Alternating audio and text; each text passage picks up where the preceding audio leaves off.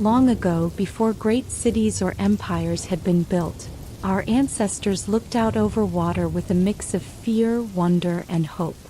They lived close to rivers, lakes, and the great sea.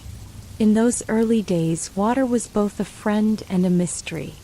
It gave life through water to drink and fish to eat, but it also held secrets and dangers that no one had yet learned to understand. The first small boats were not built in a workshop or by a master carpenter. Instead, early humans made simple rafts and dugout canoes using the trees that grew near the water. They found that by cutting down a log and hollowing it out, they could make a vessel that could float. These humble boats were often decorated with carvings or markings that told a story, a silent language of their time. With these boats, they set off to explore the gentle currents of a river or the lapping waves of a lake, always curious about what lay beyond the next bend or ripple. At first, these voyages were short trips meant to catch fish, gather food, or visit a nearby land. But as people began to understand the rhythms of water and wind, they grew bolder. They started to travel further. The first long journeys by water were not planned as great adventures, but as necessary steps for survival. With each trip, they learned a little more about the sea's ways, its moods, and the secret paths hidden by the mists of time. In one small coastal village, the people relied on the sea for everything. They used simple canoes to cross shallow waters and fish in the bountiful shallows. In these communities, elders passed down stories of the sea. They spoke of great waves and mysterious lights that danced on the water's surface. These stories, though sometimes frightening, also filled young hearts with dreams of adventure. It was said that beyond the horizon lay lands of endless fruit, warm breezes, and friendly faces. While these tales were woven with wonder and imagination, they also gave early explorers a sense of purpose and hope. The first seafarers had no maps or compasses. They depended on the natural clues given to them by the sky and the water. They watched the stars at night, noting how they moved slowly overhead, and used the position of the sun by day. The sound of the wind and the feel of the current also guided them. This natural navigation was a skill passed down from generation to generation. Every voyage was a lesson in observation, and every return was a time to share knowledge about what had been learned from the water. One of the most important lessons for these early voyagers was the power of the sea. The water could be calm and gentle, offering a peaceful ride on a sunny day, but it could also turn rough without warning. Storms would sometimes arise quickly, and the once calm surface would become a wild, frothing mass. In these moments, the early sailors learned the importance of respect. They understood that nature was greater than any man-made tool, and they honored the sea with their careful and humble approach. As time passed, the skills of these early water travelers grew stronger. They began to experiment with different shapes and sizes of boats. Some were long and narrow, designed to slice through water quickly. Others were wide and sturdy, meant to carry more people and supplies. With each new design, they found ways to make their journeys safer and more comfortable. Even without written records, these innovations spread from one coastal community to another, as travelers shared their ideas when they met. The early voyages were not just about survival. They were also a chance for people to meet others who lived in distant lands. As boats drifted along the shores and across the gentle waves, they carried not only people but also ideas, traditions, and hopes. When two groups met by chance on the water, they exchanged goods, stories, and knowledge. These early meetings laid the groundwork for trade and cultural exchange, long before any great empire or nation existed. One story from these early days tells of a brave group of voyagers who set out during the calm of early spring. They left their small village with nothing more than a few supplies and the hope of finding new fishing grounds. Their journey took them past rocky outcrops and through foggy channels. At times, they felt lost, as the gentle swaying of the boat made it hard to tell the direction. Yet they trusted in their skills and the natural signs around them. When the sun climbed high and the fog lifted, they found themselves near a wide, sparkling body of water that was not on any of their known routes. Here they discovered a rich land filled with fish and wild fruits, a gift from the sea that would help their people thrive. These early successes were celebrated with joy and deep gratitude. The people believed that the sea was a kind and generous teacher. In many ways, the water was seen as a living spirit, full of wisdom and power. This respect for the sea became a central part of their way of life. Ceremonies and simple rituals were held to honor the ocean, asking for safe journeys and bountiful returns. These practices, though simple, were filled with deep meaning and were passed along through countless generations. The art of building boats and navigating by the stars slowly turned into a tradition. Young people learned to build canoes from their elders, and the secrets of the wind and waves were cherished like precious treasure. Over time, the techniques improved and became more refined. People learned to use natural markers, such as the shape of the coastline or the color of the water, to decide which way to go. They discovered that different winds blew at different times of the year, and that by studying the skies they could predict weather changes. These early navigators became skilled in the art of reading nature. Even though life on the water was hard and full of challenges, there was also a great sense of freedom. Out on the open water, there were no borders or walls. Every day was a new adventure, a chance to see a new part of the world. The vast blue sea was like an endless road, inviting those with brave hearts to travel its length and breadth. With each journey, the early seafarers felt a little closer to the wonders of the natural world and a little more connected to the many peoples who also shared the water. In many ways, the dawn of sea voyages marked the beginning of human curiosity and our desire to understand the world.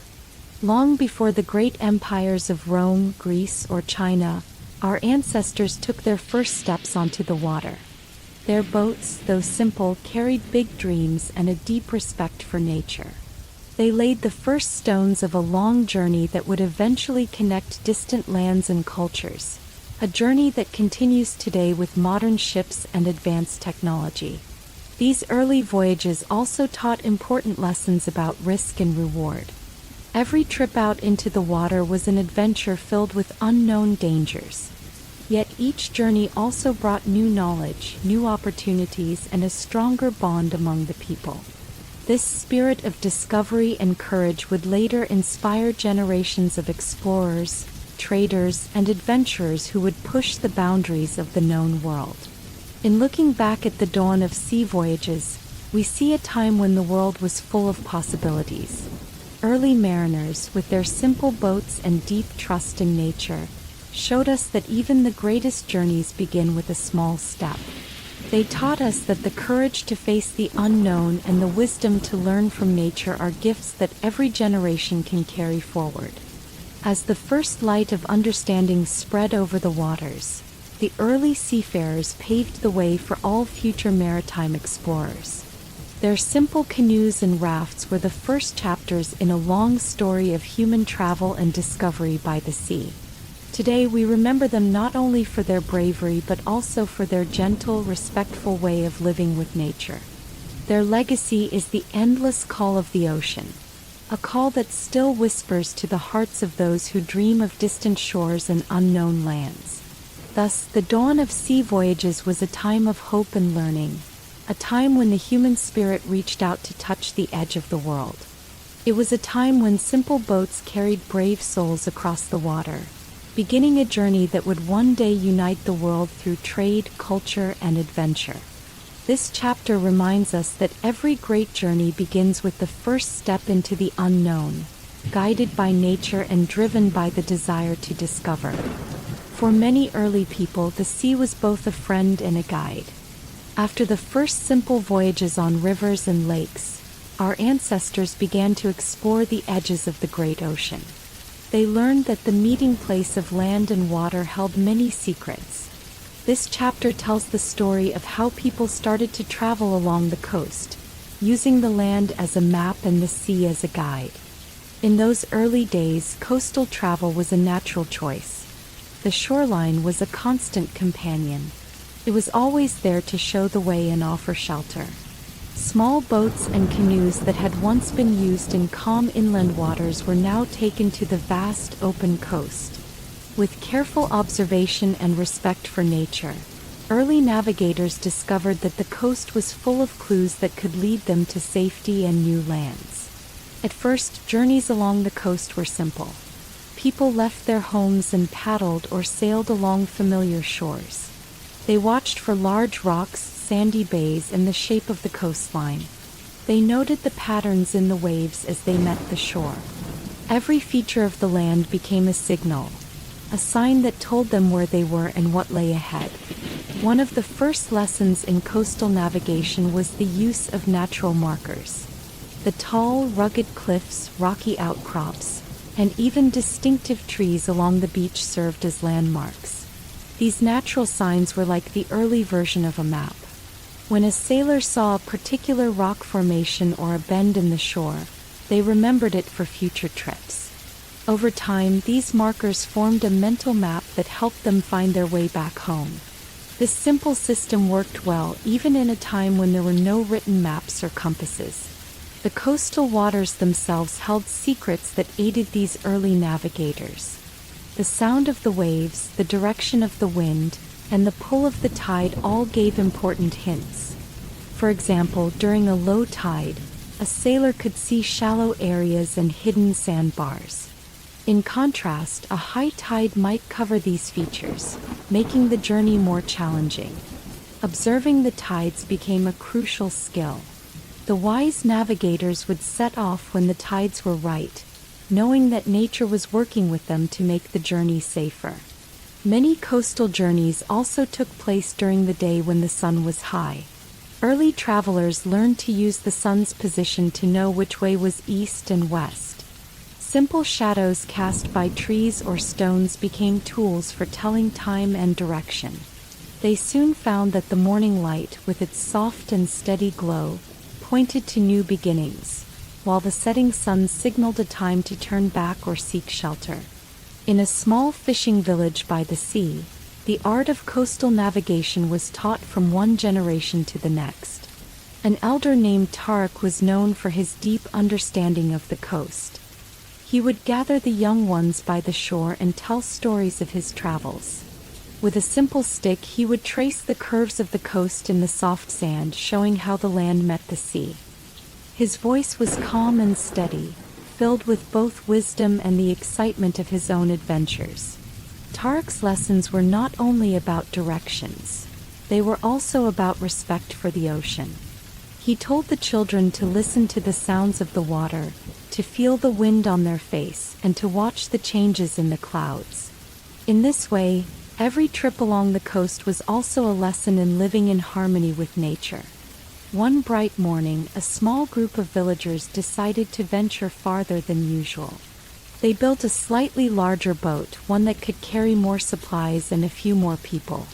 Their plan was to follow the coast and see if there were any hidden bays or lands that could offer new resources. As they set off, they took with them the knowledge passed down by their elders and the hope of discovering something new. The boat gently cut through the water, and the sound of the waves and wind filled the air with a steady, soothing rhythm. The journey was long and full of small wonders. The group passed through narrow channels where the sea squeezed between rocky cliffs. They saw schools of small fish darting near the surface and watched as seabirds glided overhead, calling out to each other in friendly voices. Each sight was a reminder of the abundance of life that thrived along the coast. The people marveled at the endless blue of the ocean and the ever-changing shape of the shoreline. Every bend and curve in the coast revealed something new: a hidden cove, a sandy beach, or an outcrop of ancient rock. During one part of the journey, the travelers reached a wide, sandy bay that seemed to welcome them. They carefully pulled the boat onto the soft shore and rested. Here they built a small fire and shared simple meals of fish and gathered fruits. As the evening sun dipped low, They listened to the soft murmur of the tide as it embraced the shore. The quiet of the bay felt safe and peaceful, a stark contrast to the vastness of the open sea. It was in moments like these that the true value of coastal navigation was felt. The land provided not only a guide but also a place of rest and renewal. As the group continued their journey, they met other people who also lived along the coast. These encounters were full of sharing and learning. Each group had its own ways of reading the coast, its own stories of the sea. They exchanged ideas about which parts of the coast were safe, where the water was deep or shallow, and where the best fish could be found. These meetings, though brief, helped create a network of knowledge that spread along the entire shoreline. It was as if the coast itself was a living map, drawn by the experiences of all who traveled it. Over time, coastal navigation grew into an art form. People began to create simple marks on trees or stones near the water. They would leave symbols or carvings that indicated safe passages or dangerous spots. These marks were like messages in a bottle meant to be read by those who followed. They provided an early form of communication and helped ensure that the lessons of the past were not lost. Each mark told a small story: a narrow channel that had once been treacherous, a hidden inlet that was a treasure trove of fish, or a rocky point where the wind always blew strong. The birth of coastal navigation also brought about a change in the way people saw their world. No longer was the land seen as a vast, unchanging place. Instead, the coast became a dynamic and living part of their world. It was a place where land and water met, where the rhythms of nature could be felt in every wave. The coast became a place of learning and growth, where every journey taught a new lesson about life, safety, and the natural world. As the years passed, the simple techniques of coastal navigation continued to improve. The early travelers learned that by paying attention to the smallest details, the direction of the wind, the color of the water, the way the clouds moved, they could predict the changes in weather and tide.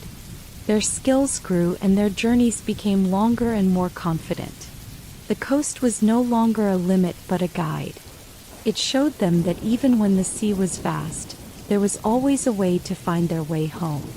The art of coastal navigation also had a deep impact on the culture of these early peoples. It brought communities together and helped build trust between neighboring villages.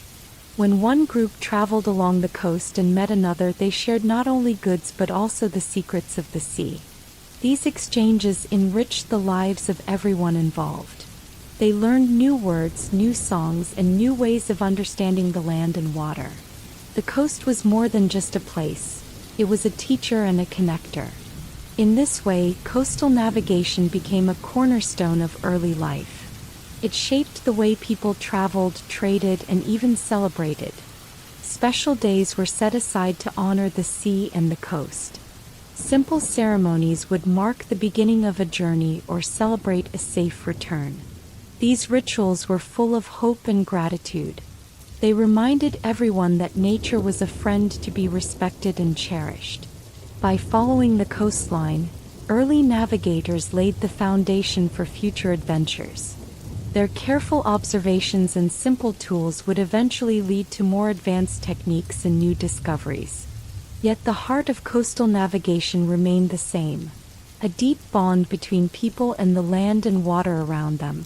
This bond is a legacy that has been passed down through countless generations, from the earliest fishermen and traders to the modern sailors who still rely on the simple wisdom of nature. As the sun set on another day of exploration, the coastal navigators looked out at the endless horizon with a sense of wonder. They knew that every journey, no matter how short, was a step into the unknown. A step that brought them closer to the mysteries of the sea and the promise of new lands. The birth of coastal navigation was not just about finding a way to travel. It was about learning to live with nature, to trust in the small signs and gentle guidance of the coast. In these early days, every voyage along the coast was a story of discovery. It was a story of brave souls who dared to follow the shoreline, who learned to read the language of the wind and water, and who shared their knowledge with others. It is a story that reminds us that sometimes the most important journeys are those that teach us how to find our way by listening to the world around us. Thus, the birth of coastal navigation marked a turning point in the history of travel. It showed that even in a time without maps or modern tools, people could chart their course with care and respect. They built a bridge between the land and the sea, a bridge that would carry the spirit of adventure and the love of discovery to future generations.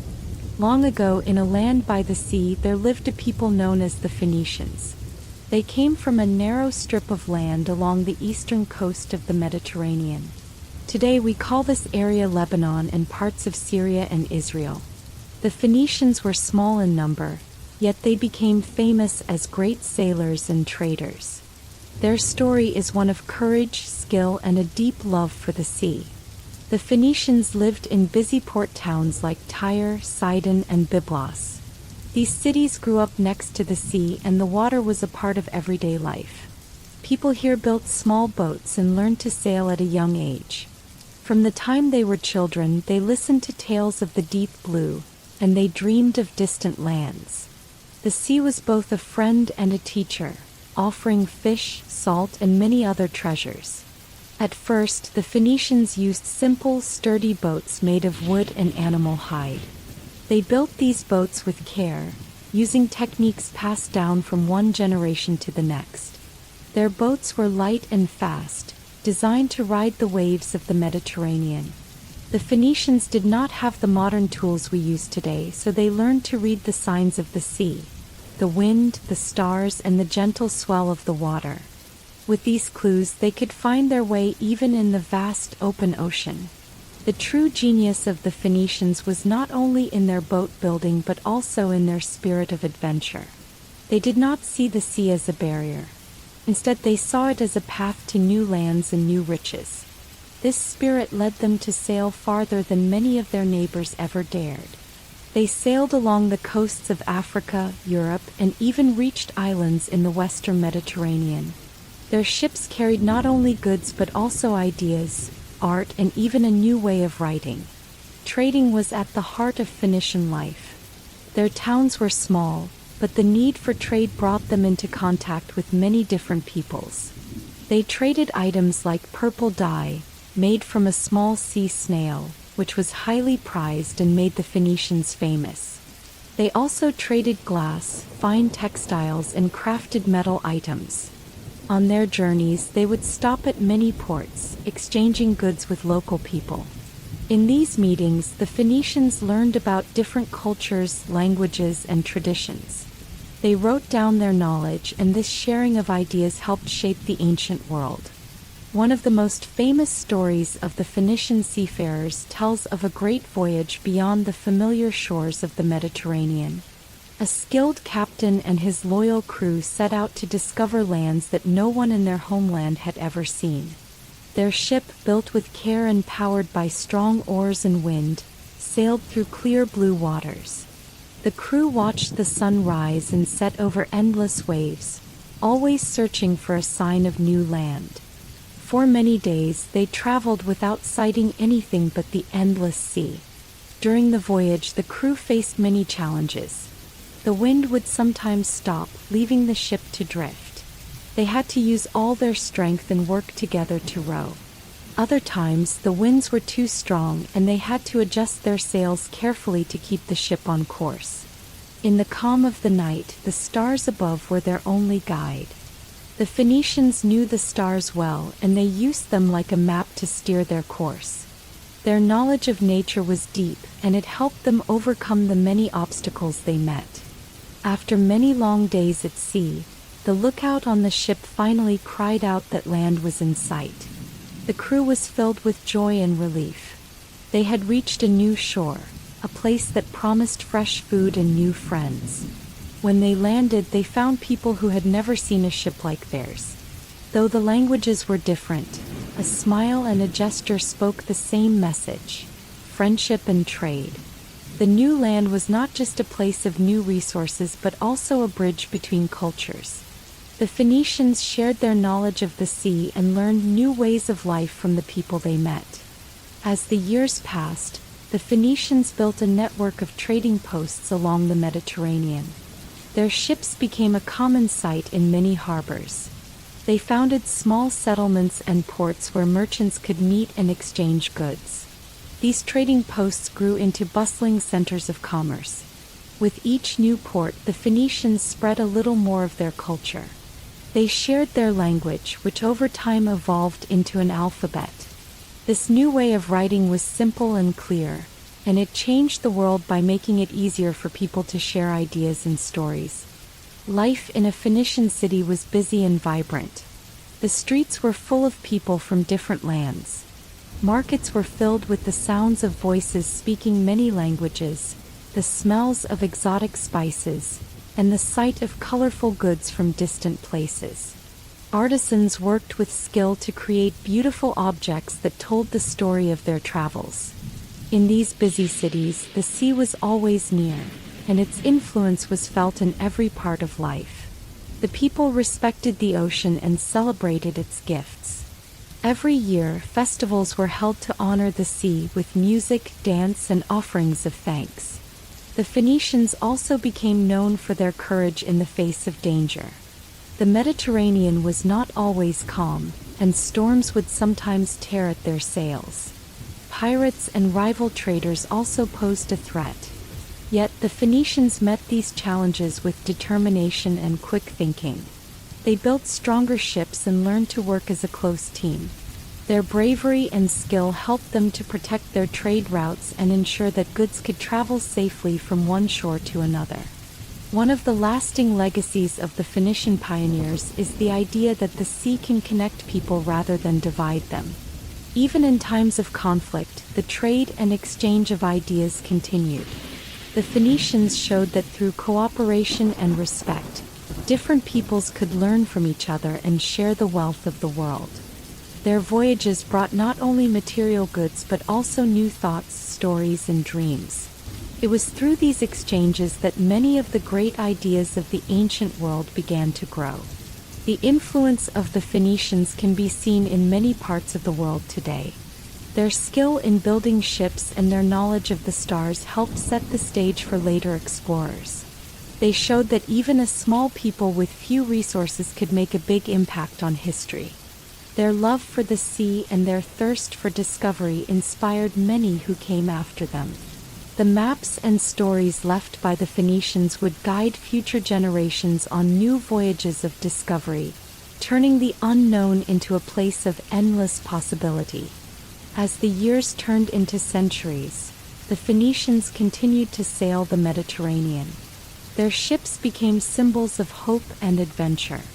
They sailed to the edges of the known world, always searching for new lands and new friends.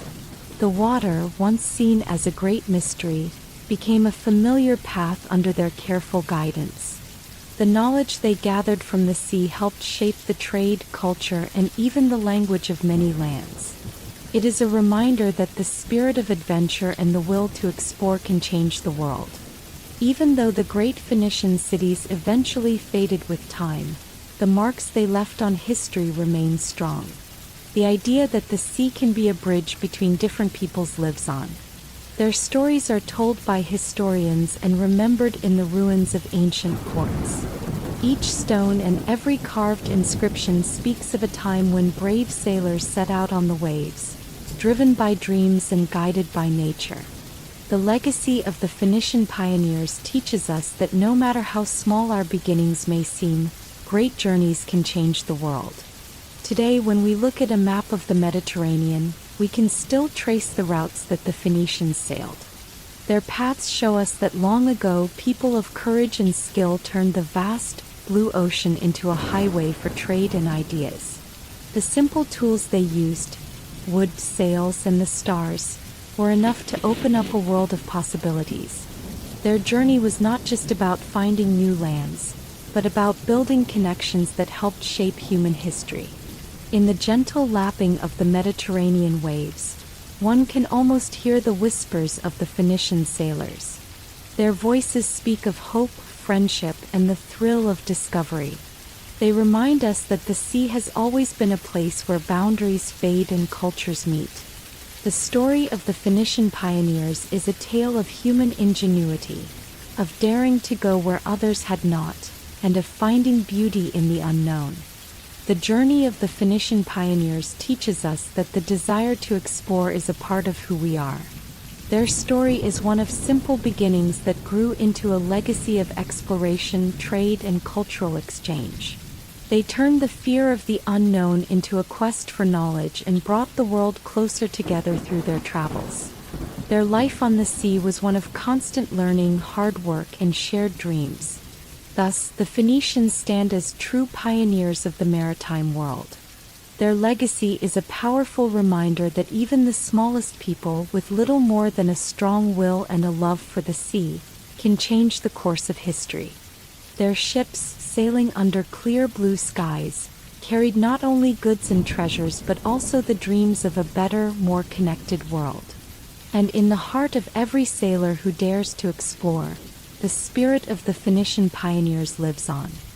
The sea has always been a place of mystery and wonder. Long before modern maps and scientific charts, early sailors faced the vast blue water with both fear and hope. They did not see the sea as merely a body of water. They saw it as a living, breathing world full of magic, strange creatures, and powerful gods.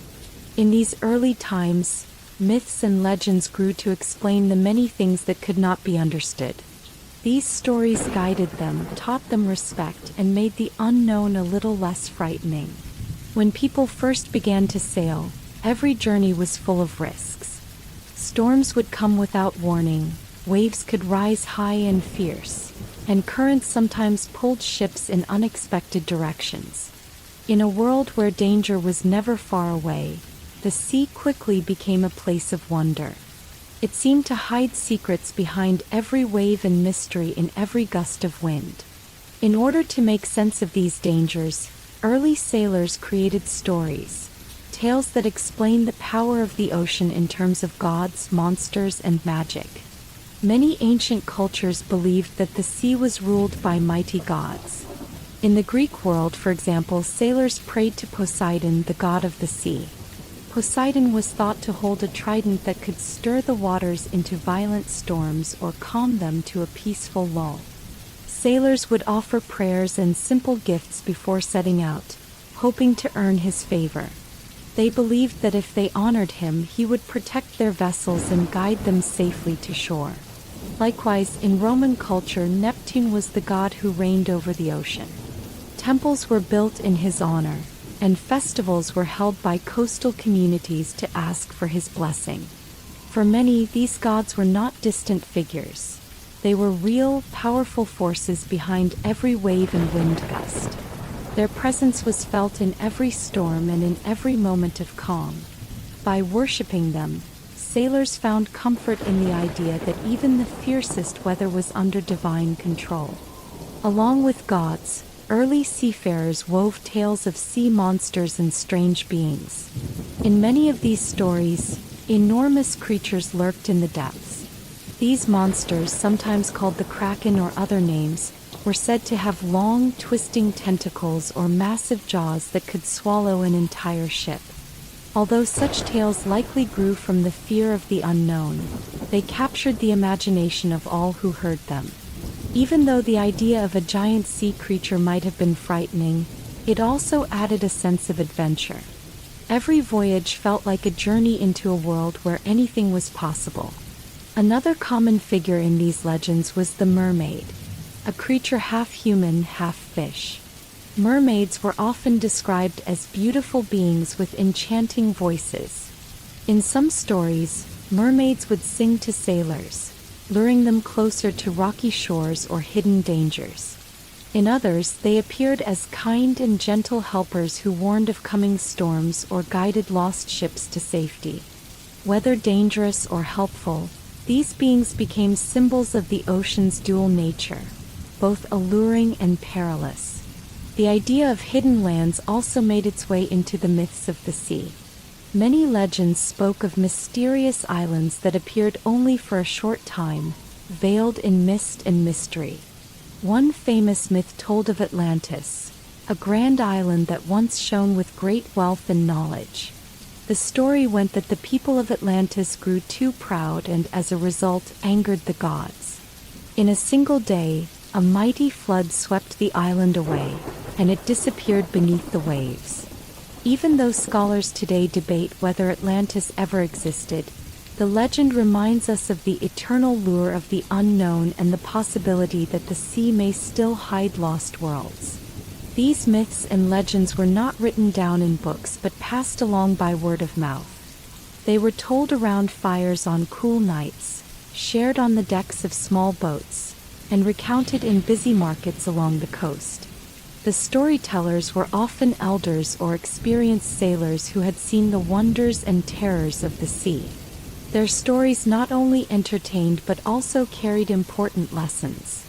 For instance, a tale of a ship lost to a sea monster might serve as a warning to respect the powerful forces of nature. A story of a kind mermaid saving a sailor could remind everyone of the beauty and mystery that the ocean holds. For the early mariners, these stories were a way to explain the unexplainable. They had no modern science to predict weather or understand ocean currents, so they turned to myth to fill the gaps in their knowledge. The unpredictable nature of the sea, the sudden rise of a storm, the eerie calm of the dead water, became the canvas upon which they painted their legends. In doing so, they learned to approach the ocean with a blend of caution and curiosity. Every sound, every wave, every flicker of light on the horizon could be a sign from the gods or a message from the deep. These legends also played a role in shaping the behavior of those who sailed. Believing that the ocean was a realm of divine power, sailors learned to be respectful and careful. They saw their vessels not just as means of travel, but as sacred gifts entrusted to them by nature and the gods. Rituals were performed before every voyage, small ceremonies to ask for safe passage and the protection of the divine forces. In many coastal towns, it was common to see offerings left at the edge of the water, such as simple bowls of food or small tokens of gratitude. These acts of respect were a way to acknowledge that the ocean, with all its beauty and danger, was something greater than any human invention. Beyond guiding behavior, the myths also inspired a sense of wonder that spurred further exploration. The idea that the sea held magical secrets and hidden lands encouraged many to venture further than they had ever gone before. Every new horizon held the promise of an encounter with the unknown, a chance to see a legendary creature, to discover a new island, or to feel the presence of a mighty god. This hope drove sailors to take risks, to brave dangerous waters in search of something extraordinary. Their journeys were not only about survival or trade. They were quests for wonder and understanding. The art and literature of many ancient cultures still reflect this deep connection to the ocean's mysteries. Poets and painters have long drawn inspiration from the sea, capturing its moods in verse and vivid images. In many of these works, the sea is portrayed as a living, magical force that shapes the destiny of those who sail upon it. The beauty and terror of the ocean come together to create a powerful symbol of life's many challenges and rewards.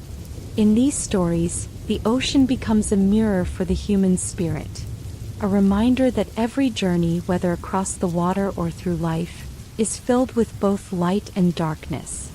In time, as people began to understand more about navigation and the natural world, the strict reliance on myth to explain the sea slowly faded. Yet even as science took hold, the legends did not disappear. They remained a cherished part of the cultural heritage of coastal peoples. Today we can still see echoes of these old myths in modern literature and film. Stories of sea monsters, mermaids, and lost islands continue to capture our imagination. They remind us that despite all our modern tools and knowledge, there is still something magical about the ocean. a magic that has been passed down through countless generations. The legends of the sea also teach us to respect nature. They show that while the ocean can give life and offer beauty, it can also take it away if not treated with care. This lesson is as important now as it was in ancient times. Modern sailors, scientists, and beachgoers all benefit from remembering that the sea is a powerful living entity. It deserves our respect, our caution, and our gratitude. By honoring the old stories, we can learn to live in harmony with the water, just as our ancestors once did. The spirit of myth and legend lives on every time we gaze out at the endless horizon. It is a reminder that the world is full of mysteries waiting to be discovered, and that every journey into the unknown is a chance to learn, to grow, and to be inspired. The early sailors, with their simple boats and brave hearts, showed us that the unknown is not something to be feared, but something to be embraced with wonder. Their stories, passed down through the ages, continue to encourage us to explore, to ask questions, and to seek out the magic hidden in every corner of our world. Thus, the myths and legends of the sea have woven themselves into the fabric of human history. They are a testament to the courage of those who dared to venture into the unknown and to the power of stories to give meaning to our lives. Every time we hear a tale of a mysterious island or a friendly mermaid, we are reminded of the ancient bond between people and the ocean. A bond built on respect, wonder, and the eternal quest for discovery. In the quiet moments when the sun sets over a calm sea, one might almost hear the soft whispers of these ancient tales. They remind us that long ago, when the world was still new and full of unexplained wonders, brave souls set sail into the vast unknown. Their voices still echo in the gentle lapping of the waves, urging us to remember that every journey is a step into mystery, every horizon a promise of something new, and every story a piece of the great, endless tale of the sea. In the land of ancient Egypt, the Nile River was more than just water flowing through the desert. It was the very heart of life. From the earliest times, the Egyptians learned to live with and travel on this great river.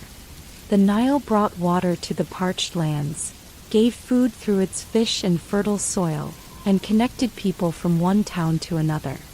The river was a source of mystery, power, and life, and its exploration played a key role in the rise of one of the world's greatest civilizations. In the beginning, the people of Egypt settled along the banks of the Nile because they could see its promise. The regular floods of the river brought rich silt to the land, making it possible to grow crops even in the harsh desert. As the people began to understand the river's patterns, they also discovered that the Nile could take them farther than they ever imagined. Small boats, made from bundles of papyrus or carved from wood, became the first tools of exploration. These boats were simple, yet strong enough to carry families, goods, and ideas along the winding river. For many, the Nile was a familiar guide.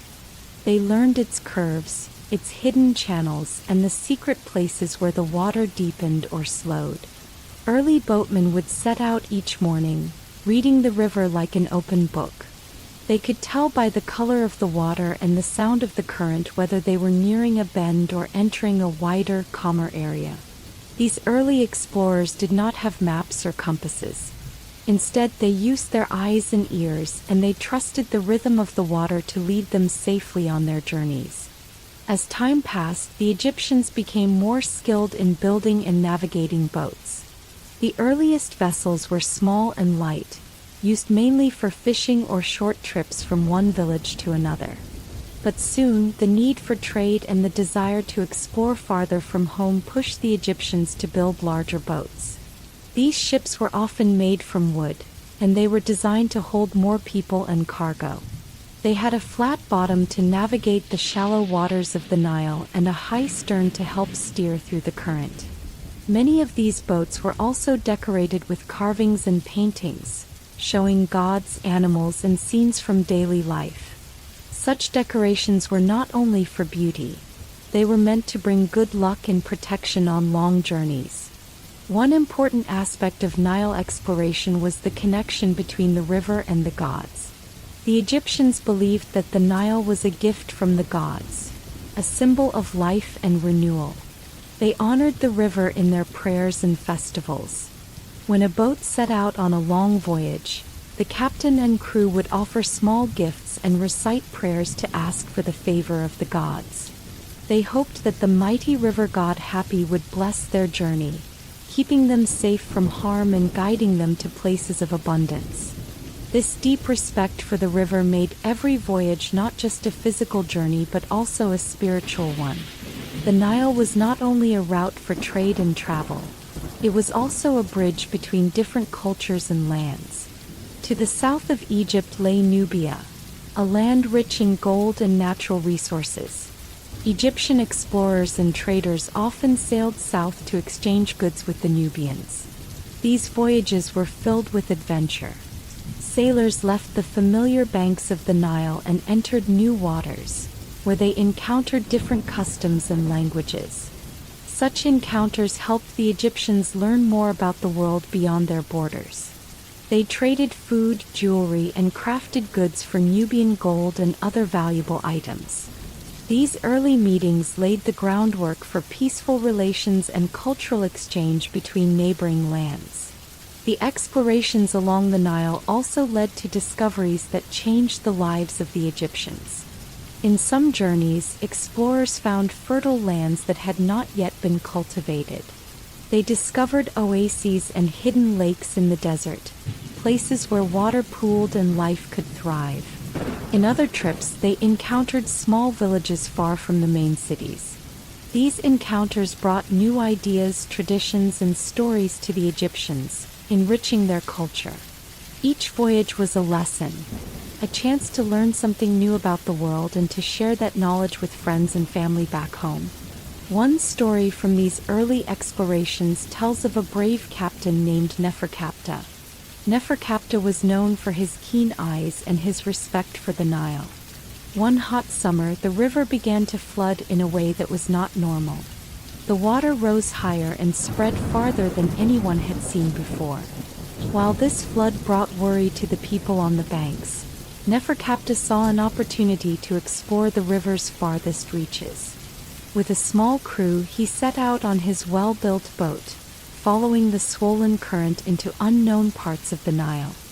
As Neferkapta's boat sailed into the rising waters, the crew marveled at the power of nature. The current was strong and the boat moved swiftly. They passed through narrow channels and wide expanses of water that they had never seen.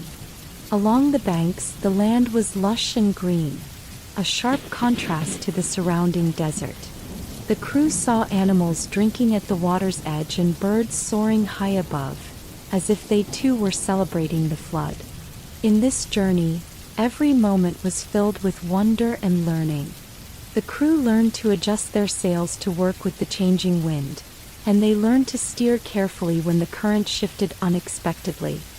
After several days on the water, the explorers reached a large new branch of the Nile that led them into a remote region. Here, the river was slower and wider, and the banks were dotted with small, unknown settlements. The people living in these villages greeted Neferkapta and his crew with curiosity and warmth. Though their language was different, they quickly exchanged gestures of friendship and trade. Neferkapta learned that this region was rich in fruit and grain, and the villagers learned about the great cities of Egypt. The meeting was peaceful and filled with promise for future trade. The explorers recorded the names of the local places and made simple sketches of the land so they could share these discoveries with the elders back home. When Neferkapta and his crew returned to their village, they were celebrated as heroes. The news of their successful exploration spread quickly along the Nile. People gathered to hear the stories of the journey, the rising floods, the lush lands, and the friendly strangers they had met along the way. The tale of Neferkapta inspired others to take their boats and explore the river. Soon, journeys became more frequent, and new routes were discovered that connected Egypt with lands far to the south and even to the east. The Nile had become a channel for ideas, trade, and the sharing of cultures. The growth of Nile exploration led to improvements in boat building and navigation techniques. Craftsmen learned to make sturdier boats that could handle longer journeys and the occasional rough current. They experimented with different shapes and sizes, gradually perfecting a design that worked well in both calm and fast-flowing water. The methods of navigation also improved. Early explorers relied on the natural signs: the flow of the river, the position of the sun, and the movement of the stars at night. With experience, they developed a keen sense of direction that allowed them to travel confidently even when the river split into many channels.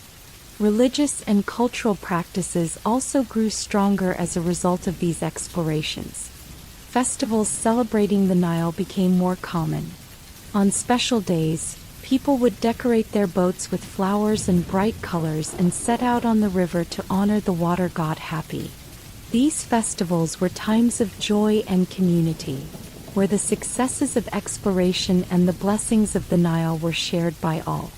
Songs and stories about the river's life-giving power were passed down from generation to generation, ensuring that the memory of those early explorations would live on. The Nile River continued to shape Egyptian life for thousands of years. Every voyage, whether a short trip to a nearby village or a long journey to a distant land, contributed to the growing body of knowledge about the river. Over time, the Egyptians became experts at using the Nile not only for travel and trade but also for irrigation, communication, and even art. Their love for the river was evident in the many paintings, carvings, and writings that celebrated its beauty and importance. The Nile was more than just water. It was a symbol of life, growth, and the endless spirit of adventure. Today, when we look back on these early explorations of the Nile, we see a story of courage, innovation, and respect. The ancient Egyptians, with their simple boats and deep understanding of the river, managed to connect a vast and sometimes unpredictable land. They showed that even in a harsh environment, nature could be a friend if it was understood and respected. Their journeys on the Nile remind us that exploration is not only about finding new lands but also about understanding and living in harmony with nature. The story of Egyptian and Nile River explorations is a testament to the human spirit. It teaches us that with curiosity, hard work, and respect for the natural world, we can overcome challenges and discover the wonders that lie beyond the horizon. From the humble beginnings of a simple papyrus boat to the grand voyages that connected distant lands, the Nile has always been a path to learning, growth, and connection. The legacy of these early explorers still flows in the river today, whispering tales of a time when every journey was a step into the unknown. In the warm lands of the East, people have long looked to the sea with both awe and determination. Here, along long coastlines and on sparkling blue waters, seafarers built boats and set sail on adventures that changed the course of history. These early mariners, from the shores of India to the islands of Southeast Asia, were driven by a need to trade, to learn, and to connect with distant lands. Their journey was not only one of commerce but also of sharing ideas, art, and culture. Long before modern maps and ships, ancient people in the East began to build simple boats from wood, reeds, and even woven fibers. They learned from nature by watching the wind, the sun, and the tides. Over time, they improved their skills and developed special techniques to make their boats strong and swift. These early vessels were carefully built to withstand the sometimes unpredictable moods of the sea. They were light enough to move quickly with the wind and sturdy enough to carry precious goods over long distances. One of the most important lessons for these early mariners was the power of the monsoon winds. Every year, strong winds would change direction with the seasons. In one part of the year, the winds blew from the southwest, and in another, they came from the northeast. The seafarers soon learned that they could use these steady, seasonal winds to guide their journeys across the Indian Ocean. By setting sail at the right time, They could travel from the coast of India to the far-off islands of Southeast Asia, and even to the shores of East Africa. This natural rhythm of the winds allowed them to plan their voyages with confidence. In the bustling ports of ancient India, trade was not just about exchanging goods. It was a meeting of cultures. Indian merchants traded spices, cotton, and precious stones, and they welcomed goods from distant lands such as silk, incense, and rare woods. These ports were lively places where many languages were spoken and many faces were seen. Traders would gather on the docks, their boats lined up like a colorful fleet, each vessel carrying the promise of wealth and new knowledge. The sound of hammers, the scent of exotic spices, and the sight of vibrant fabrics created an atmosphere of constant excitement. Beyond India, the islands of Southeast Asia also became centers of maritime life. In these islands, people built unique boats that were often adorned with carvings and bright colors. Their boats were designed to move quickly among the many small islands and to handle the shifting tides of narrow straits. In the busy markets of these island ports, traders exchanged goods such as spices, fruits, and handmade crafts. The islands became a melting pot of ideas, where people learned from one another, shared stories, and passed down traditions from generation to generation. The sea in the east was seen not only as a path for trade but also as a place of mystery and spirituality. Many coastal communities believed that the ocean was home to powerful spirits and deities. They held small ceremonies and festivals to honor the sea and to ask for safe passage on their voyages. These rituals often involved offering simple gifts such as food, water, or flowers to the spirit of the ocean. The ceremonies were a way of showing respect and gratitude for the life the sea provided, as well as a plea for protection from its dangers. These Eastern maritime traditions were built on strong bonds of trust and cooperation. Sailors from different regions would often help one another in times of need. For example, if a boat encountered a sudden storm or ran into trouble at sea, nearby vessels might come to offer assistance. This spirit of community meant that even strangers on the water could become friends, united by their common goal of surviving the vast ocean and reaching new lands safely. Over time, these acts of kindness and cooperation helped to create a network of trade and friendship that stretched across the entire region. One memorable story from these early days tells of a skilled captain from a small coastal town in India. His name was Arjun, and he was known for his deep understanding of the sea. Arjun built his boat with the help of his family and friends, carefully selecting the best wood and planning every detail of the design. When it was time to set sail, Arjun and his crew waited for the right moment, the arrival of the southwest monsoon wind.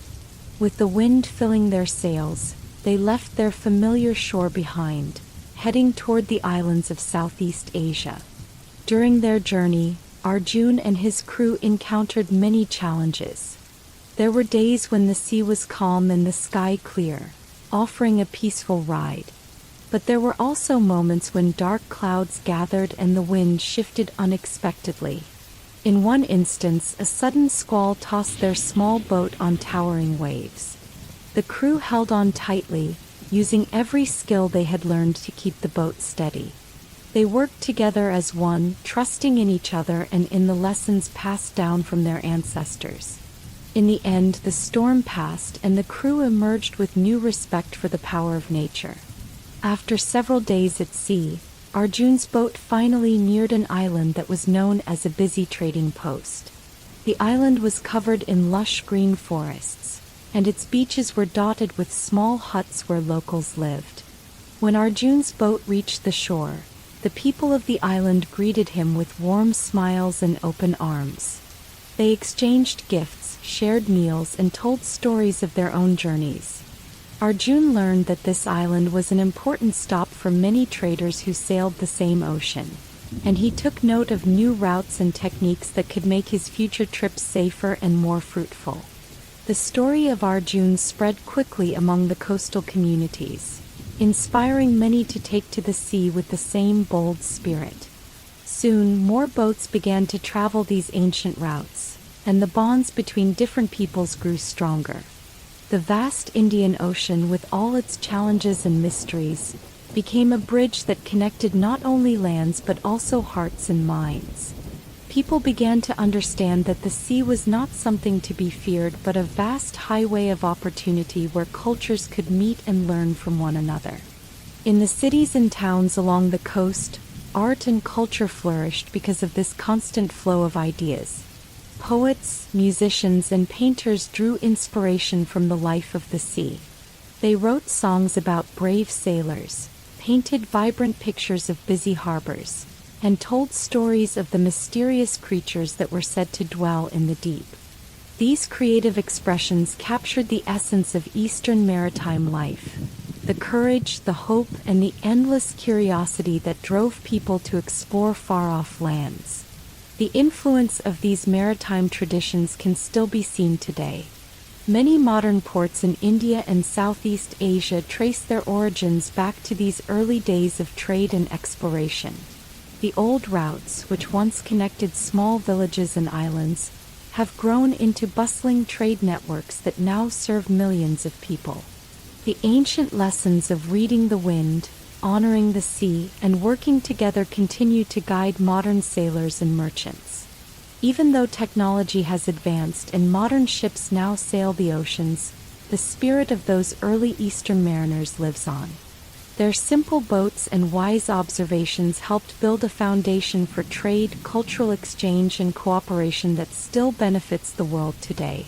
In every port and every market along the coast, the legacy of those early journeys reminds us that our past is filled with the spirit of adventure and the desire to connect with others. As the sun sets over the quiet sea, one can still imagine the gentle rocking of ancient boats and the voices of sailors telling stories of their travels. These voices speak of a time when the world was a vast, open space waiting to be discovered, and when every voyage was a chance to learn something new. They remind us that the true wealth of these journeys was not just the goods that were traded, but the ideas and friendships that were built along the way. Thus, Eastern maritime traditions are more than just stories of trade and travel. They are tales of human courage, of curiosity, and of the unyielding desire to explore the unknown. They show us that with simple tools, a deep respect for nature, and a willingness to work together, people can overcome even the greatest challenges of the sea. The legacy of these ancient mariners continues to shine like a guiding light, inviting each new generation to set sail and discover the wonders of the world. For many centuries, the people of China have looked to the sea with a mix of respect, curiosity, and determination. The vast coastline of China, stretching along the East and South China Seas, became a place where ancient mariners learned to build boats, read the winds, and explore beyond the familiar lands. The Chinese seafaring legacy is a story of innovation, adventure, and connection, which helped shape not only the history of China but also the world around it. In ancient times, when people in China first started to build boats, their vessels were simple and small. They used bamboo, wood, and sometimes even woven fibers to construct rafts and canoes that could float on water. At first, these boats were meant for fishing, traveling between nearby villages, and moving goods along the coast. Over time, as people began to understand more about the sea, their boats grew larger and stronger.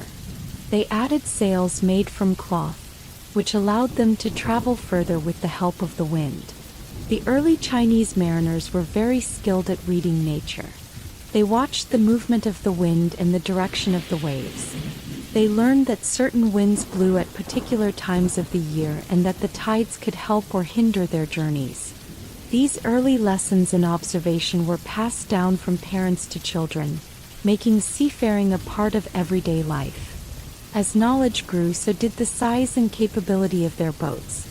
What began as simple canoes eventually evolved into larger, more sophisticated ships that could carry many people and much cargo. One of the most famous chapters in Chinese seafaring is the era of the great explorer Zheng He. During the early 15th century, Zheng He led a series of monumental voyages on behalf of the Ming dynasty. His ships were much larger than any that had been built before in China, with many decks and space for hundreds of sailors. These treasure ships sailed far beyond the borders of China, reaching lands in Southeast Asia, the Indian Ocean, the Middle East, and even the eastern coasts of Africa. The voyages of Zheng He were not only about trade but also about showing the strength of China and building bridges between different cultures. Zheng He's fleet was a marvel of its time. His ships were built with care, using the best materials available. They were designed to be both sturdy and fast, able to withstand long journeys on the open sea. With his skilled crew and strong leadership, Zheng He set sail on missions to collect tribute, exchange goods, and learn about the customs of foreign lands. His journeys brought back many treasures, ideas, and even people who had knowledge to share. The fleets carried silks, porcelain, tea, and many other gifts that symbolized the rich culture of China. In return, foreign lands sent exotic spices, precious metals, and other unique items, creating a vibrant network of trade and cultural exchange. Before Zheng He's famous voyages, Chinese coastal communities had already established strong maritime traditions. In the southern provinces, fishermen and traders ventured out into the South China Sea, trading with nearby islands and reaching distant shores. Their boats, though much smaller than Zheng He's treasure ships, were essential in linking coastal settlements. These early mariners learned to navigate using the stars at night and the patterns of the wind during the day. Their skills in boat building and navigation were refined over generations, making the Chinese coastline a hub of activity and innovation. The influence of Chinese seafaring did not stop at trade. It also played a crucial role in spreading ideas and technology. As Chinese ships sailed to foreign lands, they carried with them the seeds of Chinese culture. They brought along inventions such as paper, printing, and gunpowder, which would later transform many parts of the world. In return, Chinese sailors and traders absorbed the customs and knowledge of the lands they visited. This exchange of ideas helped create a rich tapestry of cultural interaction, showing that the sea could be a bridge between distant peoples. The voyages of Zheng He in particular were full of adventure and wonder. His fleet sailed into unknown waters, where the sight of unfamiliar lands and exotic peoples was a constant surprise. In one port, the sailors marveled at a bustling market filled with strange fruits and spices they had never seen before. In another, they were welcomed by local leaders who dressed in colorful robes and spoke in musical voices. These encounters were not always easy. Sometimes storms would roll in unexpectedly, turning calm seas into a chaotic dance of wind and water. But the bravery and skill of the Chinese sailors helped them navigate through these challenges, and their successful journeys became stories told for generations. Even after the era of Zheng He, Chinese seafaring continued to thrive in many coastal communities. Merchants, fishermen, and local leaders maintained strong ties with the sea. They built ports and harbors that grew into busy cities where ships from different parts of the world would dock. The lessons learned by the early mariners, how to read the wind, follow the stars, and work together, remained a core part of Chinese maritime tradition. Over time, this legacy contributed to the rich history of navigation and trade in the region. The art of navigation in China also saw many improvements over the years. Early sailors used natural markers, such as the position of the sun and the shape of the coastline, to guide their journeys. Later, they developed more advanced tools like the magnetic compass, which is often credited to Chinese inventors. The compass allowed sailors to know their direction even when the sky was cloudy or the stars were hidden. This simple yet powerful tool revolutionized maritime travel, not only in China but eventually around the world. The compass became a symbol of human ingenuity and the desire to explore further than ever before. The Chinese seafaring legacy is also marked by the stories of ordinary sailors and fishermen, whose daily lives on the water were full of hard work and quiet bravery. In small fishing villages along the coast, life revolved around the sea. Families built boats by hand and set out early in the morning to cast their nets. Their work was difficult, but it was filled with moments of beauty, like the calm of a sunrise over the water or the sound of gentle waves lapping against the hull of a boat. These everyday experiences were the foundation of a deep, respectful relationship with the sea. They taught the people that the ocean could provide both sustenance and adventure, as long as one treated it with care. Over the centuries, Chinese seafarers have left behind many marks of their journeys. Ancient maps and navigational charts, often drawn with great care, show the routes taken by traders and explorers. Temples and shrines along the coast honor the gods of the sea, where fishermen and sailors come to pray for safe passage. Even today, festivals and ceremonies celebrate the spirit of the sea and the rich history of maritime travel. These traditions remind us that the legacy of Chinese seafaring is not just a story of ships and voyages, but a living part of the culture and identity of coastal communities. The legacy of Chinese seafaring is a reminder of the human desire to explore and connect. It is a story of innovation, how simple boats grew into mighty ships, and how careful observations led to great discoveries like the compass. It is also a story of cultural exchange where goods, ideas, and stories traveled across the sea and enriched the lives of people on both sides of the ocean. From the early days of small coastal boats to the grand fleets of Zheng He, the Chinese seafaring legacy shows us that the journey is as important as the destination. Today, as modern ships sail the same waters once traveled by ancient mariners, the spirit of Chinese seafaring lives on. The lessons of respect for nature, the importance of careful observation, and the power of connection remain with every sailor who embarks on a voyage. The vast ocean continues to inspire wonder and adventure, just as it did for the people of ancient China. In the end, the Chinese seafaring legacy is a tale of courage, discovery, and the endless search for knowledge. It reminds us that even in the face of the unknown, the human spirit can find a way to explore, connect, and learn. As the waves roll onto the shore and the wind fills the sails, the voices of ancient Chinese sailors still whisper a message of hope, a message that the sea, with all its challenges and mysteries, is a path to a brighter, more connected world. Long ago, in the cold, rugged lands of Scandinavia, there lived a brave people known as the Vikings. They came from harsh environments where the winters were long and the summers short. Despite the tough weather and rocky lands, the Vikings were known for their courage and skill in sailing. With their strong, sturdy ships, they ventured out into the vast icy waters of the North Atlantic.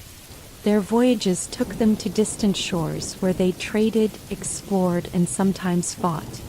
This chapter tells the story of these daring ventures, exploring how the Vikings set out on their adventures and left a lasting mark on history. The story of the Vikings begins in the small villages and towns of Norway, Sweden, and Denmark. Life in these places was not easy.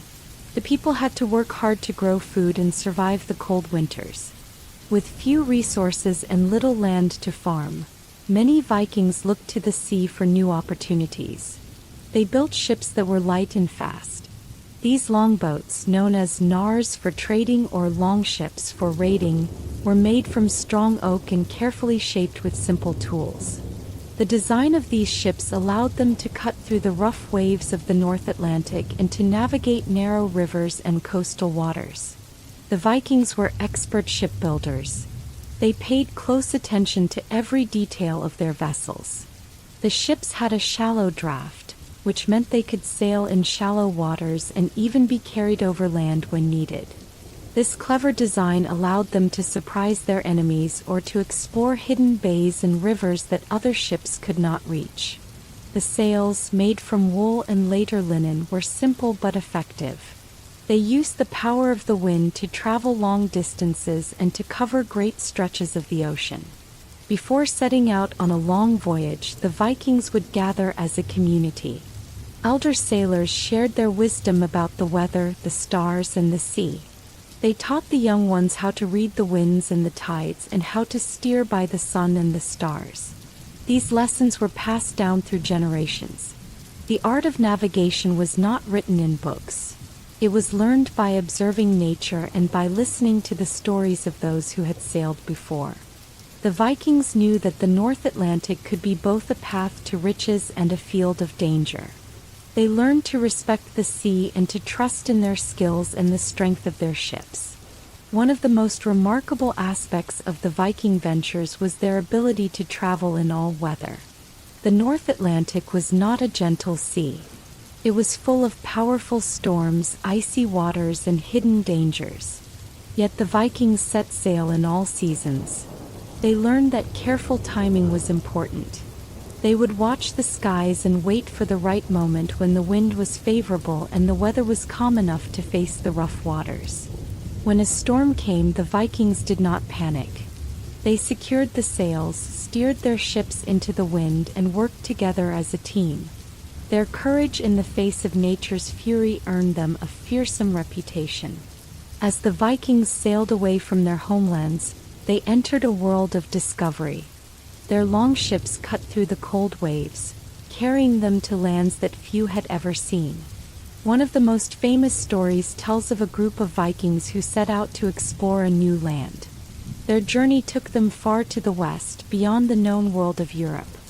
For many days and nights, they sailed under vast skies, guided only by the stars and the sound of the wind. Finally, the lookout in the crow's nest cried out that land was in sight. The crew cheered as they approached a rugged, green coastline that was unlike anything they had seen before. This new land was later called Vinland. In Vinland, the Vikings found rich forests, clear rivers, and plenty of wild fruit. The land was a promise of new beginnings and fresh opportunities. The Vikings spent time exploring the coast, meeting local people, and gathering resources. They built temporary settlements and left behind marks of their visit. The discovery of Vinland showed that the Vikings were not only warriors and raiders but also explorers and traders. They saw that the world was much larger than their familiar lands, and they were eager to learn more about these distant places. Trading was an important part of Viking life. When they landed on new shores, the Vikings did not always come as invaders. They brought gifts and goods from their own lands, such as furs, amber, and metal tools, to trade with the local people. In return, they received food, supplies, and sometimes knowledge about the new lands they visited.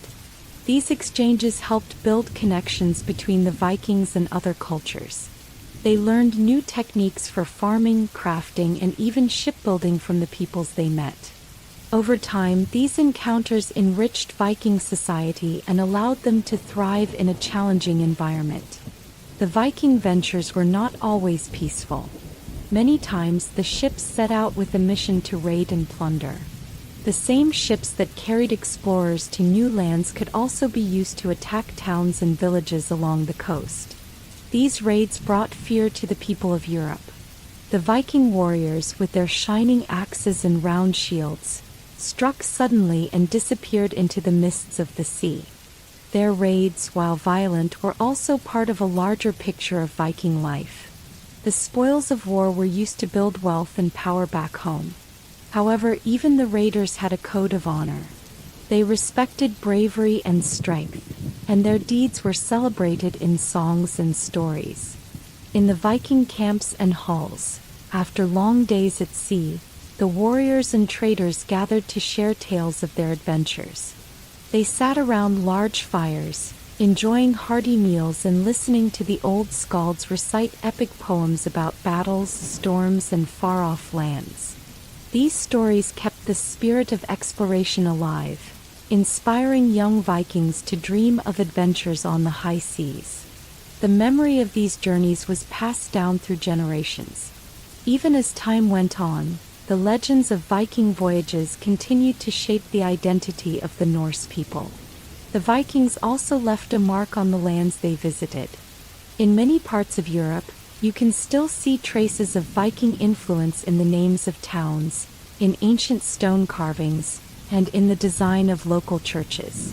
Their travels opened up new trade routes that would later connect different parts of the world. The Viking ventures were an early example of globalization. They showed that even in a time without modern technology, people could reach out across great distances and form new bonds. The courage of the Vikings changed the map of Europe, leaving a legacy that can still be seen today. One notable example of Viking influence is the settlement at L'Anse aux Meadows in what is now Newfoundland, Canada. Archaeological discoveries there show that a group of Vikings once built a small village in North America. This settlement confirms the stories passed down through generations that the Vikings had reached lands far beyond Europe. Though the settlement was short-lived, it stands as a powerful reminder of the Viking spirit of exploration. It tells us that the quest for new lands and the desire to push the limits of what was known were strong in these seafaring people. As the years went by, the Viking ventures changed the way people saw the world. Their journeys showed that even the most daunting seas could be crossed with skill and courage. They opened up new paths for trade, exploration, and cultural exchange. The Vikings' ability to adapt to different environments, to work together as a team, and to learn from the places they visited allowed them to leave a lasting impact on history. In the end, the story of Viking ventures in the North Atlantic is a tale of bravery, adventure, and discovery. The Vikings set out into the cold, unknown sea, driven by a mix of survival, trade, and the desire to explore. Their longships carried them over vast distances, linking the rugged coasts of Scandinavia with the distant shores of Vinland and beyond.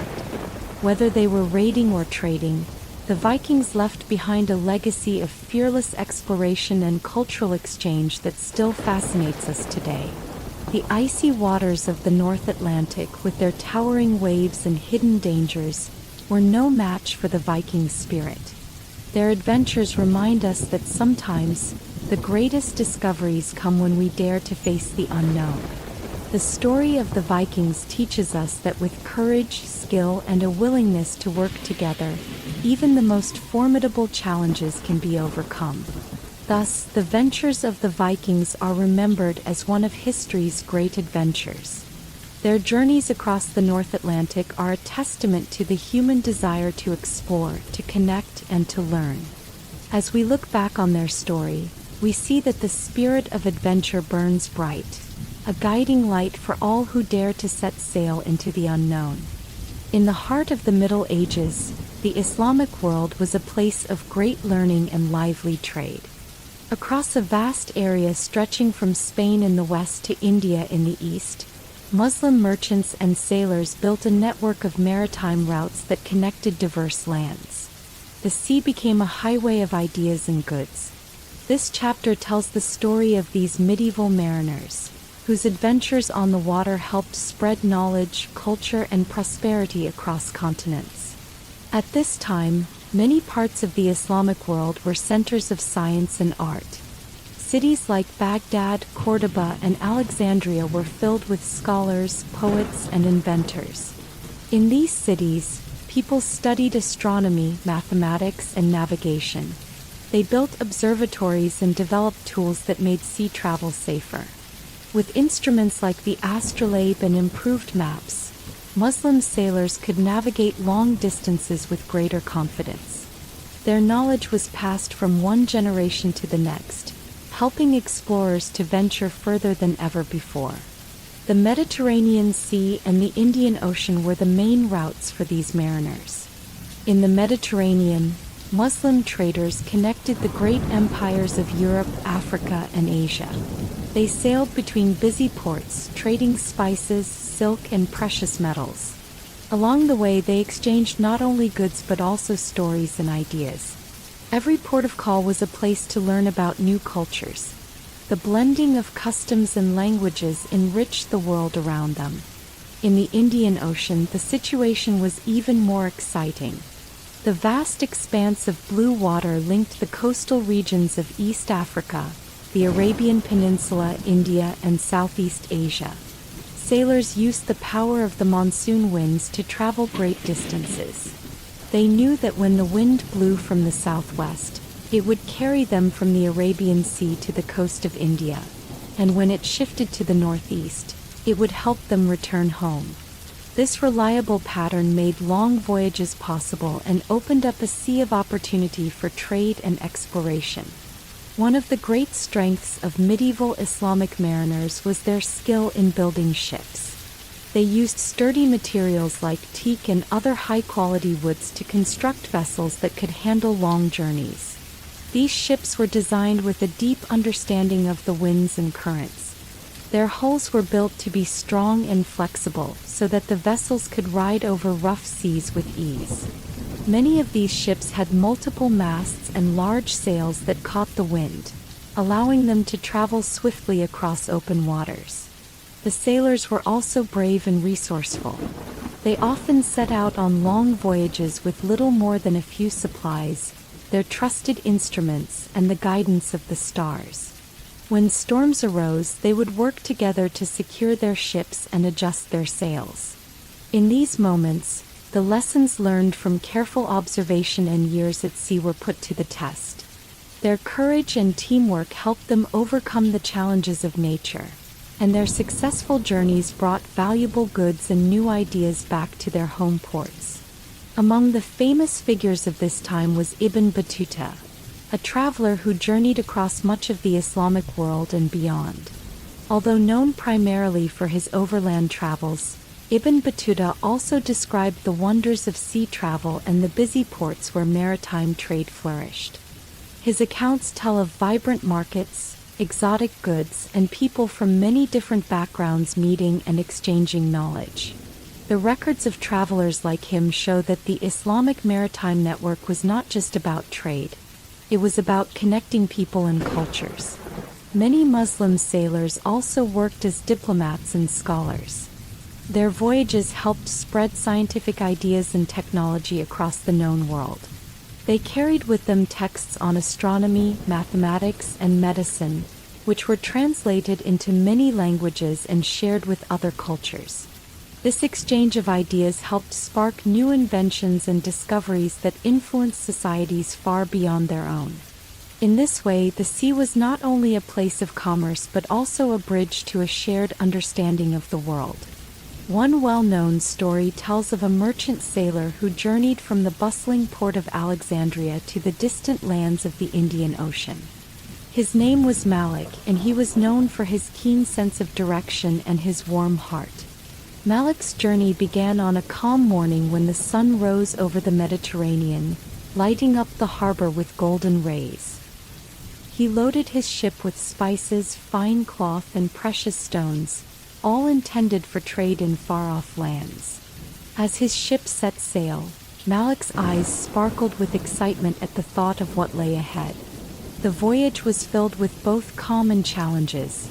On quiet days, Malik and his crew would rest on the deck, sharing stories and singing songs about home.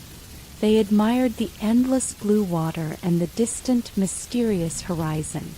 But when storms arrived, the mood changed quickly.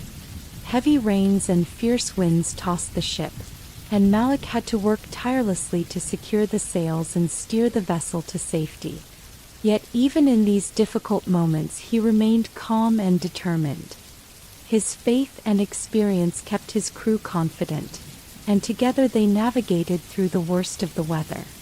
After many weeks at sea, Malik's ship reached the warm waters of the Indian Ocean. Here the landscape was completely different. The shores were lined with palm trees, and the air was rich with the scent of spices and blooming flowers. Malik found himself in a busy port town where merchants from distant lands gathered. There he met people who spoke many languages and traded goods that he had never seen before. Malik was amazed at the variety of cultures and ideas that came together in this vibrant marketplace. He traded his goods, learned new stories, and even picked up a few words in unfamiliar tongues. The journey of merchants like Malik was important for many reasons.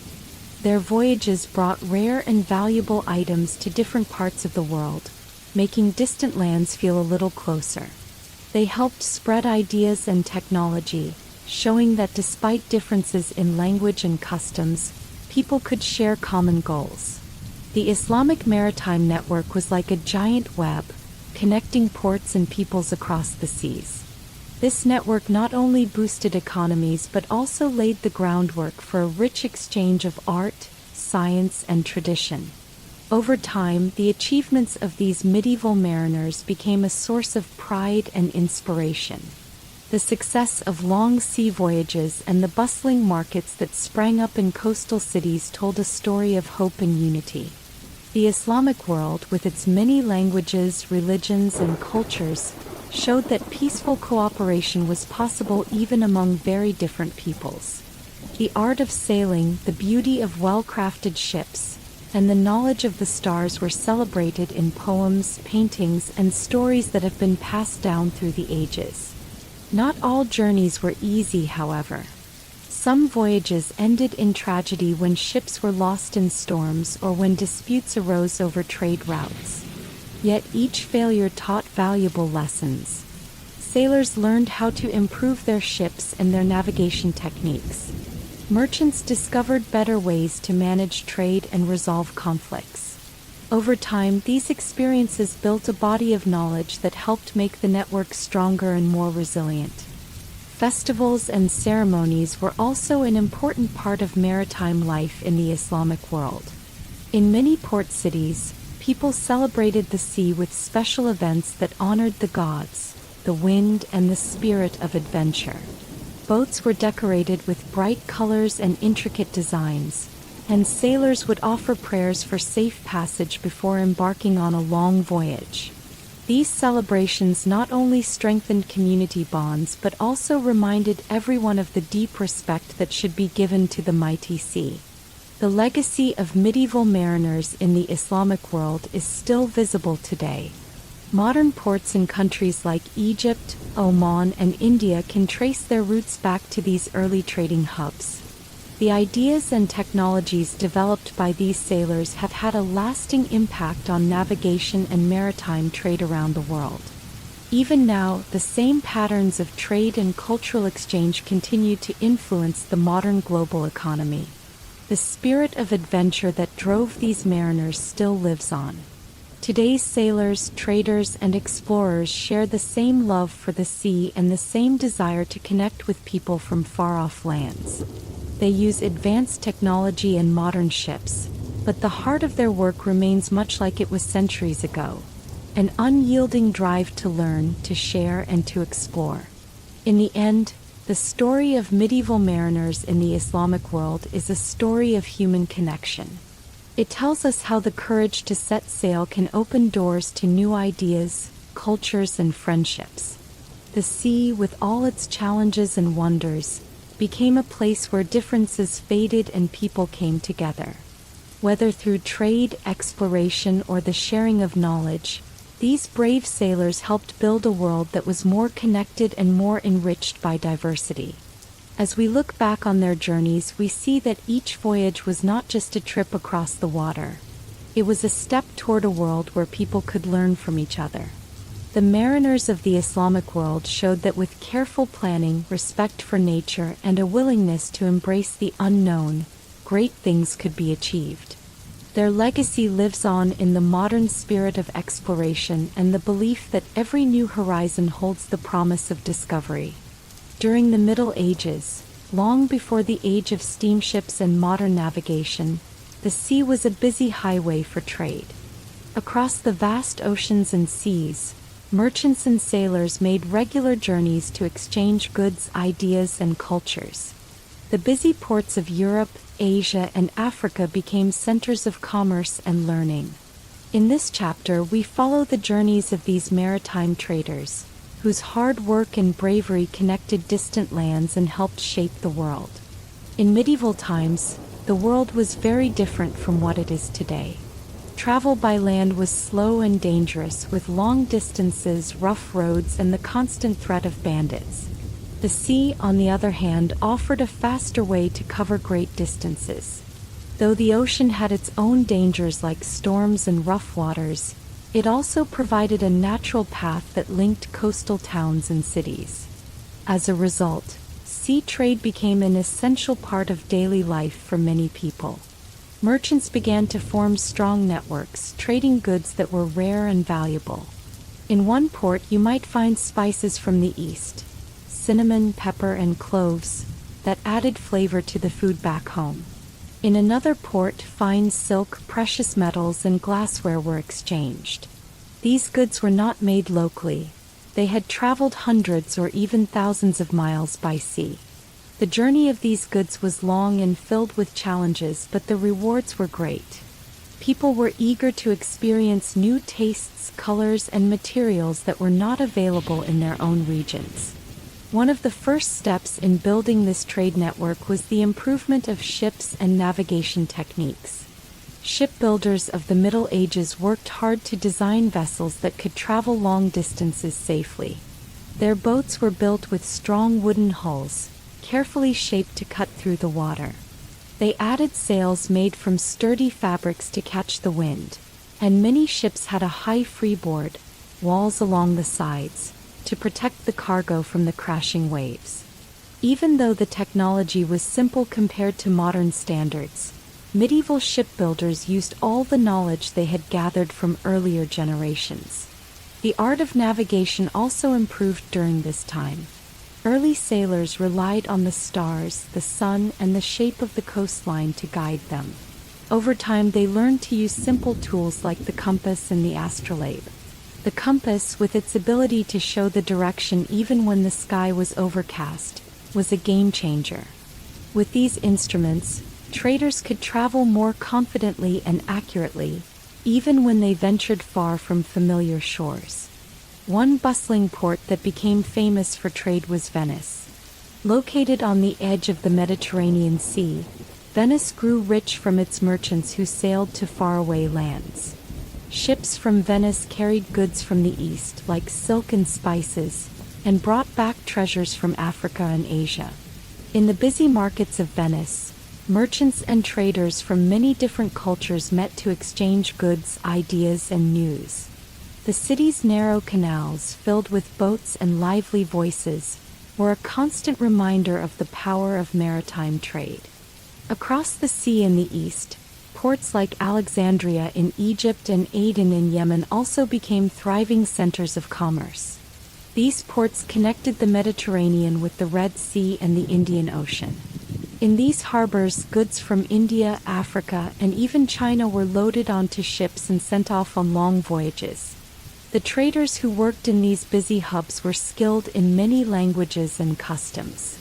They could negotiate deals, make friends with local leaders, and even settle disputes, all of which helped ensure that the trade network ran smoothly.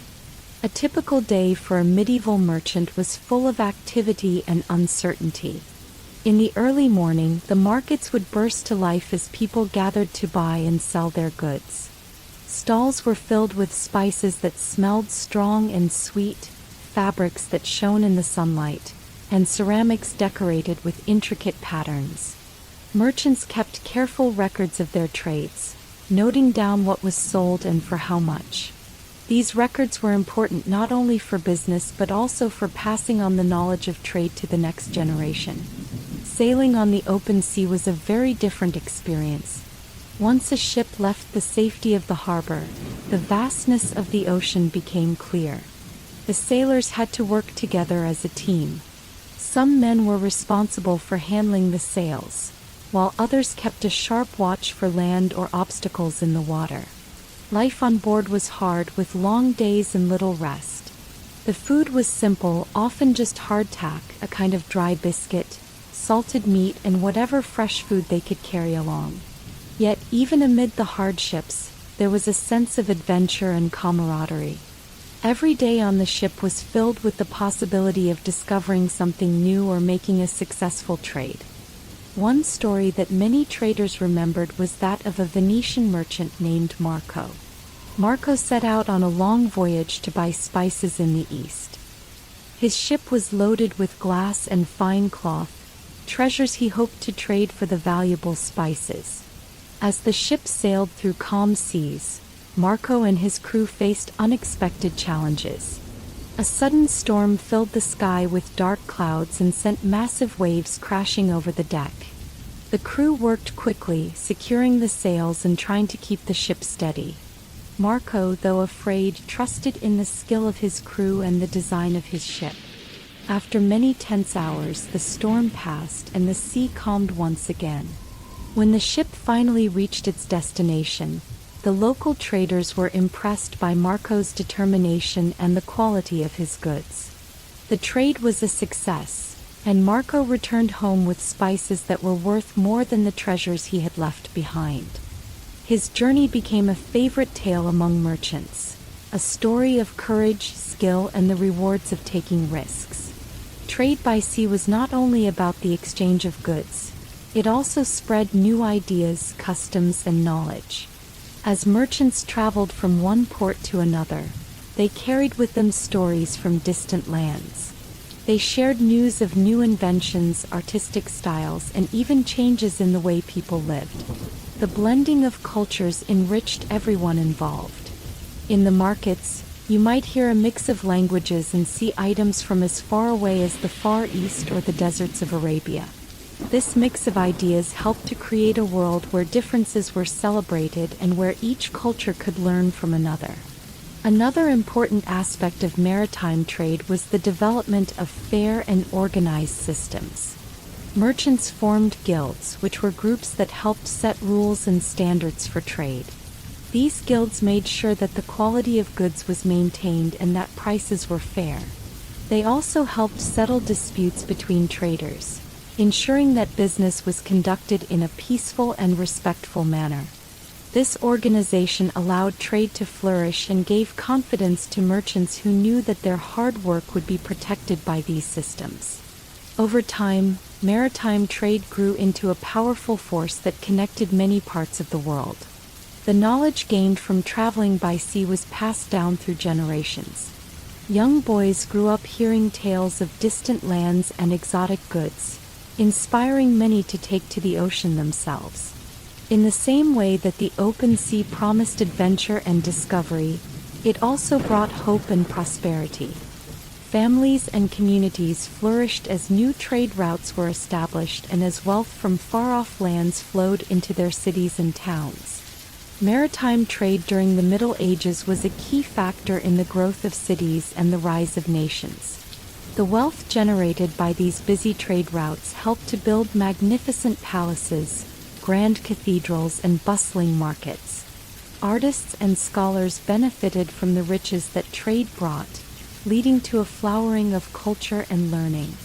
In many ways, the spirit of maritime trade helped to create a more connected and knowledgeable world. Even though life at sea could be dangerous and unpredictable, the rewards of trade made it a path that many were willing to take. The ships that sailed from port to port were a symbol of hope, progress, and the desire to understand the world. Each voyage was a small step in a grand adventure that spanned continents and changed lives. The story of maritime trade is not just about the exchange of goods. It is also a tale of human connection and the courage to face the unknown. Today, the legacy of medieval maritime trade can still be seen in the modern world. Many of the cities that once served as busy ports have grown into major international centers.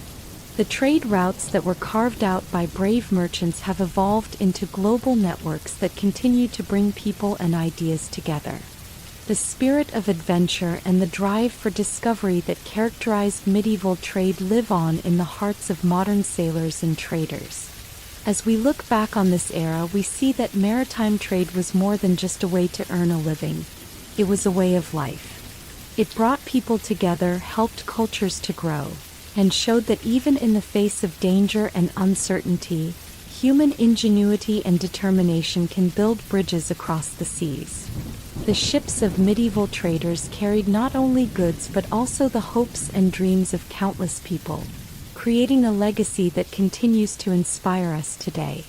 Thus, the story of maritime trade in the Middle Ages is a testament to the power of the sea to connect us all. It reminds us that the journeys we take, though sometimes difficult and full of risk, can lead to wonderful discoveries and lasting bonds.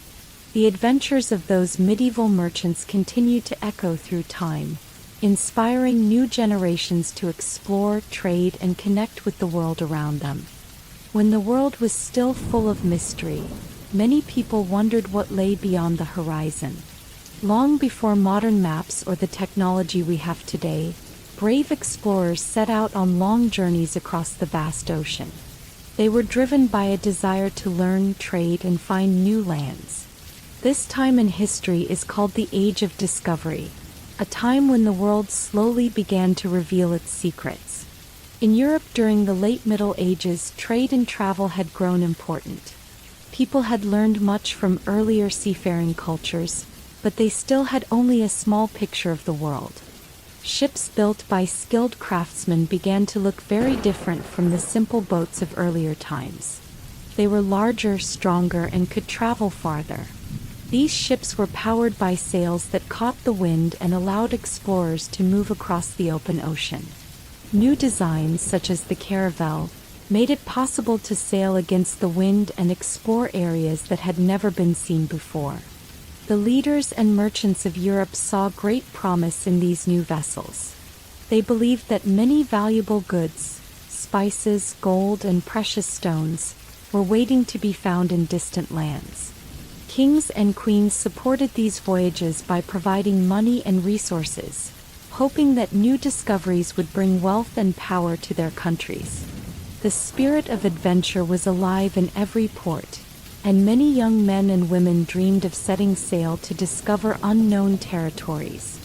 One of the first explorers to lead such journeys was Prince Henry, known as Henry the Navigator, from Portugal.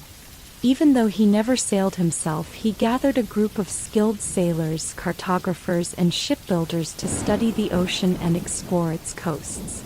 Prince Henry set up a school where experts shared their knowledge of the wind, the stars, and the currents. This early research helped make future voyages safer and more predictable. Under his guidance, Portuguese explorers began to push further down the coast of Africa. As the explorers sailed further, they encountered many challenges. The ocean was vast, and its weather could change very quickly. Calm days were often followed by sudden storms with strong winds and huge waves. These storms tested the courage and skill of the sailors. They learned to work together to adjust the sails, steer the ship, and protect their cargo.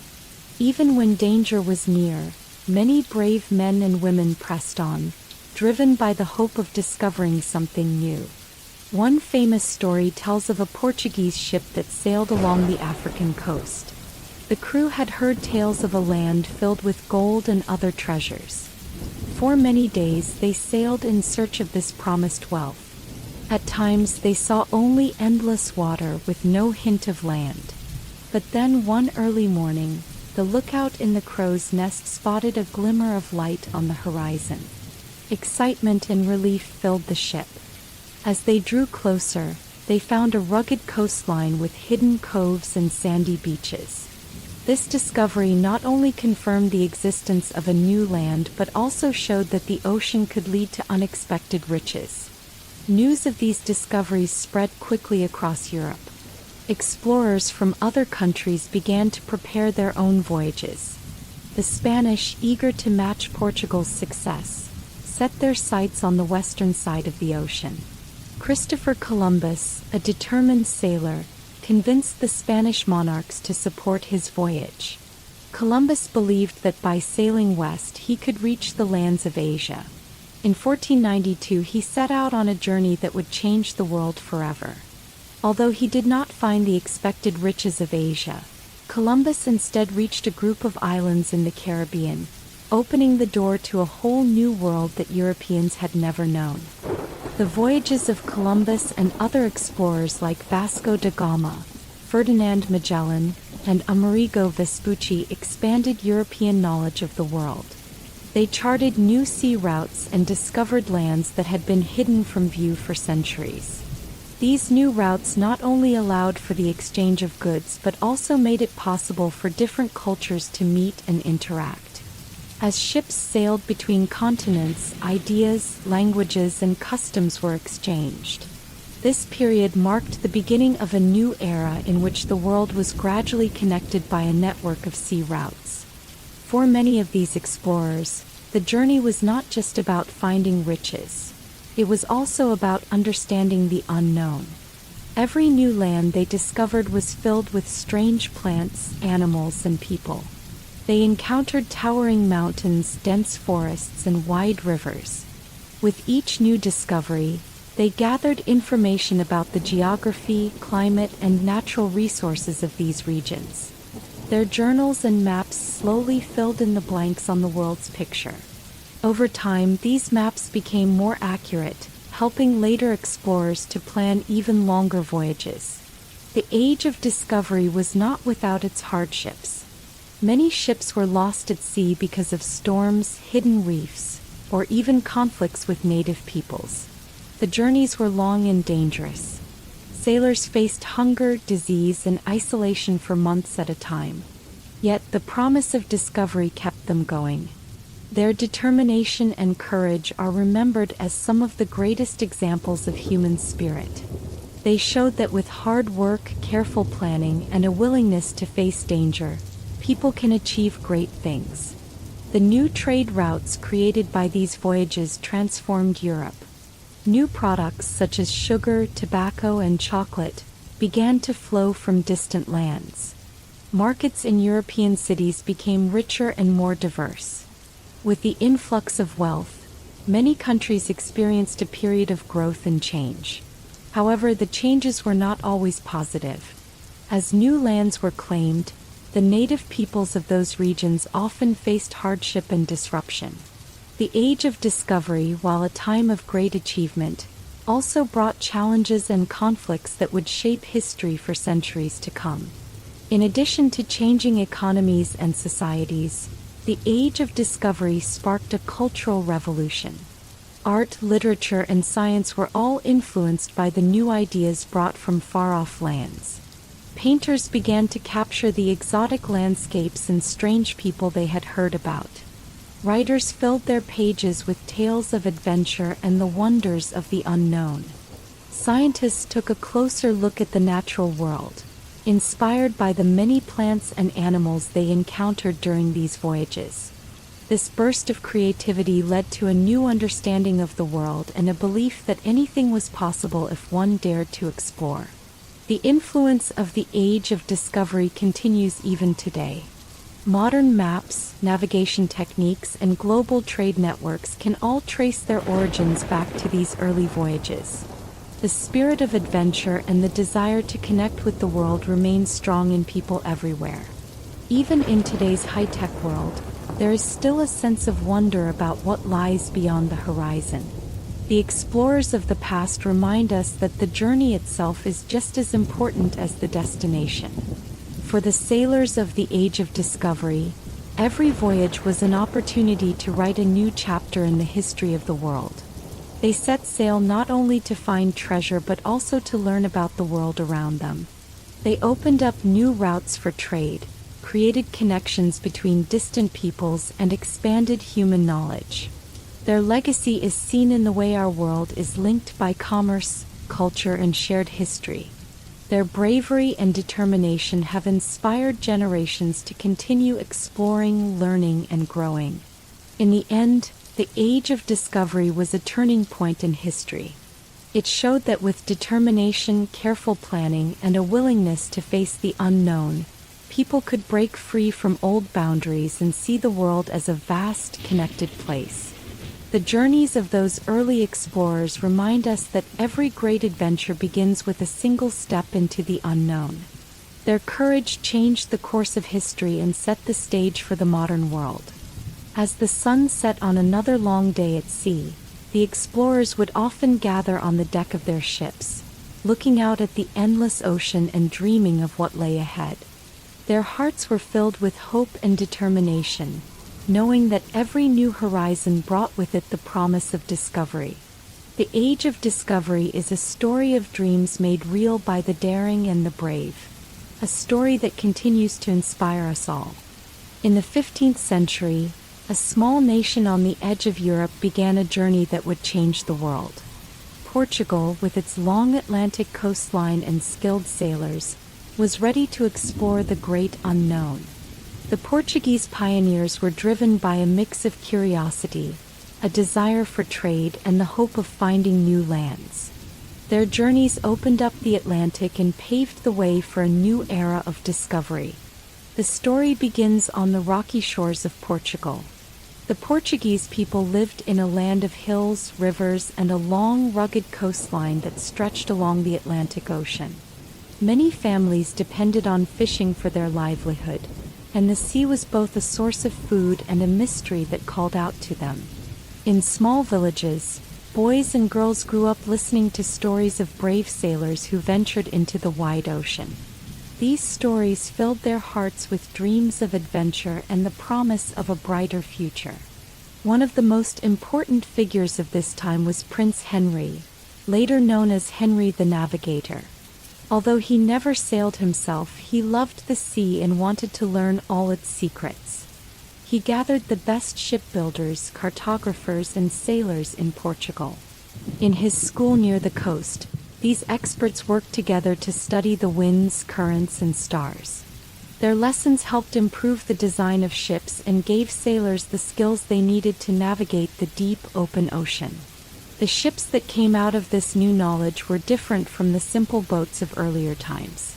The Portuguese built sleek, strong vessels with rounded bows that could better handle the rough Atlantic waters. One of these designs was the caravel, a small, fast ship that could sail close to the wind.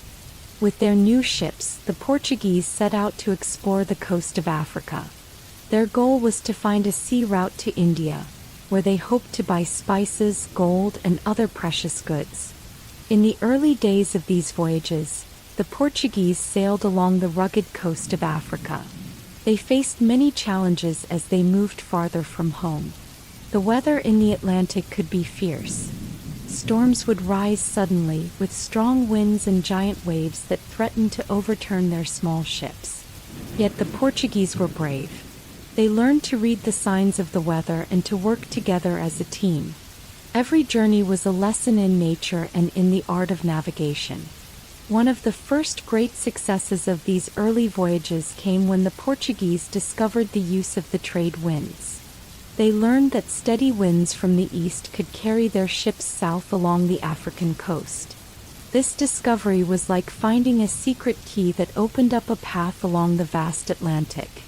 With the help of these winds, the Portuguese sailed further than ever before, exploring new ports and establishing friendly contacts with local peoples. In one memorable voyage, a small fleet of ships set out from Portugal with the goal of sailing along the western coast of Africa. The sailors were excited and a little nervous. They had heard tales of unknown lands and mysterious creatures in the deep ocean. For days, the ships moved slowly along the coast, following the gentle push of the trade winds. The sailors kept a careful watch for signs of land, noting the color of the water and the shape of the coastline. At night, they relied on the stars to guide them. Every clear sky filled them with hope as they imagined the wonders that lay ahead. After many days at sea, the lookout finally spotted land. The crew cheered as they steered their ships toward a long stretch of sandy beach. This new land was full of promise. The Portuguese found that the local people were friendly and curious about these strange newcomers. In exchange for small gifts like beads, tools, and cloth, the locals shared news of the land and its resources. This early contact laid the groundwork for peaceful trade and cooperation. The Portuguese were careful and respectful, learning the customs of the people they met and sharing their own traditions in return. The discoveries along the African coast brought great excitement back in Portugal. Word of these new lands and the riches they held spread quickly. The kings and merchants of Portugal saw that the Atlantic was full of opportunities. The new trade routes could bring exotic spices, gold, and other goods that were very valuable in Europe. This promise of wealth and adventure encouraged even more voyages. With each trip, the Portuguese learned more about the coast of Africa, improving their maps and gaining confidence in their skills. As the journeys continued, the Portuguese began to push farther into the Atlantic. They discovered important geographic features, such as the Cape Verde Islands and later the rugged peninsula of Cape Verde. These islands served as stepping stones on the long journey south. They provided safe harbors where sailors could rest, resupply, and make repairs. Each new discovery made the great Atlantic seem a little smaller, a little more like a map that was slowly being filled in by careful explorers. The exploration of the Atlantic was not only a journey of trade but also one of science and learning. The Portuguese collected information about winds, ocean currents, and stars. They improved their maps, making them more accurate and detailed. These maps, called portalon charts, showed the coastlines, harbors, and safe passages. They were valuable tools for sailors and helped many others to follow in the footsteps of these early pioneers. The combination of careful observation, scientific curiosity, and brave exploration led to many advancements that would benefit all who sailed the seas. Life on board these ships was difficult. The crew spent long days and nights at sea with little sleep and simple food. They ate salted meat, dried bread, and sometimes fresh fish. The constant rocking of the ship and the vast, endless blue of the ocean could be both calming and unsettling. Many sailors missed their homes and families, but they also found strength in their shared purpose. Their daily work, raising the sails, keeping a sharp lookout, and steering through unpredictable waters, built a strong bond among them. They learned to depend on each other, trusting that everyone had an important role to play. Not all encounters were peaceful, however. There were moments when the Portuguese faced danger from storms or from conflicts with local tribes who did not understand the intentions of these strange visitors. In these times, courage and careful diplomacy were key. The Portuguese leaders often sent small groups to talk with local chieftains, using gestures and simple words to show that they meant no harm. Slowly, through respectful exchanges and fair trade, these encounters often turned into friendships and alliances. The early Portuguese learned that the best way to succeed in a new land was through kindness and understanding. The success of the Portuguese voyages had a lasting impact on the world. They opened up new trade routes that brought together distant lands. Goods, ideas, and cultures began to flow between Europe and Africa. The Portuguese were among the first to show that the ocean was not a barrier but a bridge. Their voyages led to a richer and more connected world where people from different backgrounds could learn from one another. Back in Portugal, the tales of adventure from these voyages inspired many young people. Stories of brave sailors battling storms, discovering unknown lands, and making friends with far-off peoples filled the evenings around family tables and in the town squares. These stories encouraged others to look to the sea not with fear, but with hope and determination. The spirit of exploration that had begun on the rugged coasts of Portugal spread across Europe, sparking a wave of discovery that would shape history for centuries to come. As time went on, the Portuguese continued to explore further. Their journeys eventually led to the discovery of the sea route to India. By sailing around the southern tip of Africa, known as the Cape of Good Hope, they reached the rich markets of the East. This achievement was a turning point in world history, as it connected Europe with the vast wealth of Asia. The spice trade flourished, and the flow of goods, people, and ideas reshaped the economies and cultures of many nations. The legacy of the Portuguese pioneers is still remembered today. Their courage and determination in the face of the unknown helped map a new world. They proved that the Atlantic Ocean was a path to opportunity rather than a vast and empty barrier. The lessons learned by these early explorers continue to inspire modern sailors, adventurers, and anyone who dreams of discovering new horizons. In the quiet hours of the night, as ships rocked gently on the waves and the stars shone brightly above, the Portuguese pioneers looked out at the endless ocean and imagined the many possibilities that lay ahead. They knew that every journey was a chance to learn something new, not just about the world but about themselves and the spirit that drives all human exploration. Thus, the chapter of the Portuguese pioneers in the Atlantic frontier is a story of hope, bravery, and the desire to connect with the world. Their journeys remind us that the search for new lands and the willingness to face the unknown can open doors to a brighter future. The legacy of these early seafarers lives on in the maps we use, the trade routes that connect our world, and the spirit of adventure that continues to push humanity toward new discoveries. In the late 15th and early 16th centuries, Spain became a powerful nation eager to expand its lands and wealth. Motivated by the promise of gold, the spread of faith, and a desire for adventure, Spanish explorers set out on long ocean journeys. Their brave voyages led them to the New World, a land filled with rich cultures, vast resources, and mysteries waiting to be discovered. This chapter tells the story of those journeys, the encounters with native peoples, and the lasting impact of the Spanish conquest. Spain, at that time, was a kingdom united by a strong desire to grow its influence. The unification of Spain under Queen Isabella and King Ferdinand had given the country new strength. They were determined to compete with other European nations by finding new trade routes and territories.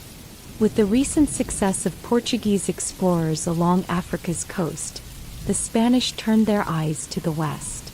Many believed that a direct route to Asia lay by sailing across the Atlantic Ocean. Although they did not find Asia, they instead discovered a vast and unknown continent. One of the most famous figures in Spanish exploration was Christopher Columbus. In 1492, Columbus set sail with 3 small ships, the Nina, the Pinta, and the Santa Maria, supported by the Spanish monarchs. His goal was to reach Asia by sailing west. The journey was long and filled with uncertainty. With no modern maps or tools, Columbus and his crew relied on the stars, the wind, and their own courage. For many days, they sailed across a seemingly endless blue sea.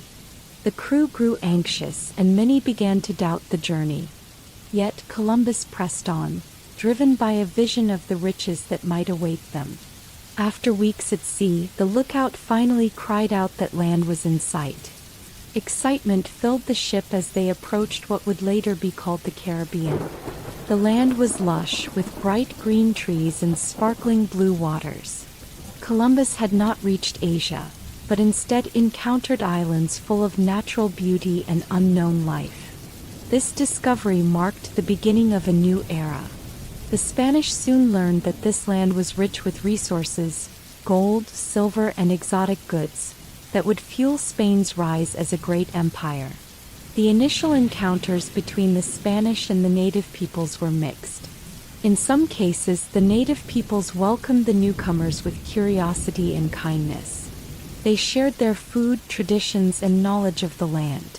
The Spanish were impressed by the advanced agricultural techniques, intricate art, and rich cultures of the native civilizations. They traded simple goods such as beads, cloth, and metal tools for local items. These early interactions showed that there was much to learn from each other. However, misunderstandings and differences in culture soon led to conflict.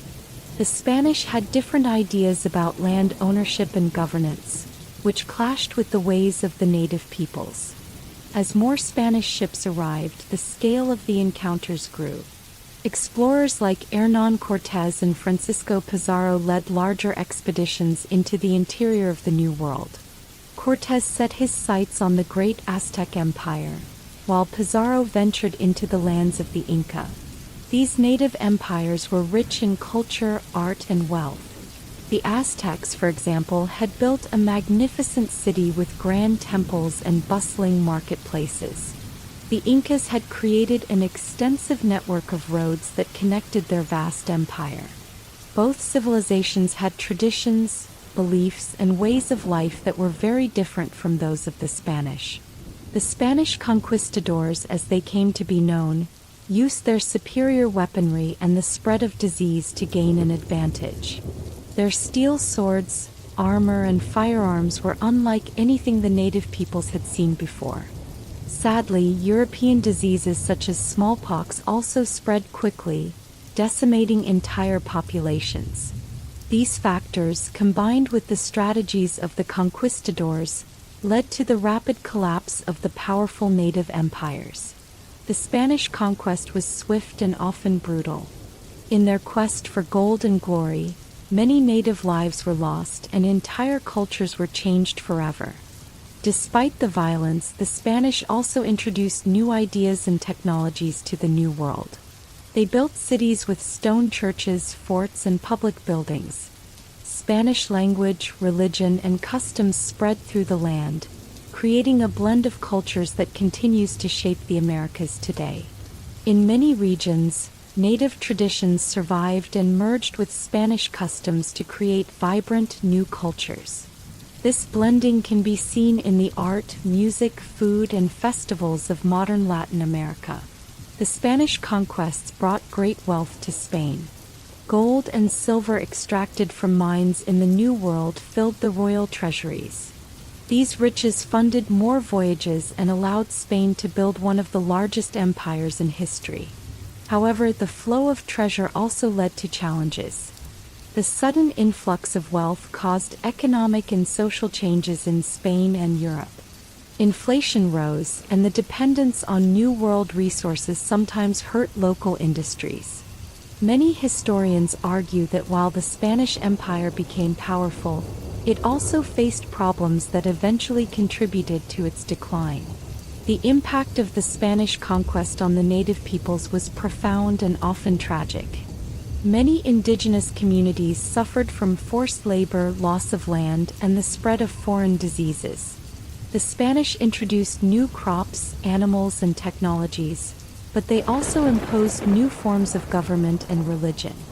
The native peoples were often forced to work on plantations and in mines under harsh conditions.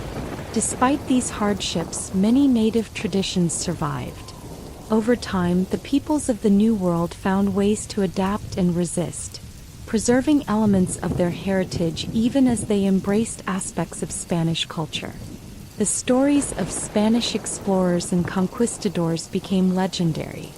Tales of mighty empires, hidden treasures, and fierce battles spread across Europe, inspiring further voyages. Many young men dreamed of joining an expedition to seek their fortune in the New World. Spanish literature, art, and music celebrated these adventures.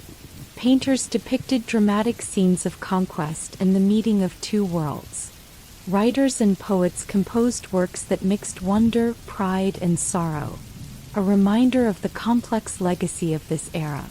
In the New World, Spanish rule laid the foundations for modern nations. The territories once controlled by the conquistadors eventually became independent countries with unique identities shaped by both native and Spanish influences. Today, countries like Mexico, Peru, and many in Central and South America show the lasting marks of Spanish history. Their languages, laws, and cultural traditions carry echoes of the past, intertwined with the legacies of ancient native civilizations. The Spanish conquests also changed the course of world history in ways that went far beyond the Americas. The discovery of a new continent shifted global trade routes, leading to a rise in European colonial empires and the spread of European culture across the globe. The exchange of plants, animals, and ideas between the Old and New Worlds, known as the Columbian Exchange, had a lasting impact on agriculture, cuisine, and even population growth worldwide. Foods like corn, potatoes, and tomatoes, native to the Americas, became staples in diets around the world, while European livestock and crops were introduced to the New World. Even as centuries have passed, the era of Spanish exploration and conquest continues to spark debate and reflection. Many view it as a time of great discovery and the birth of a connected global community. Others remember it as a period of conflict, exploitation, and profound loss for native peoples. The legacy of this era is mixed, marked by both the triumph of human ambition and the sorrow of cultural disruption. Modern historians study these events to learn lessons about the power of exploration and the importance of understanding and respecting different cultures. The stories of Spanish conquests remind us that history is a tapestry woven from many threads: courage and greed, innovation and destruction, beauty and tragedy. The legacy of the Spanish in the New World is not just a tale of conquest. It is also a story of survival, adaptation, and the blending of worlds. Today, many descendants of both Spanish colonists and native peoples celebrate their shared heritage. Festivals, traditional music, and dances often honor the complex past that has shaped their identities. Museums and cultural centers work to preserve artifacts and stories from this transformative period. By remembering the past, people hope to build a future that honors all the voices of history. In the quiet moments along the coast or in the shadow of ancient ruins, one can still feel the echoes of the Spanish conquests. The wind over the Caribbean, the high mountains of the Andes, and the bustling streets of old colonial cities all whisper the tales of explorers, battles, and the meeting of two very different worlds. These landscapes serve as reminders of a time when brave men and women set sail into the unknown, driven by dreams of discovery and change. Thus, the story of Spanish conquests and the New World is a rich tapestry of hope, ambition, struggle, and change. It teaches us that history is often a mix of light and shadow, where great achievements are sometimes accompanied by great sorrow. As we look back on these events, we remember the courage of those who sailed across the ocean and the resilience of the native peoples who faced unimaginable challenges. Their stories continue to shape our world, reminding us of the enduring power of exploration and the importance of understanding our shared past. In the 16th and 17th centuries, the small nation of Holland transformed into a powerful maritime force. Although the Dutch land was small and often troubled by floods, its people turned the challenge into an opportunity. They looked to the sea with determination and creativity. Over time, the Dutch became known for their excellent shipbuilding, skilled sailors, and smart trading. Their success on the water helped them build a global trading network and shape history. The story of the Dutch maritime rise begins on the flat, low-lying lands of the Netherlands. Much of the country was reclaimed from the sea through a system of dikes, canals, and windmills. The people learned to live in close harmony with water. They built canals to drain the land and to move goods. Over the generations, they became experts in managing water. This deep understanding of the sea and its ways gave the Dutch a special advantage. When the opportunity to sail and trade came, they were ready. Dutch merchants and shipbuilders began to explore new ways to build ships that could travel long distances. They focused on making sturdy, fast, and reliable vessels. One of their most famous innovations was the Flight, a type of ship designed specifically for trade. The Flight had a narrow hull and a large cargo hold, yet it was easy to handle and required only a small crew. This meant that Dutch merchants could carry more goods and spend less on crew wages. The design of the Flight soon became famous all over Europe and helped the Dutch dominate the shipping trade. The Dutch quickly established busy ports along their coastline. Cities such as Amsterdam, Rotterdam, and Delft grew into centers of commerce and shipbuilding. At these ports, ships were built day and night in bustling shipyards. Workers used their traditional skills along with new techniques to construct vessels that could sail into the most unpredictable seas. The sight of these ships lining the harbor was a symbol of hope and progress for the Dutch people. Trade was at the heart of the Dutch way of life. Dutch merchants were clever and organized. They formed companies, raised funds, and shared risks when venturing into the unknown. One of the most famous of these companies was the Dutch East India Company, known in Dutch as the VOC. Established in 1602, the VOC was one of the world's first multinational corporations. It had its own ships, armies, and even the power to make treaties with local rulers. The VOC opened up trade routes to Asia, bringing spices, silk, and tea to Europe. In return, the Dutch sent silver, wool, and manufactured goods to distant lands. The success of the VOC and other trading ventures depended on more than just strong ships. Dutch navigators and cartographers created some of the most accurate maps of the world.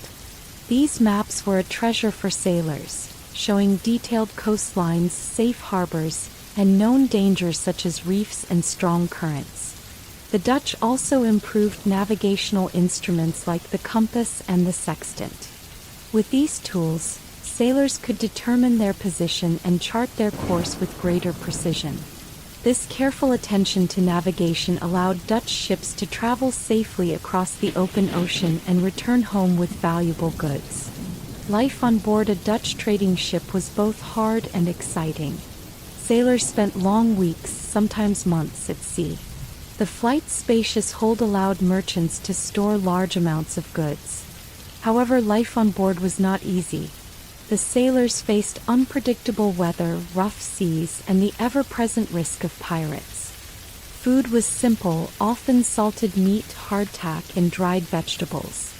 Despite these hardships, the promise of wealth and adventure kept the crew's spirits high. The camaraderie among the sailors was strong. They depended on each other to keep the ship steady and to manage long voyages. One well-known story tells of a Dutch captain named Jan van Riebeek. In the mid-17th century, Van Riebeek was sent by the VOC to establish a supply station at the Cape of Good Hope in present-day South Africa. The Cape was an important stopover on the long journey to Asia. Van Riebeek and his crew built a small fort and began trading with the local people. They grew vegetables, raised cattle, and created a safe harbor for VOC ships. This outpost became the foundation for what later grew into a large port city. Van Riebeek's careful management and friendly dealings with the local population showed that the Dutch could blend their trade ambitions with respect for new cultures. The rise of Dutch maritime power was not only about trade and exploration. It was also about art, science, and culture. The wealth generated by global trade helped fund new ideas and innovations. In cities like Amsterdam, art flourished. Painters such as Rembrandt and Vermeer captured scenes of everyday life, as well as the beauty of the sea and its ships. At the same time, scientists and inventors developed new technologies in navigation, mechanics, and even medicine. The Netherlands became a center of learning where ideas from different parts of the world were exchanged. The Dutch also built a strong navy to protect their trade routes. With their powerful warships, they guarded the sea lanes from pirates and rival nations. Naval battles were fought not just for territory but for the right to control the vast networks of commerce that spanned the globe. The strength of the Dutch Navy, combined with their commercial skill, made the Netherlands one of the most important maritime powers in Europe. Competition on the high seas was fierce. Other European nations such as England and France were also building strong navies and seeking to expand their trade. The struggle for dominance led to many naval battles, and the sea was often the battleground for powerful empires. The Dutch, with their advanced ships and well-organized merchants, managed to hold their own. Their innovative flight and effective use of navigational tools gave them an edge. In many battles, the Dutch proved that small nations could become mighty when they worked together and embraced innovation. The growth of Dutch maritime power also had a big impact on everyday life in the Netherlands. As trade flourished, cities grew and people from many parts of Europe and beyond came to the Dutch ports. This influx of people and ideas made Dutch society more diverse and open. Markets became lively places where traders from different lands met and exchanged not only goods but also stories and traditions.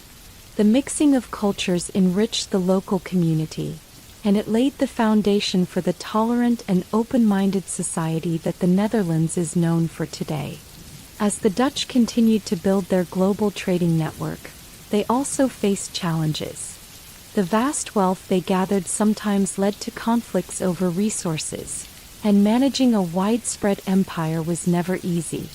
Political struggles, economic fluctuations, and conflicts with rival nations tested the resilience of the Dutch system. Yet through these ups and downs, the spirit of innovation and the drive to explore never faded. The Dutch kept building better ships, creating more accurate maps, and forming strong trading companies that could compete on the world stage. In the end, the rise of Dutch maritime power left a lasting mark on the world. The trade routes they established helped spread goods, ideas, and culture across continents. Their ships sailed into unknown waters, connecting remote lands and creating a network that brought the world closer together. The legacy of the Dutch, with their clever designs, brave sailors, and strong trading spirit, is still evident today in global commerce and navigation. Even centuries later, people remember the small country that once ruled the seas. Museums display old Dutch maps and ship models, and stories of daring voyages are told to inspire new generations. The tale of how the Dutch transformed their challenges into opportunities serves as a reminder that creativity, teamwork, and perseverance can overcome even the greatest obstacles. Their success on the water shows that with determination and innovation, even the smallest nation can change the world. Thus, the story of the rise of Dutch maritime power is a story of hope, courage, and progress.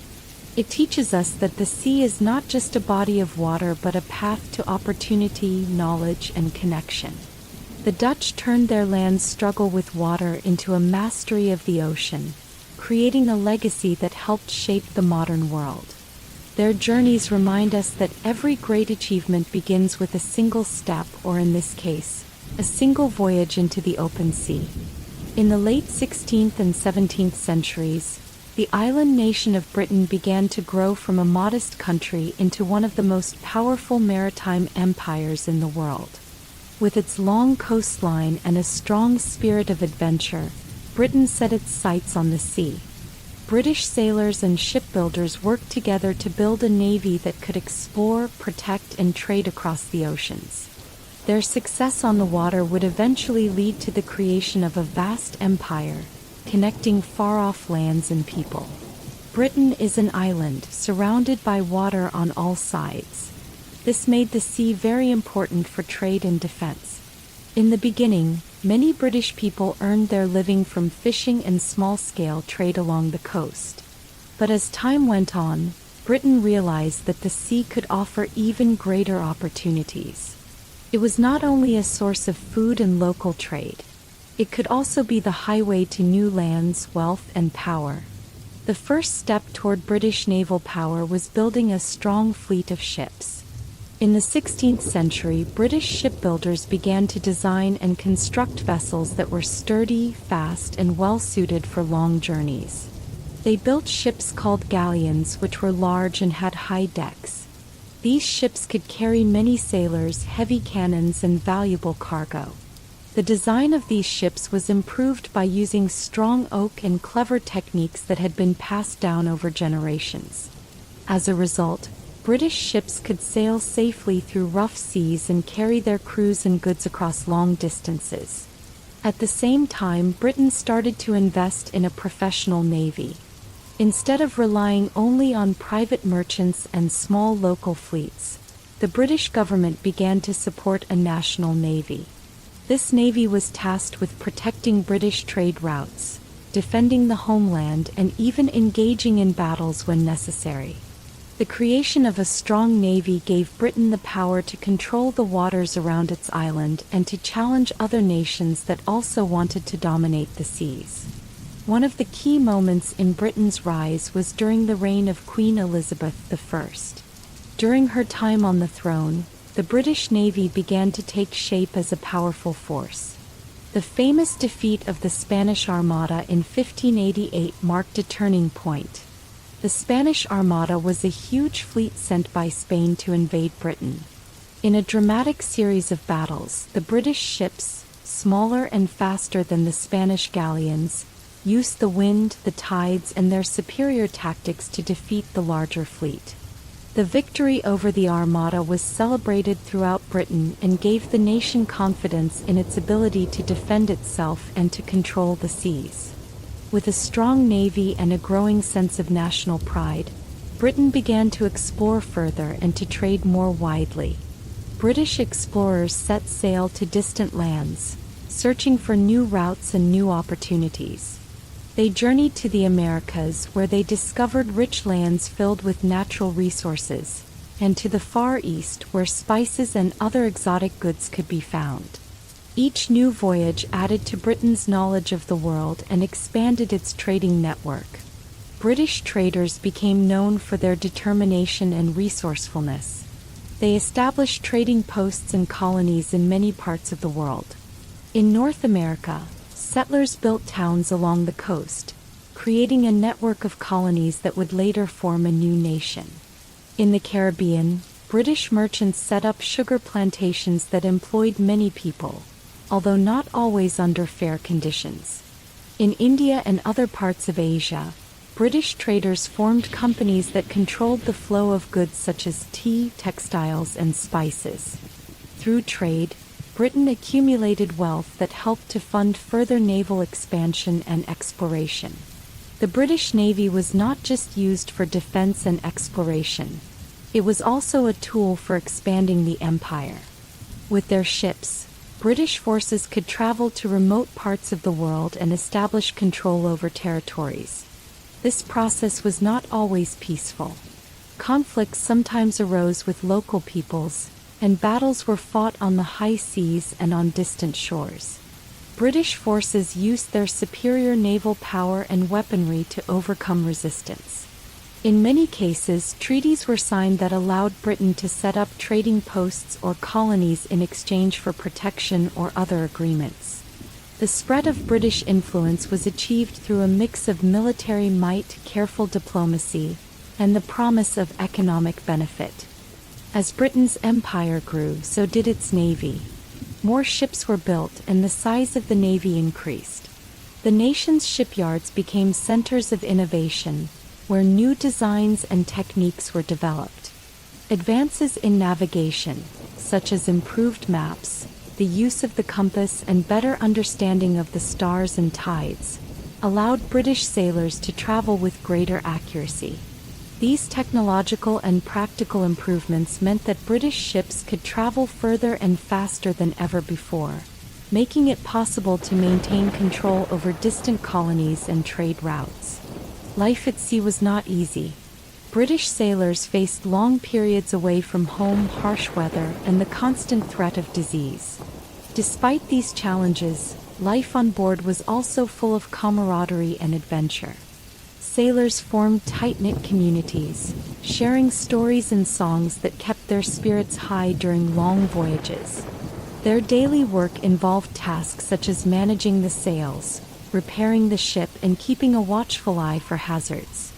The constant motion of the sea, with its rolling waves and ever-changing moods, was both a challenge and a source of wonder for those who made their living on the water. The success of British naval power also had a big impact on the economy and culture of Britain. The wealth gained from trade and colonies helped to fuel a period of economic growth known as the British Golden Age. Cities such as London, Bristol, and Liverpool grew rapidly as centers of trade and industry. With increased wealth came a blossoming of art, literature, and science. Many writers and artists drew inspiration from tales of sea voyages and adventures. and explorers became national heroes whose deeds were celebrated in songs, plays, and paintings. The British Empire eventually spanned continents. Its influence reached from North America to Africa, from Asia to the Pacific. This global network was connected by the sea routes that British ships maintained. Through these connections, ideas, technologies, and cultures were exchanged. The British introduced new crops, languages, and ways of life to the colonies, and in return they learned from the native peoples and the cultures they encountered. This exchange, however, was complex. While trade and cultural mixing sometimes led to positive developments, it also led to conflicts, misunderstandings, and the disruption of indigenous societies. Despite the challenges and hardships, the story of British naval dominance is one of determination and innovation. The ability to build powerful ships, to navigate vast oceans, and to organize a professional navy allowed Britain to shape world events. The nation's success on the water brought new ideas, goods, and wealth, and it helped to create a more connected world. Many of the trade routes and cultural exchanges established during this time continue to influence global commerce and international relations today. In modern Britain, the legacy of its maritime past is remembered in museums, monuments, and even in the names of ships that sail the seas. The spirit of exploration and the drive to overcome the unknown continue to inspire new generations. British naval traditions are celebrated as part of the nation's heritage, reminding us of a time when brave sailors set out into the vast ocean to change the world. The story of British naval dominance and empire is a reminder that the sea has always been a powerful force in shaping history. It shows us that with hard work, innovation, and courage, even a small island nation can reach out and influence the world. The British learned to work with the ocean, to harness its power, and to use it as a pathway to connect with other lands and peoples. Their journeys remind us that exploration is not just about finding new places. It is about opening up new possibilities for trade, knowledge, and friendship among nations. Thus, the rise of British naval power is a story of ambition, struggle, and triumph on the high seas. It is a tale of how the desire to explore and connect can transform a nation and the world around it. From the small coastal towns of Britain to the farthest corners of the globe, the legacy of British maritime strength continues to be felt. The ships, the sailors, and the daring voyages they undertook remain symbols of a time when the ocean was a gateway to adventure and discovery. A time that still inspires us to look beyond our horizons and dream of what lies ahead. As the age of discovery grew, the excitement of finding new lands and routes spread throughout Europe. The great voyages of Portugal, Spain, and Britain inspired other nations to take to the seas. Rival European expeditions emerged from countries like France, Denmark, the Netherlands, and even smaller states. These rival explorers were driven by a mix of national pride, the promise of wealth, and the desire to be the first to discover new territories. Their journeys added new chapters to the story of exploration, as each nation tried to outdo the others and claim its share of the world. France was one of the first nations to join the race. The French crown saw great potential in exploring unknown lands. Early French explorers set out to find new trade routes and to expand their nation's influence. They sailed along the coasts of Africa and the Americas, hoping to find lands rich with resources. In the early voyages, French ships were not as large or as well equipped as those of Portugal or Spain, but the French made up for it with boldness and determination. French navigators carefully studied the stars and the winds, learning from the successes and mistakes of their rivals. Their journeys brought back valuable maps and first-hand accounts of lands that no European had seen before.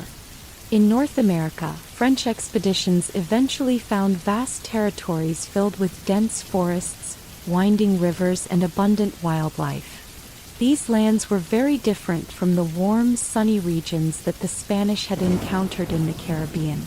Instead, the French explorers found a colder climate and a world of long winters and short summers. Yet these new lands were full of promise. The French began to establish trading posts and small settlements along the rivers, where they traded with local Native American tribes.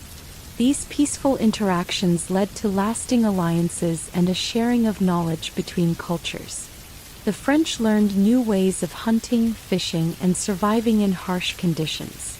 In turn, the Native Americans gained access to European tools and goods, and the two cultures began to influence each other. At the same time, Denmark and other smaller European nations also set their sights on the oceans. Denmark, a nation with a strong maritime tradition, had long been known for its seafaring skills.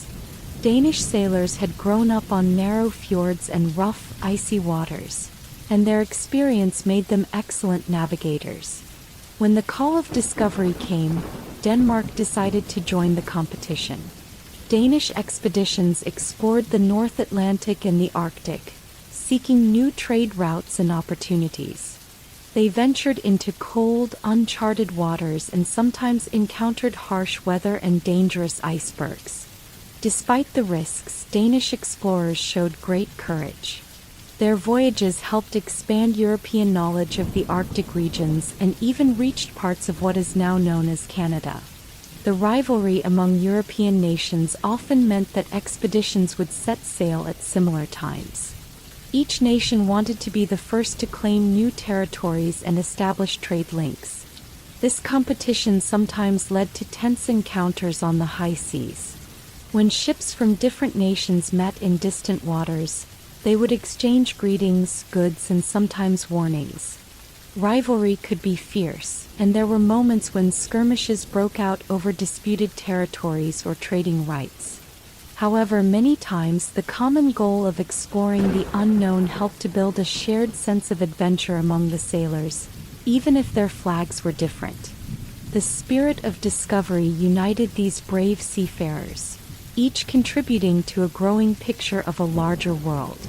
One notable story from this period tells of a French expedition that sailed into the icy waters of the North Atlantic. The French captain, known as Jacques Cartier, was determined to find a passage to Asia by exploring the coast of a mysterious land that lay to the north. Cartier's ships were modest compared to the large galleons of Spain, but his crew was filled with hope and excitement. For many days they sailed through fog and over rough seas, relying on their careful charts and the guidance of the stars. When land finally appeared, Cartier was amazed by what he saw: tall cliffs, deep forests, and a river that seemed to run like a silver ribbon through the landscape. He believed this river might lead to a new route toward Asia.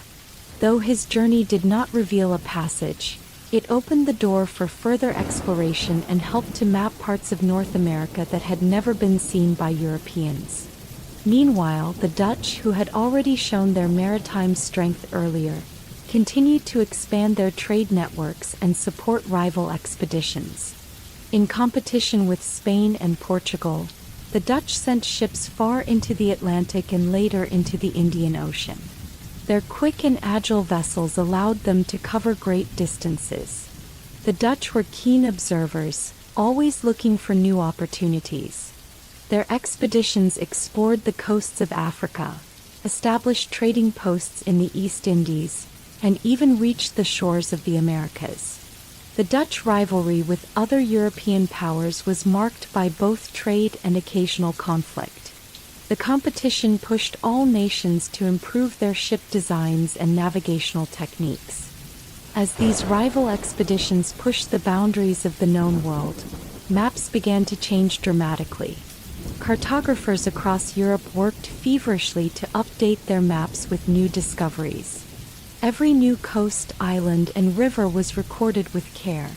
These updated maps were like pieces of a giant puzzle that, when put together, revealed the true size and shape of the world. The rivalry between nations drove progress in navigation. European explorers learned more about the patterns of winds and currents, which helped them plan their voyages better. The more they learned, the more the world seemed to shrink, even as it grew larger in detail. The rival expeditions also had an impact on culture back home. As sailors returned with tales of strange lands, unusual animals, and unknown peoples, the imagination of Europe was captured. Artists painted vivid scenes of far-off lands, while writers filled pages with adventures of brave men and women. These stories were told around fireplaces and in the courts of kings and queens. The tales of rival explorations sparked curiosity and inspired a new generation to dream of adventure. In schools and towns, children would listen to these stories with wide eyes, imagining themselves as future explorers charting unknown waters. Despite the successes, the race of rival expeditions was not without hardship. Many ships were lost to storms, hidden reefs, or encounters with fierce weather. Crews sometimes faced famine, illness, and the constant threat of hostile encounters. Rivalries could lead to conflicts not just on the seas, but also in courts and markets when nations argued over territories and trade rights. The constant push to be the first sometimes led to risky decisions and costly mistakes. Yet each setback provided lessons that improved future voyages. The willingness to learn from failures was one of the strengths of these European nations, and it ultimately led to remarkable advances in shipbuilding and navigation. Over time, the rivalry between European nations led to a more connected and competitive world. The new routes and territories that were discovered became sources of wealth, knowledge, and cultural exchange. Nations that had once been isolated found themselves part of a global network. The flow of goods and ideas reshaped economies and societies. Rival expeditions contributed to the rise of global trade, which in turn spurred the development of new technologies and more organized political systems. Even though competition could be harsh, it often resulted in rapid progress that benefited all of Europe. The legacy of these rival European expeditions is still visible today. Modern maps, sea routes, and even international trade agreements have roots in the discoveries made during this time. The work of explorers from France, Denmark, the Netherlands, and other nations helped to piece together the vast puzzle of the world. Their bravery and determination opened up a world that had once been filled with mystery and isolation. Today, as we travel the seas or look at the globe, we see the enduring mark of their achievements. In classrooms and museums across Europe, the stories of these rival expeditions are told as part of the rich history of exploration. Students learn about the challenges these early explorers faced, the tools they used, and the incredible journeys they undertook. Through these lessons, the spirit of adventure and the desire to overcome obstacles continue to inspire new generations. The rival expeditions remind us that discovery is not a solo effort. It is a journey that requires cooperation, competition, and a willingness to learn from each other. As the age of discovery reached its peak, the race among European nations gradually shifted from rivalry to cooperation in some areas. Although nations still competed fiercely for trade and territory, they also began to share knowledge about navigation, cartography, and ship design. The spirit of exploration became a common heritage that united the continent.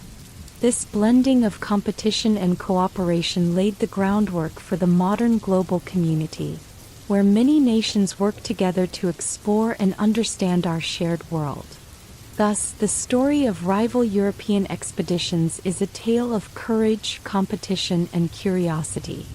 It shows how the drive to explore and discover can push nations to overcome great challenges and learn about the world.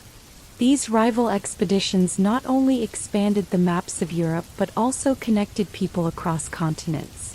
Their legacy is a reminder that even in the face of rivalry, the human spirit of adventure can unite us all in the quest for knowledge and a better future.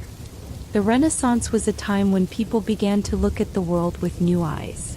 It was a period of learning and creativity that changed art, science, and even the way people traveled by sea. During this time, Many brilliant minds developed new tools and ideas that made navigation easier and more reliable. These innovations allowed sailors to travel farther and with greater confidence, opening up new trade routes and connecting distant lands. Before the Renaissance, explorers had relied on basic methods to find their way. They used the stars, the sun, and the shape of the coast to guide them. While these methods worked, they were not always precise. A slight error could send a ship off course, and dangerous reefs or storms could lie hidden in the darkness. As the desire to explore grew, so did the need for better ways to navigate the vast ocean. This need sparked a period of great creativity among European scientists and explorers. One of the most important innovations of the Renaissance was the magnetic compass. Although the compass had been used in parts of Asia for many centuries, it was during the Renaissance that Europeans began to use it widely. The magnetic compass worked by aligning itself with the Earth's magnetic field, always pointing toward the north. For the first time, sailors could know their direction even when the sky was cloudy or when they sailed far from the familiar coast. With the compass in hand, the fear of losing one's way slowly diminished. Sailors could now plan their routes with much greater certainty. Along with the compass, new instruments were developed to help measure the position of the ship. One such tool was the astrolabe. The astrolabe was a device that could measure the angle between a star and the horizon. By knowing this angle and the time of day, a navigator could calculate the ship's latitude, the distance north or south of the equator. Although using an astrolabe took practice, it became a vital instrument on long voyages. With it, sailors could record their progress more accurately and adjust their course as needed. Another important tool developed during the Renaissance was the quadrant. Like the astrolabe, the quadrant was used to measure angles in the sky. It was simpler to use and more robust than earlier devices. Navigators held the quadrant against their cheek and sighted along its edge to measure the height of the sun or a star. These measurements helped determine the ship's latitude. With multiple tools available, sailors could cross-check their readings and improve the accuracy of their navigation.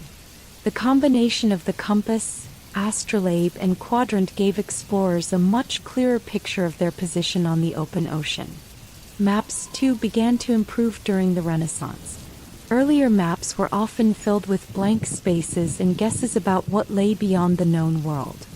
Renaissance cartographers studied the new data brought back by explorers and used mathematics and astronomy to draw better maps. They used the latest navigational instruments to record accurate positions of coastlines, islands, and trade routes.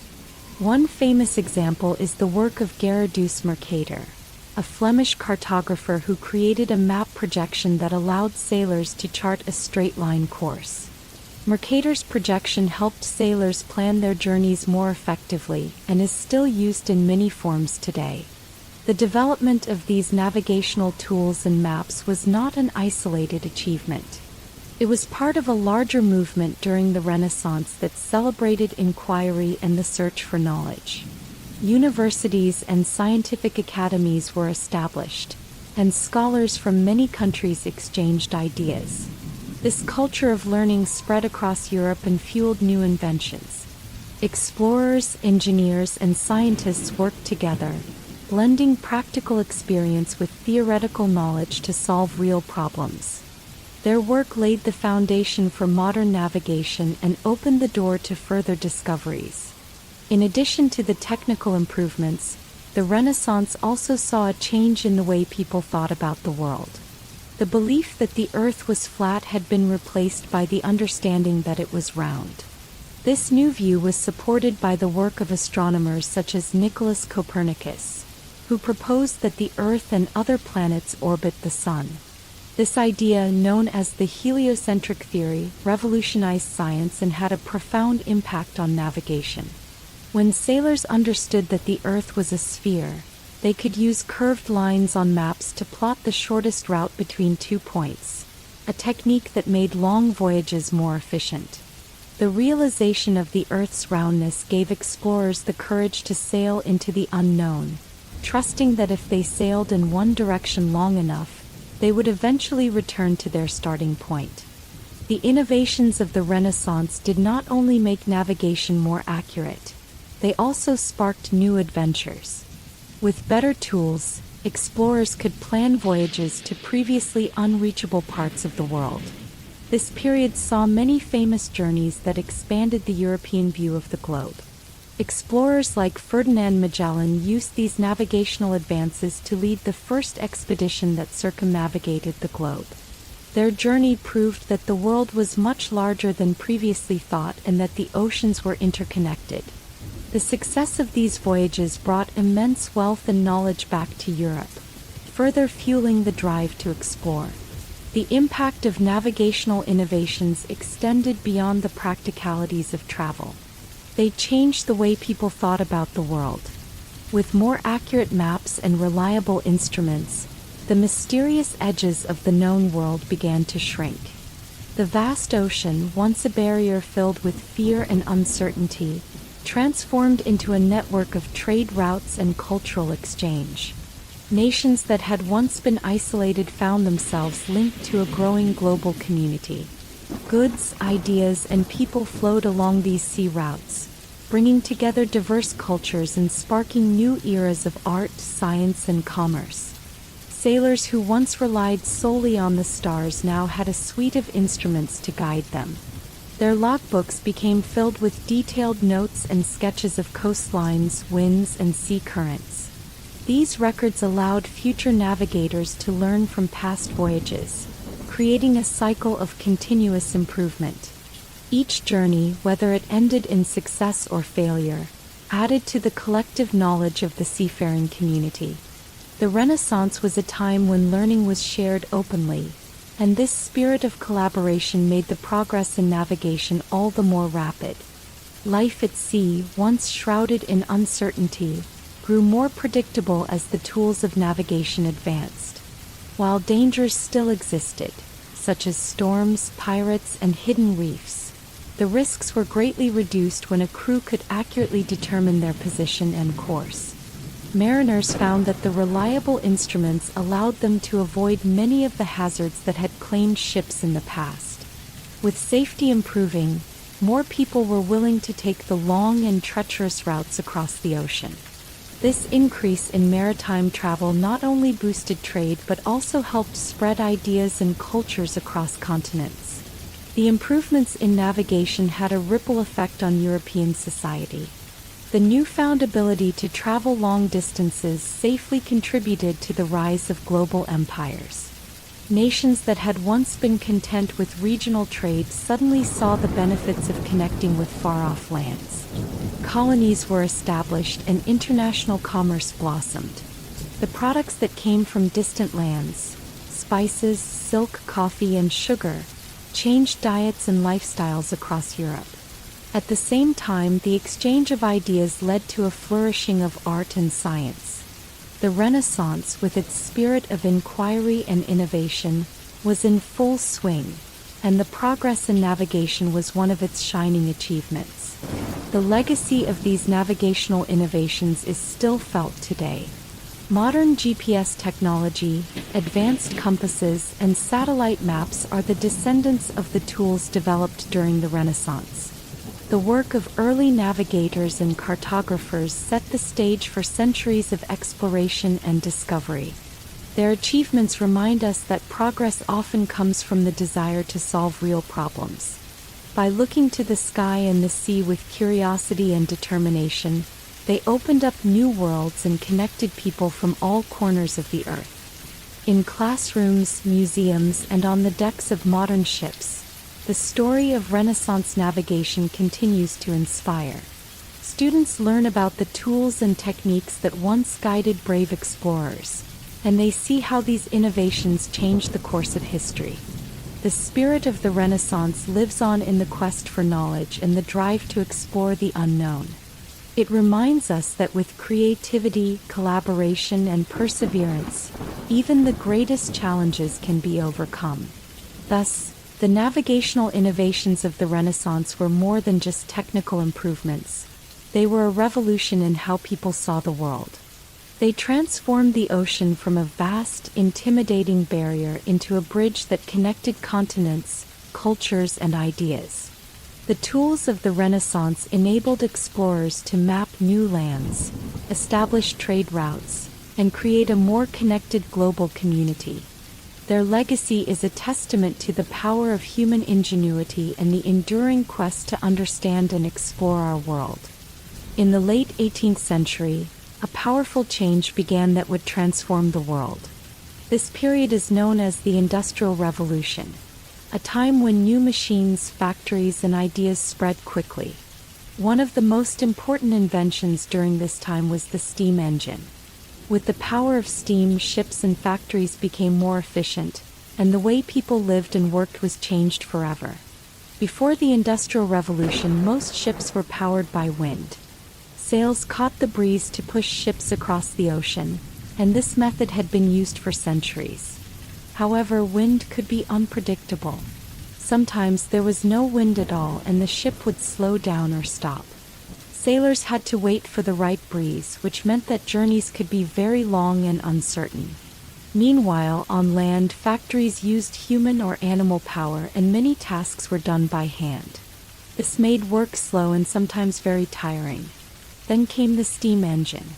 Inventors such as James Watt improved early designs and made the steam engine more practical for everyday use. Steam engines work by heating water to create steam. The steam expands and pushes against pistons, which then move machines. This simple idea led to powerful engines that could run factories, pull trains, and even drive ships. With steam power, people were no longer dependent on the wind or animal strength. They could control the speed and direction of their machines, which opened up new possibilities for travel and industry. Steam power soon reached the seas. The first steamships were built in the early 19th century. These ships had a large engine that turned a paddle wheel or later a screw propeller. Unlike sail-powered ships, steamships could travel in any direction regardless of the wind. They could move steadily and predictably, which made long voyages more reliable. Steamships also helped reduce travel time.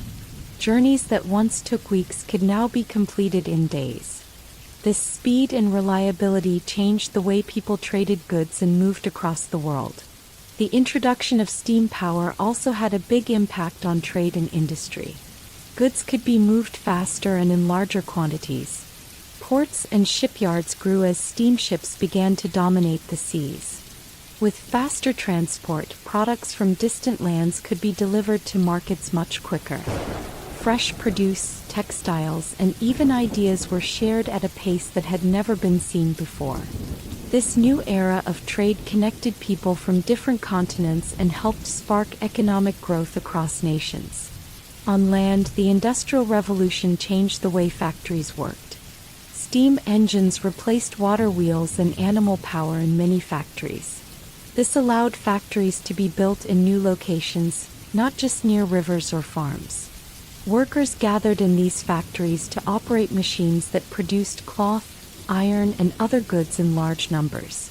The use of steam power made production faster and more efficient, which meant that goods could be made at a lower cost and sold in larger quantities. The rise of these factories also led to the growth of cities, as people moved from the countryside to work in industrial centers. The growth of cities brought new challenges as well as opportunities. Many people found work in the new factories and enjoyed the promise of a better life. However, rapid urban growth also meant that housing, sanitation, and public services sometimes struggled to keep up. Cities became crowded and new social problems began to emerge. Despite these challenges, the Industrial Revolution set the stage for modern life. It changed the way people lived, worked, and connected with one another. At sea, the steam engine also led to significant changes in ship design. Early steamships were built to carry passengers and goods on relatively short routes. Over time, improvements in engine efficiency, fuel storage, and ship design allowed steamships to travel longer distances. New materials such as iron and later steel replaced wooden ship construction. These materials were stronger and more durable, which meant that ships could be built larger and last longer. The combination of steam power and stronger ships helped create a new era of global travel and trade. One famous example of a steamship is the SS Great Britain, designed by the engineer Isambard Kingdom Brunel. Launched in 1843, the Great Britain was one of the first large iron ships powered by steam. It could travel across the Atlantic Ocean, carrying passengers and mail between Britain and America. The success of such ships inspired further innovation. Soon, fleets of steamships were built, connecting continents and shrinking the world by making travel and communication much faster. The rise of steam power also had a profound effect on naval warfare. Nations quickly realized that steam-powered warships could be more maneuverable and faster than traditional sailing ships. This led to a new era in military technology as countries built ironclad ships, vessels armored with iron plates. These ships changed the nature of naval battles and gave birth to modern navies. With steam power, fleets could move in coordinated ways, attack from unexpected directions, and retreat quickly if needed. The balance of power on the seas shifted as nations competed to build stronger, faster, and more reliable ships. In addition to transportation and warfare, the steam engine fueled innovations in other areas. Railways expanded rapidly on land, carrying people and goods over long distances at speeds that had once been unimaginable.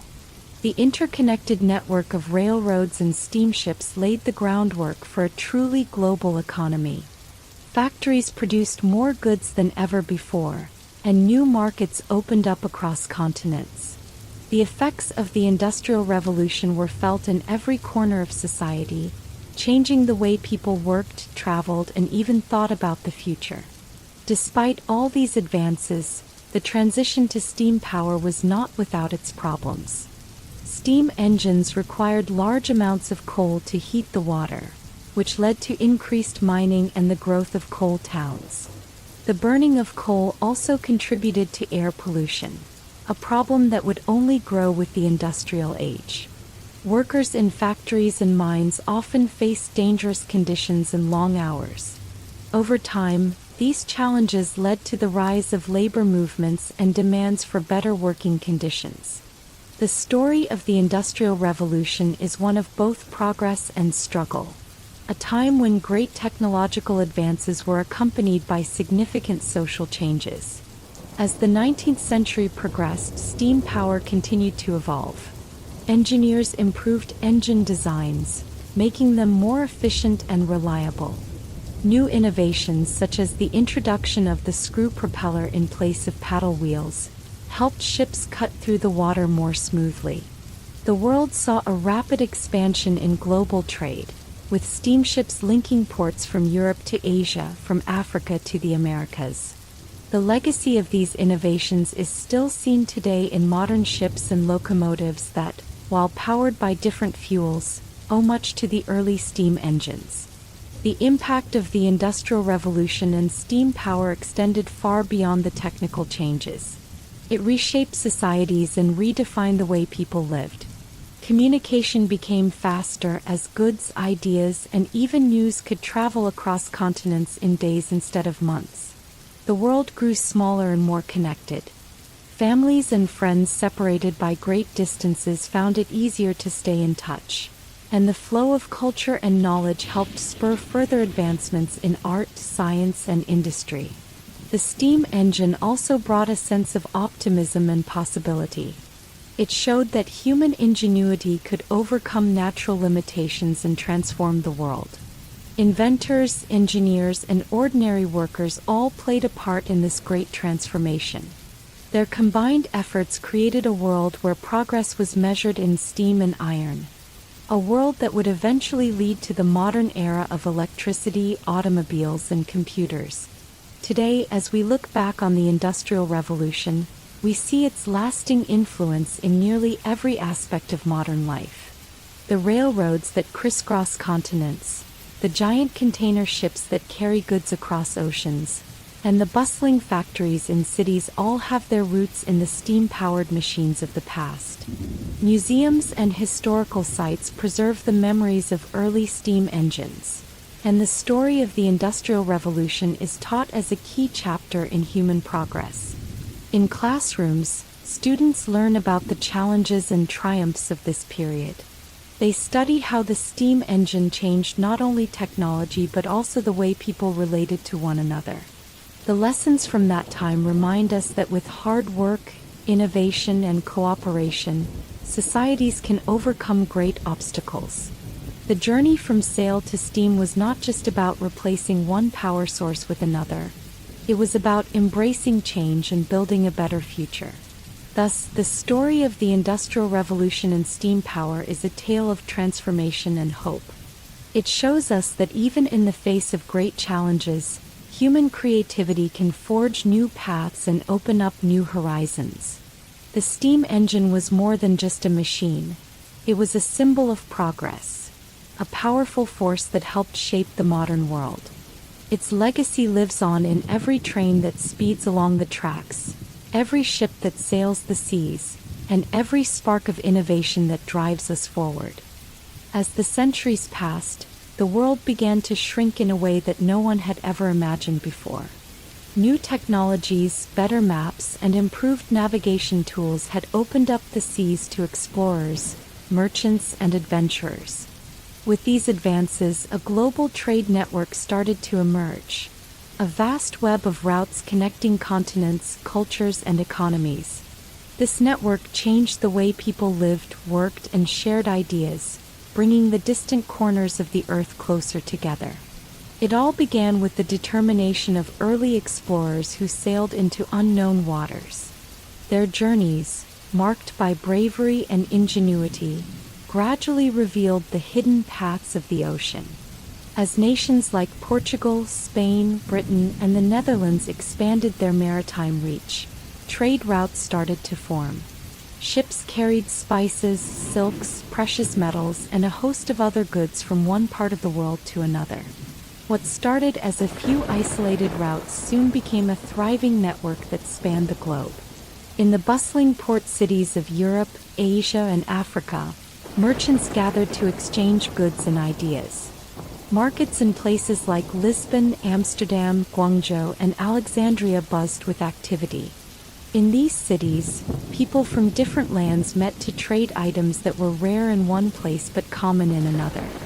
For example, spices from India and the East Indies made their way to European tables, while European glass and textiles found new homes in Africa and Asia. This exchange was not just about material wealth. It was also about sharing knowledge, customs, and even stories. The success of the global trade network was built on several key factors. First, advances in shipbuilding and navigation had made long voyages safer and more reliable. The introduction of the magnetic compass, astrolabe, and later the sextant allowed sailors to determine their position more accurately. With better maps in hand, they could plan voyages with a clear idea of the routes they needed to take. Ships like the Dutch flight or the British galleon were designed to carry large quantities of goods over long distances. Their sturdy construction and efficient design meant that goods could be moved quickly and safely across the ocean. Another important factor was the rise of powerful trading companies. In Europe, companies such as the Dutch East India Company (VOC) and the British East India Company were formed to manage and finance these long-distance voyages. These companies were among the first to create multinational organizations with large fleets of ships, extensive warehouses, and complex systems of credit and contracts. They organized the trade routes, negotiated with local rulers, and ensured that goods reached their destination on time. By doing so, they laid the groundwork for the modern global economy. The global trade network was not only about moving goods from one place to another, it also changed the flow of ideas and culture. As ships sailed across the oceans, they carried more than just merchandise. They brought books, scientific instruments, art, and even religious beliefs. When European traders reached Asia, they encountered advanced cultures with rich traditions of art, science, and literature. In return, local craftsmen learned new techniques from European methods. This exchange helped spark new ideas and innovations, transforming art, science, and technology on both sides. One striking example of this cultural exchange was the spread of knowledge about navigation and shipbuilding. As European navigators traveled further into the oceans, they learned from the traditions of the Arab, Indian, and Chinese seafarers. These interactions led to improvements in ship design and navigation techniques. In many ways, the global trade network became a giant classroom, where every port and every voyage was an opportunity to learn something new. The impact of the global trade network extended far beyond the realm of commerce. Economies that were once based on local production began to rely on imported goods in global markets. This change brought prosperity to many regions, but it also created new challenges. As trade grew, so did the wealth disparity between different regions. Some areas flourished with new wealth and a rising middle class, while others found themselves struggling to compete. The shift to a global economy required nations to adapt to rapid changes in technology, politics, and society. At the same time, the network helped break down old barriers. The flow of goods and ideas encouraged cooperation between distant peoples. Diplomatic missions were sent to distant lands to establish friendly relations and secure trading rights. Treaties were signed that not only opened up new markets but also ensured that knowledge could flow freely between nations. This spirit of cooperation laid the foundation for modern international relations and trade agreements. One memorable story from this period is that of a merchant from Venice named Marco. Marco grew up in a city known for its canals and trade. Inspired by tales of far-off lands, he set out on a long voyage to trade glass and textiles for spices and precious metals. His journey took him across the Mediterranean, around the coast of Africa, and into the bustling markets of the Indian Ocean. Along the way, Marco encountered many challenges: sudden storms, pirate threats, and unfamiliar customs. Yet he also found friendship among fellow traders and learned about the diverse cultures he visited. When Marco finally returned to Venice, he brought back not only exotic goods but also stories and ideas that would change the way his city traded with the rest of the world. His journey became a symbol of the new era, a time when the world was linked by a network of shared commerce and mutual learning. The global trade network also led to significant technological innovations. To keep up with the demands of long-distance trade, inventors developed new methods of communication. The invention of the telegraph in the 19th century, for instance, allowed messages to be sent across oceans in a matter of minutes rather than months. This rapid exchange of information was crucial for managing global trade routes and coordinating shipments. Similarly, advances in transportation, such as the steam engine, transformed both land and sea travel. Steamships, with their predictable schedules and faster speeds, further tightened the bonds of the global network, making it easier to move goods, people, and ideas around the world. Despite all the progress, the global trade network was not without its difficulties. Long sea voyages were still risky, and ships sometimes encountered violent storms, disease, or piracy. The vast distances between trading hubs meant that delays were common and planning was always uncertain. Nations and trading companies had to adapt quickly to changing conditions, learning from each voyage and constantly improving their methods. Over time, these challenges were met with innovation and cooperation, and the global trade network grew stronger and more resilient. As the network expanded, the boundaries between nations began to blur. The movement of goods and ideas created new cultural identities and shared values. In port cities around the world, People spoke a mix of languages and followed diverse traditions. The exchange of art, literature, and music helped create a new global culture, a rich tapestry woven from threads of many different origins. This cultural blending not only enriched the lives of individuals but also helped foster a sense of global community. Over time, people began to see themselves as part of a larger, interconnected world rather than as isolated groups. Today, the legacy of the global trade network is evident in almost every aspect of modern life. From the smartphones in our pockets to the clothes we wear and the food we eat, countless products are the result of complex global supply chains that stretch across continents. The ideas and innovations that were exchanged through this network continue to shape our world. Modern air travel, internet communications, and multinational corporations all owe a debt to the early explorers and merchants who dared to connect the world by sea. The emergence of a global trade network has brought many benefits, but it has also taught us important lessons.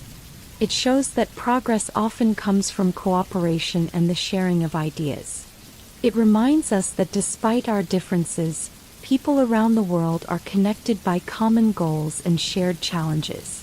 The network that began with brave voyages across uncharted oceans has grown into a vast system that drives economies, fuels innovation, and promotes cultural exchange. As we move further into the 21st century, the spirit of global trade continues to evolve. Advances in technology have made it easier than ever to share information and coordinate complex international operations.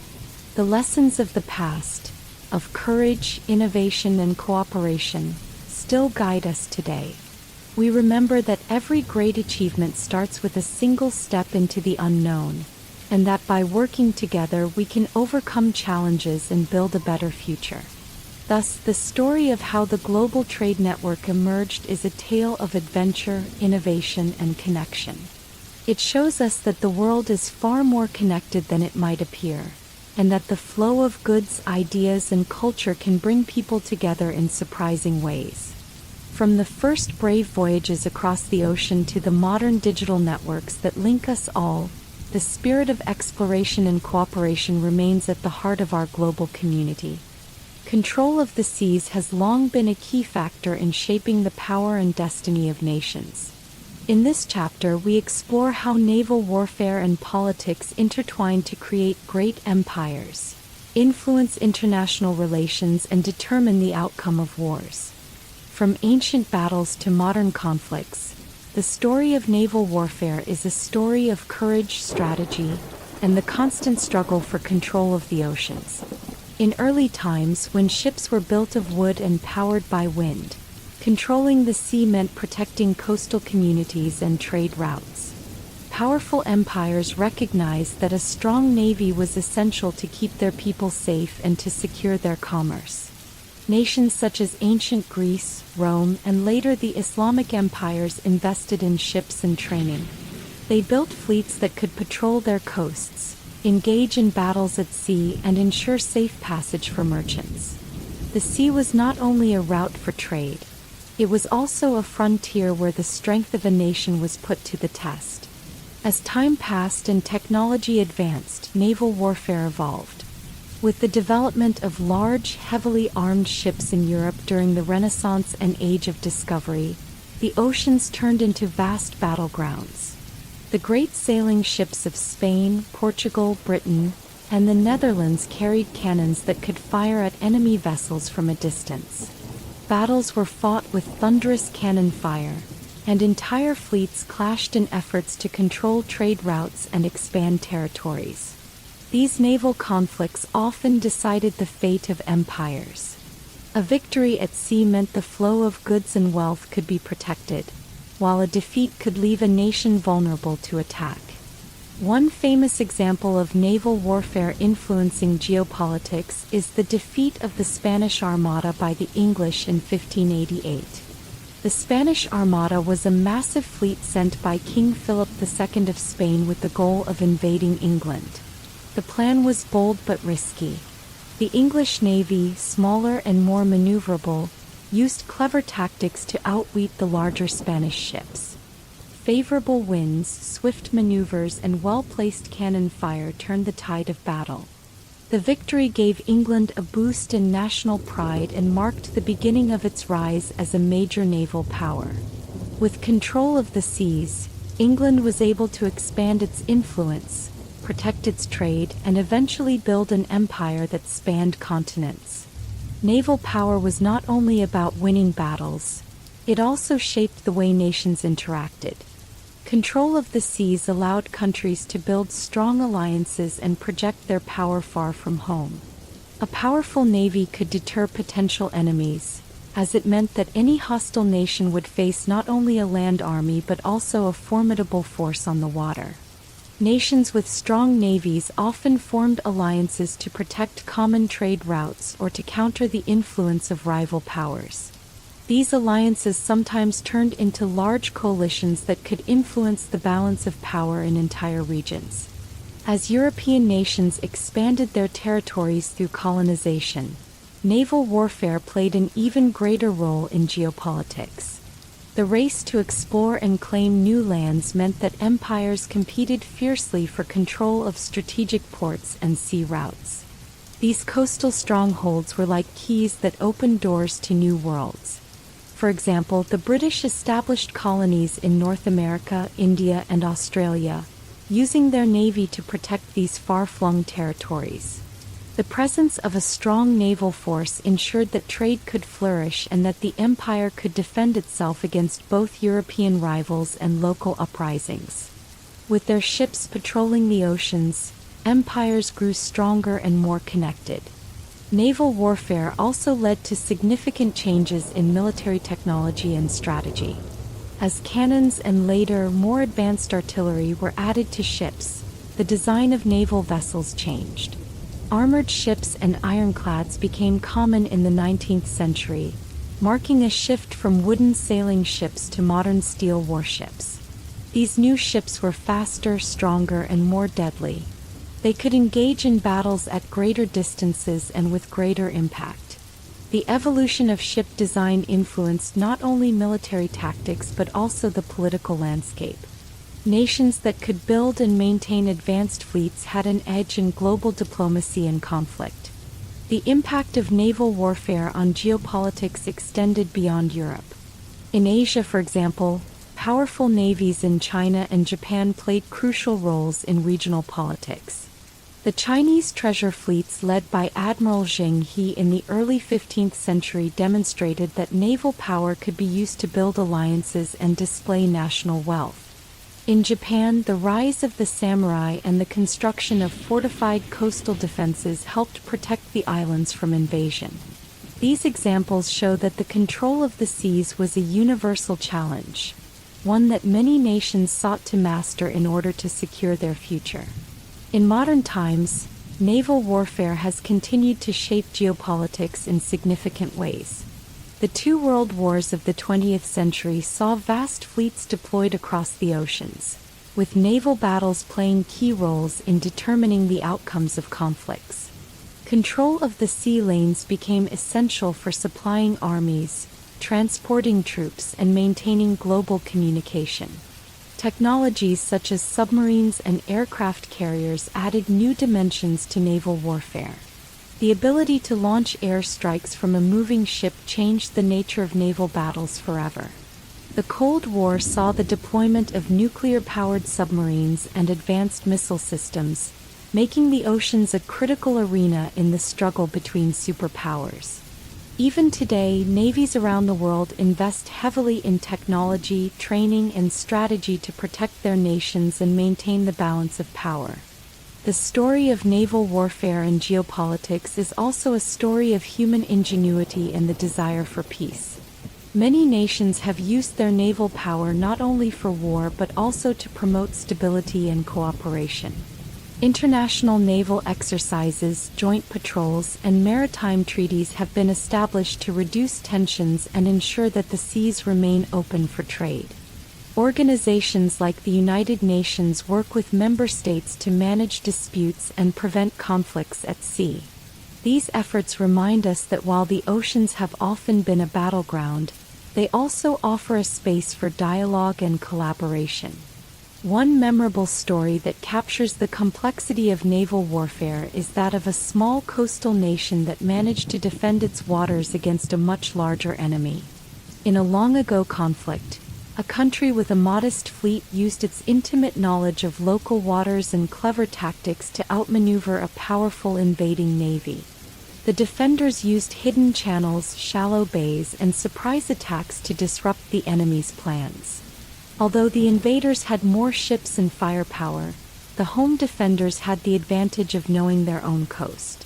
Their victory was celebrated as a symbol of national pride and resilience, showing that even a smaller nation could hold its own when it came to protecting its people and its way of life. The lessons from naval warfare stretch far beyond the battlefield. They teach us about the importance of strategy, preparation, and adaptability. The shifting tides of war mirror the constant changes in international relations. Just as a captain must adjust his course to avoid storms, leaders must adapt to the unpredictable nature of global politics. The study of naval history offers valuable insights into how nations can work together to solve common problems, even when they are rivals in other areas. In conclusion, naval warfare and geopolitics have been intertwined throughout history. The quest for control of the seas has driven nations to innovate, form alliances, and sometimes engage in fierce conflict. From ancient battles to modern high-tech fleets, the struggle for maritime dominance has shaped the borders and destinies of nations. While the seas have often been a stage for conflict, they have also served as a bridge, connecting distant lands and cultures, enabling trade and cooperation, and fostering a sense of shared humanity. Today, as countries continue to invest in their navies and as international waters become ever more critical to global commerce, the lessons of the past remain relevant. The history of naval warfare reminds us that peace and security depend on a balance of power, careful diplomacy, and respect for the forces of nature. The oceans, vast and mysterious, continue to challenge us, inspire us, and unite us in our common quest for understanding and progress. Thus, the story of naval warfare and geopolitics is a story of courage, conflict, and cooperation. A story that has helped shape the modern world and continues to influence international relations.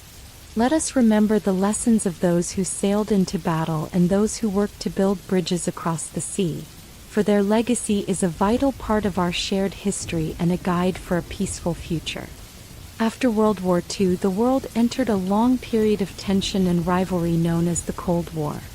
Two superpowers, the United States and the Soviet Union, competed for influence and power around the globe. While much of the tension played out on land and in the air, the oceans became a vital arena in this struggle. The seas were not only routes for trade and travel but also strategic places where navies built their power, engaged in secret missions, and prepared for the possibility of conflict. This chapter tells the story of the Cold War at sea, where advanced ships, submarines, and new technologies were used to watch, protect, and sometimes challenge one another. During the Cold War, both the United States and the Soviet Union realized that control of the oceans was key to national security. Navies on both sides began to build large fleets with the latest technology. The United States invested in aircraft carriers, which are large ships that carry fighter jets and other aircraft. These carriers allowed the U.S. to project power far from its shores. The Soviet Union, meanwhile, focused on building a strong submarine fleet. Submarines, especially those that could carry nuclear weapons, became a central part of Soviet strategy. These underwater vessels could remain hidden in the vast oceans, silently patrolling for enemy ships or launching surprise attacks. One of the most important roles of submarines during the Cold War was nuclear deterrence. Both superpowers developed submarines that could launch nuclear missiles. These submarines were called ballistic missile submarines, or SSBNs. They served as a powerful warning to the other side. If one nation attacked, these submarines could retaliate with a devastating response. This idea of mutual assured destruction meant that neither side could risk starting a war that might lead to total destruction. The presence of these powerful submarines hidden beneath the waves helped keep the balance of power steady. Life on board a Cold War submarine was very different from life on a surface ship.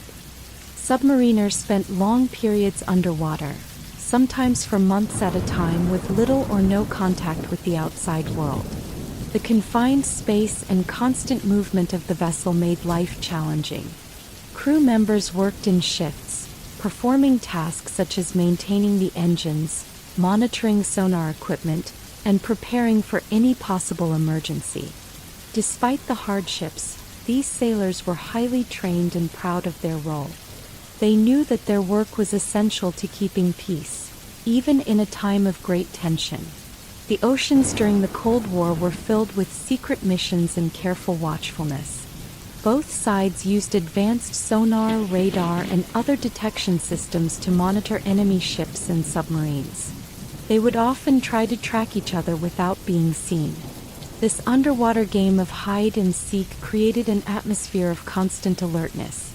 It was not uncommon for a U.S. submarine to quietly follow a Soviet vessel for days or even weeks, gathering important information about its movements and capabilities.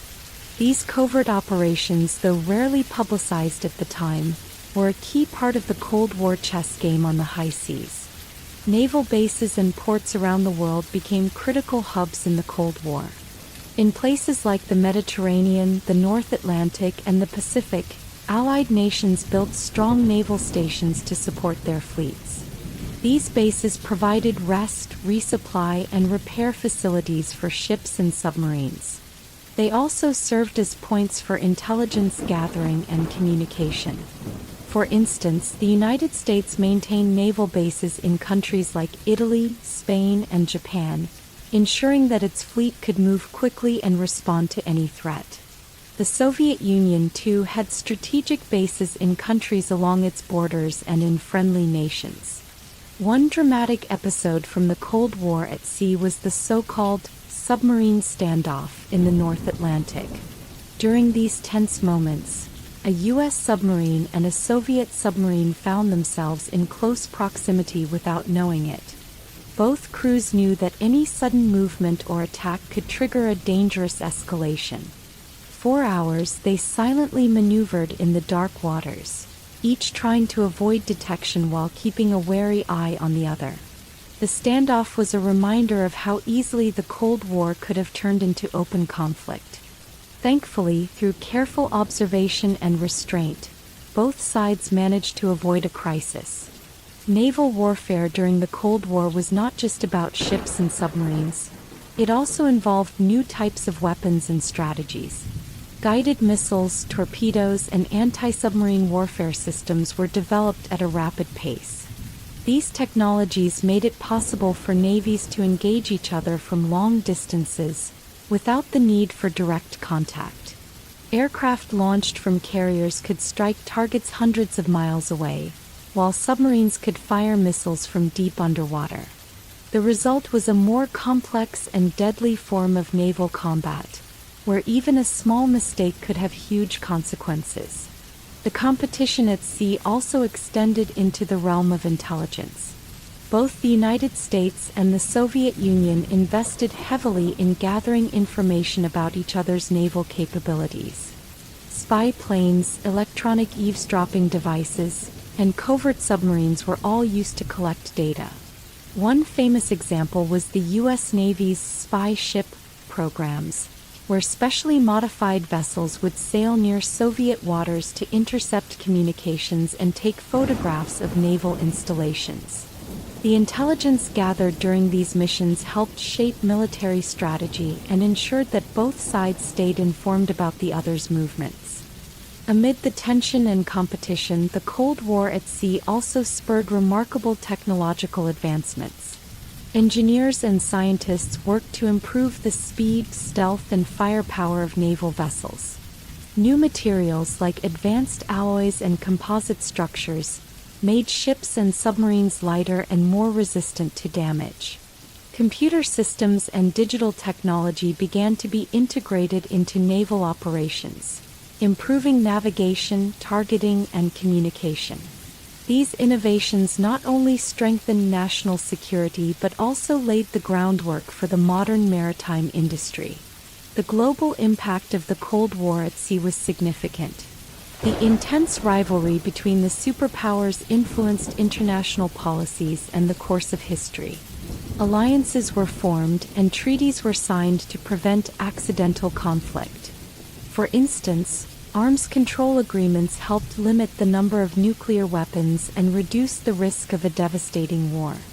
The balance of power on the seas was a major factor in keeping the Cold War from turning into a full-scale conflict. The steady presence of naval forces around the world served as a deterrent, reminding everyone of the high stakes involved. While the Cold War at sea was often marked by tension and secrecy, it also brought about efforts for cooperation. In the later years of the Cold War, both the United States and the Soviet Union began to engage in joint naval exercises and dialogue. These cooperative efforts were aimed at reducing misunderstandings and building trust between the two sides. Meetings between naval commanders and shared projects in areas like search and rescue helped to humanize the enemy and pave the way for the eventual easing of tensions. Such cooperation was a positive sign that, despite fierce competition, both nations recognized the benefits of working together to maintain peace. The legacy of the Cold War at sea continues to influence modern naval strategy and international relations.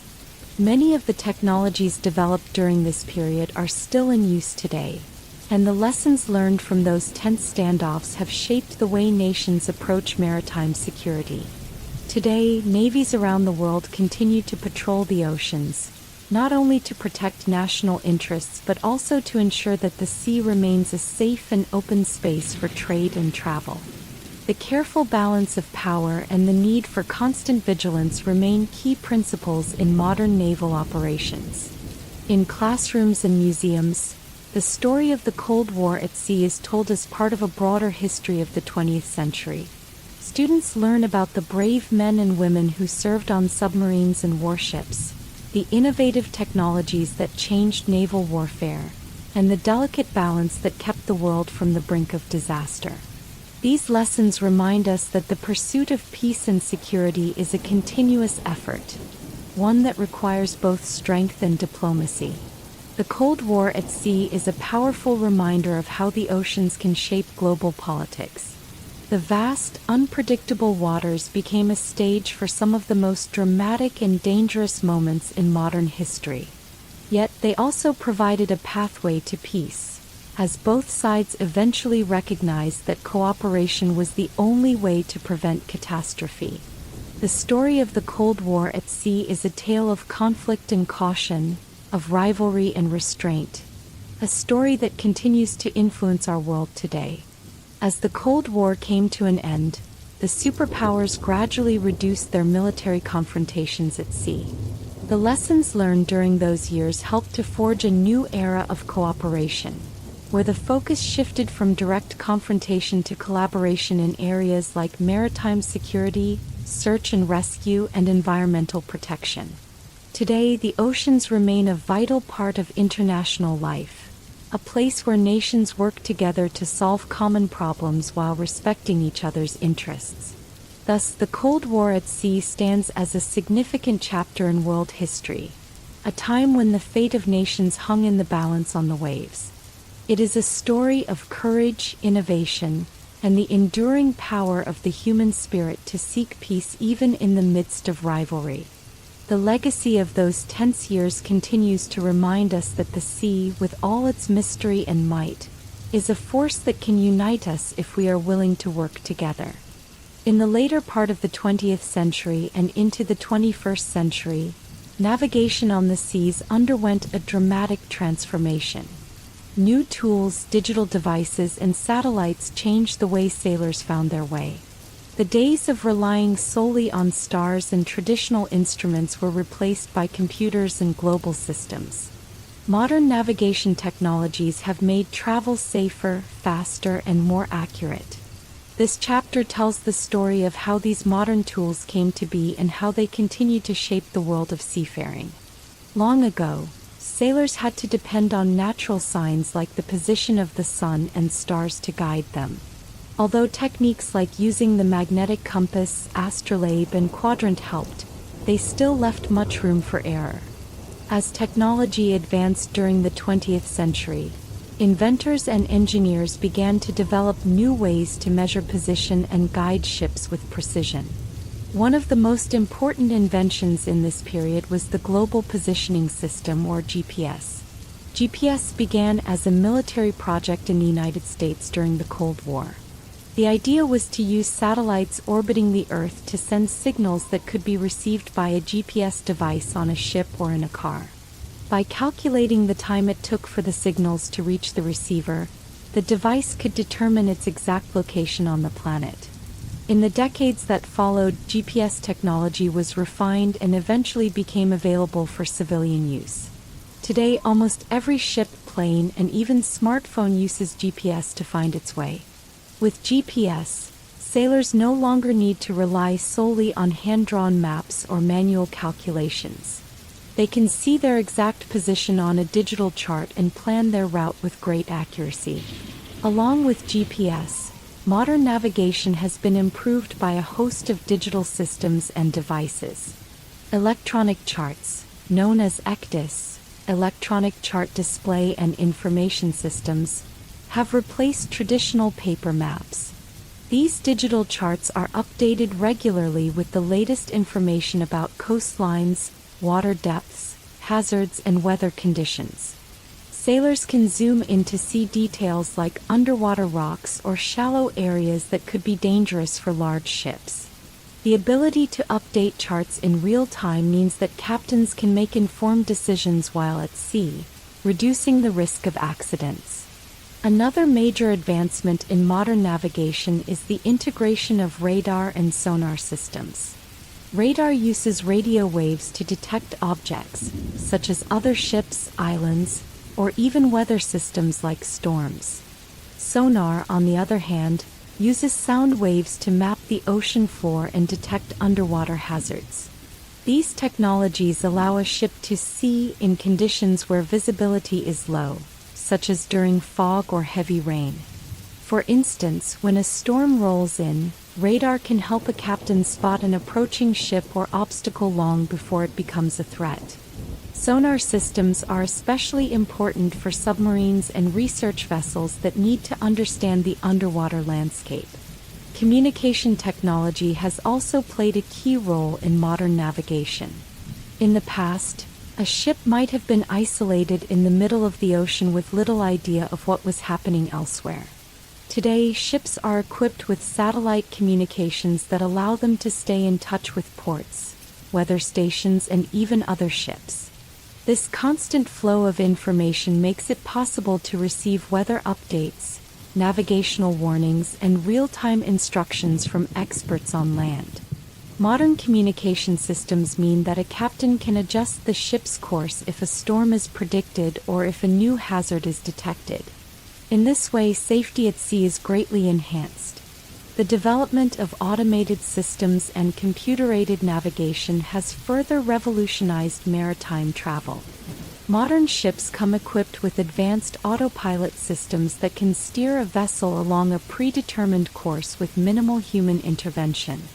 These systems use data from GPS, radar, and other sensors to maintain a steady course, even in challenging conditions. Automation reduces the workload on the crew, allowing them to focus on monitoring systems and responding to unexpected events. It also helps in maintaining precise routes, which is crucial in busy shipping lanes where even a small deviation can lead to dangerous collisions. Modern navigation technologies have not only improved safety but have also increased the efficiency of global trade. Today's container ships and cargo vessels travel at faster speeds and with better fuel efficiency than ever before. With accurate navigation systems, ships can take the shortest, safest routes between ports. This efficiency reduces travel time and lowers costs, making it easier to transport goods around the world. Faster and more reliable shipping has played a significant role in connecting markets and boosting global commerce. As a result, products from all over the world can reach consumers quickly, and economies benefit from more streamlined supply chains. A key part of modern navigation is the integration of weather forecasting systems. Advanced satellites and ocean buoys collect data on temperature, wind, waves, and atmospheric pressure. This information is fed into powerful computers that model weather patterns. Modern ships receive detailed forecasts that help them plan their voyages and avoid dangerous weather. For example, if a storm is predicted along a ship's planned route, the captain can decide to change course well in advance. This proactive approach to weather has greatly reduced the number of maritime accidents and saved lives. In addition to safety and efficiency, modern navigation technologies have also transformed maritime research and exploration. Scientists now use high-tech instruments to study the oceans in ways that were once impossible.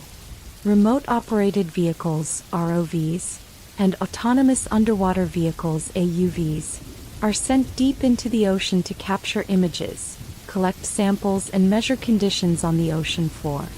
These devices help researchers understand underwater volcanoes, deep-sea creatures, and the effects of climate change on marine ecosystems.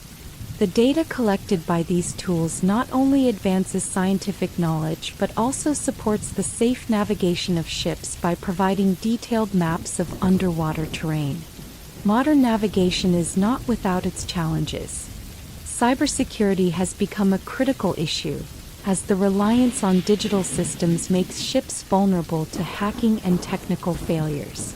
Authorities and companies invest heavily in protecting their navigational networks from cyber attacks that could disrupt shipping routes or cause accidents.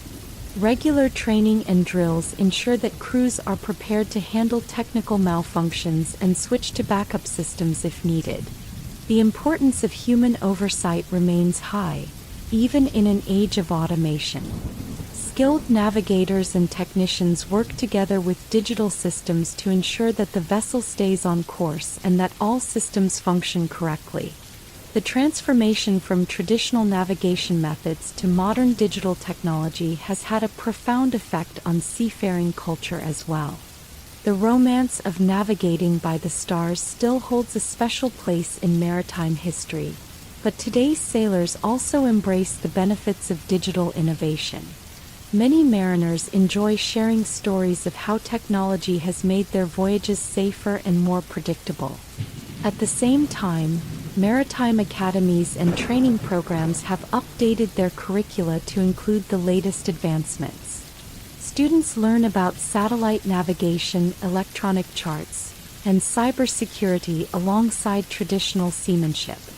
This blend of old and new creates a bridge between the rich heritage of seafaring and the modern world of technology. The evolution of modern navigation technologies has also influenced international maritime laws and standards. Organizations like the International Maritime Organization (IMO) set rules to ensure that navigation is conducted safely and efficiently. These rules cover everything from ship design and crew training to the use of electronic devices and communication protocols. International cooperation in setting these standards helps to create a consistent framework for navigation, making it easier for ships from different countries to operate together in busy waterways. The work of these organizations continues to evolve as new technologies emerge, ensuring that maritime travel remains safe and sustainable. The impact of modern navigation technologies extends beyond commercial shipping. Recreational boating and sailing have also benefited greatly. Today, hobbyists use GPS devices, chart plotters, and mobile apps to plan their trips and explore new waters with confidence. These technologies have made it possible for amateur sailors to navigate safely, even in unfamiliar regions. The world of competitive sailing too has embraced modern tools. Advanced data analysis, weather prediction, and digital communication have all contributed to making races faster and more thrilling, while still honoring the long tradition of sailing. In conclusion, modern navigation technologies have revolutionized the way we travel by sea. From the development of GPS and electronic charts to the integration of weather forecasting and automated systems, the advances made in recent decades have transformed maritime travel into a precise, efficient, and safer endeavor. These tools have not only improved safety for commercial and military vessels but have also boosted global trade, supported scientific research, and enriched the lives of recreational sailors. Today, as ships sail across vast oceans with pinpoint accuracy, we are reminded of the journey that began with the simple tools of ancient navigators. The evolution from relying on the stars and natural signs to using digital systems is a testament to human ingenuity and the desire to connect the world. Modern navigation continues to evolve, driven by ongoing innovation and the shared goal of making our journeys across the seas more secure and efficient. Thus, the story of modern navigation technologies is one of progress, creativity, and international cooperation. It shows us that even in a world filled with challenges, technology can open up new paths and bring people closer together. The digital age has turned the ocean into a well-charted highway, where every ship, large or small, can find its way safely to its destination. And as we look to the future, the ongoing advances in navigation promise to make the global community even more connected, ensuring that the spirit of exploration and discovery continues for generations to come. For thousands of years, humans have relied on the ocean for food, travel, and trade. At the same time, the sea has given us endless wonder with its deep blue waters, mysterious creatures, and vast open horizons. Yet as people began to explore and use the ocean's resources, they also learned that nature must be cared for if it is to last. In this chapter, we trace the journey of environmental stewardship and ocean conservation, from ancient traditions of respect for nature to the modern efforts that aim to protect our blue planet. In early coastal communities, the sea was more than just a source of food and transport. It was seen as a living, breathing part of nature. Many ancient peoples believed that the ocean was home to powerful spirits and gods. In places like Polynesia, indigenous communities held ceremonies and rituals to honor the sea. They offered gifts to the ocean and promised to take only what they needed. These traditions, passed down from generation to generation, remind us that early seafarers understood the importance of living in balance with nature. They took care not to overfish or waste the gifts of the sea because they believed that the ocean was sacred. As civilizations grew and trade flourished, the use of the ocean's resources increased. With more advanced technology and larger ships, people were able to catch greater numbers of fish and harvest other marine resources on a much larger scale. For many centuries, this bounty helped feed growing populations and build prosperous empires. However, by the 19th century, evidence began to emerge that these practices were taking their toll. In some parts of the world, fish stocks were declining and once plentiful species became rare. Coastal waters showed signs of pollution from expanding industries, and the damage was not always immediately visible but was slowly changing the ocean's delicate balance. The Industrial Revolution brought great change to the world, and the ocean was no exception. With steam power and later diesel engines, fishing boats grew larger and more efficient. New techniques and modern equipment allowed fishermen to catch far more than ever before. While these advancements boosted economies and helped feed cities, they also led to overfishing. Many species could not reproduce fast enough to keep up with the growing demand. As the oceans began to show signs of stress, scientists and conservationists started to take notice. In the early 20th century, A growing awareness of the environment gave rise to the modern conservation movement.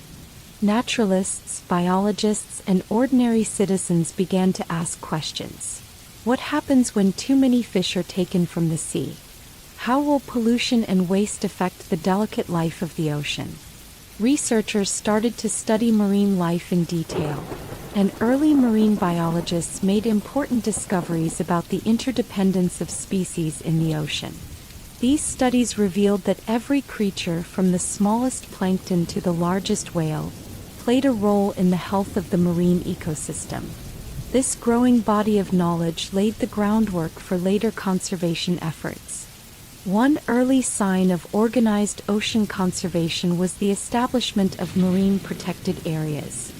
In the mid-1900s, communities in various parts of the world began to set aside sections of the ocean as reserves.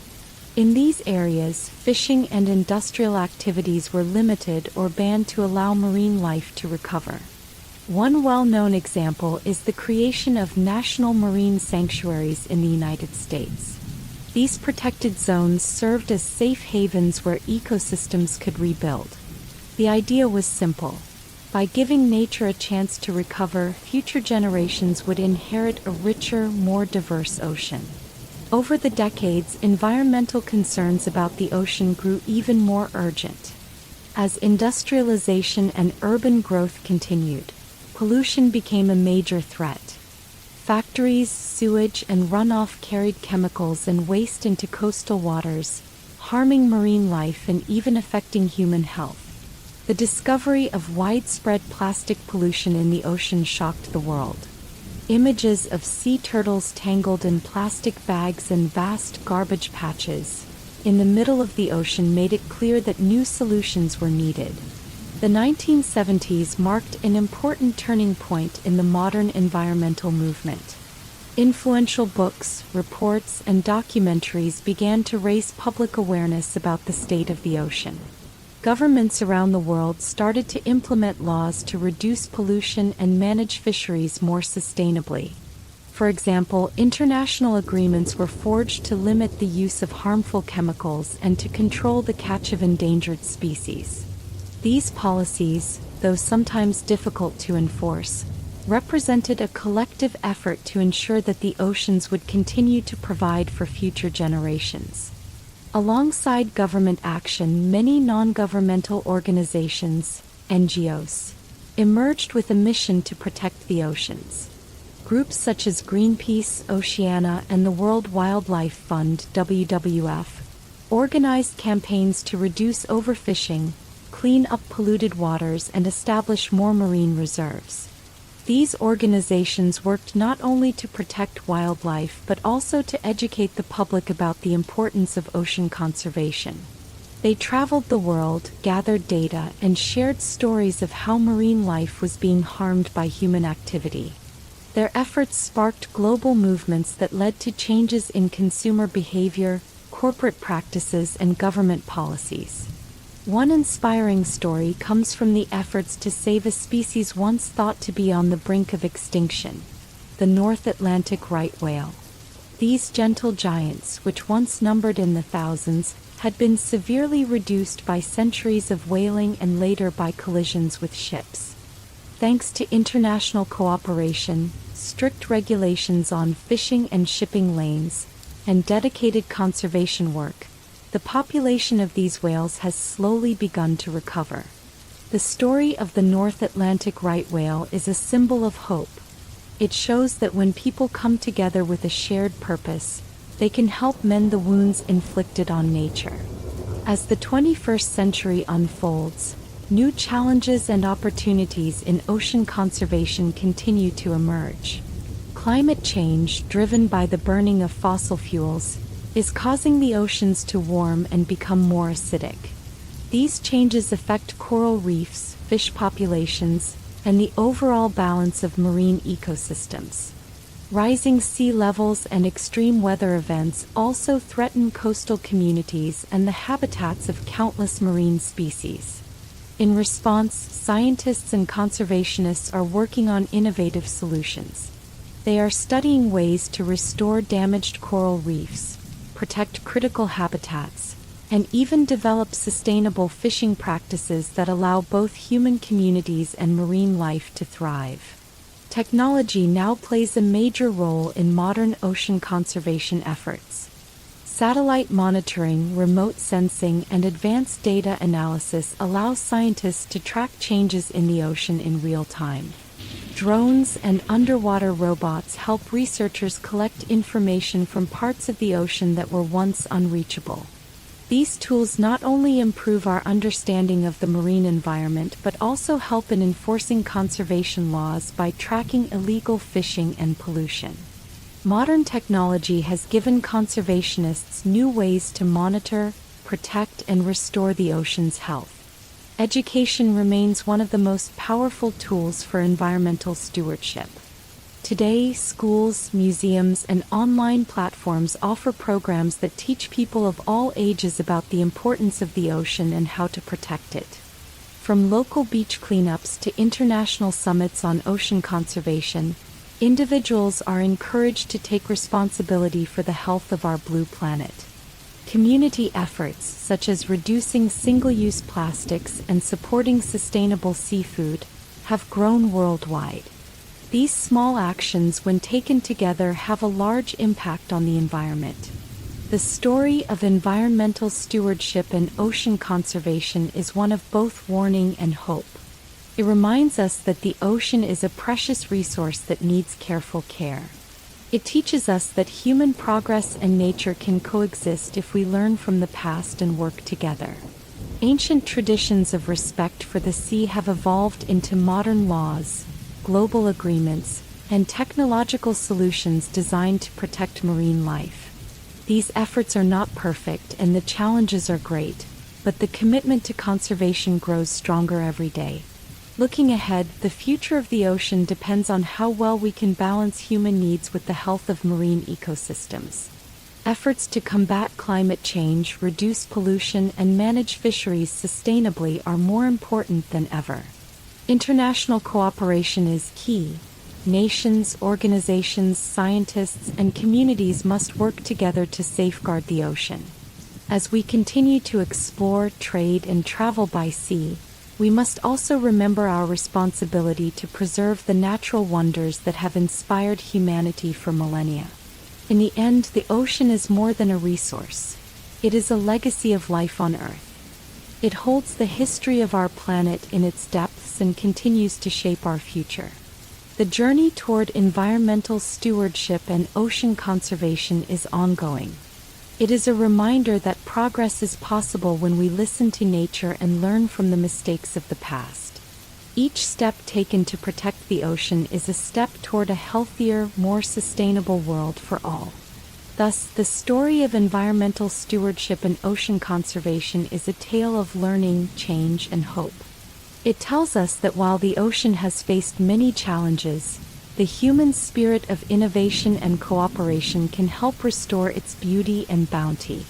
As we move forward, the lessons of the past guide us in our quest to protect and cherish our shared home, a magnificent, ever-changing blue planet that sustains life in countless ways. In recent decades, the world has changed in ways that once seemed like science fiction. The oceans, which have always been a gateway to exploration and trade, have become even more connected through digital technology. Today, ships are not just large vessels powered by engines. They are also moving data centers that use the internet, satellites, and advanced software to navigate, communicate, and conduct business. This chapter tells the story of how the digital age has transformed maritime connectivity and how these modern tools have brought the world closer together. Before the digital age, sailors relied on traditional methods of navigation and communication. They used compasses, sextants, and paper charts to guide their journeys, and messages were sent by radio or carried by ship. Although these methods worked, they often left gaps in communication and could be slow. With the arrival of computers and digital technology, everything began to change. Maritime industries started to adopt new tools that would not only improve safety but also connect ports and ships around the world in real time. One of the key breakthroughs in this digital transformation was the advent of satellite communication. Satellites orbiting the Earth can send and receive signals across vast distances. For ships at sea, this means that no matter how far they travel from the coast, they can still send emails, make phone calls, and even access the internet. With satellite communication, a captain can receive weather updates, navigational warnings, and logistical information almost instantly. This level of connectivity has made it possible for ships to operate more safely and efficiently, ensuring that goods arrive at their destinations on time. Along with satellite communication, global positioning systems (GPS) have revolutionized the way ships navigate. Although GPS technology was developed during the Cold War, its integration into the maritime world has been a game changer in the digital age. With GPS receivers on board, ships can determine their exact position with remarkable precision. This information is displayed on digital charts, which are continuously updated with the latest data about coastlines, hazards, and weather conditions. Modern navigation systems combine GPS with radar, sonar, and automatic identification systems (AIS) to create a comprehensive picture of a ship's surroundings. As a result, navigators can make informed decisions and avoid dangerous situations more easily than ever before. Digital technology has also transformed how maritime trade is managed.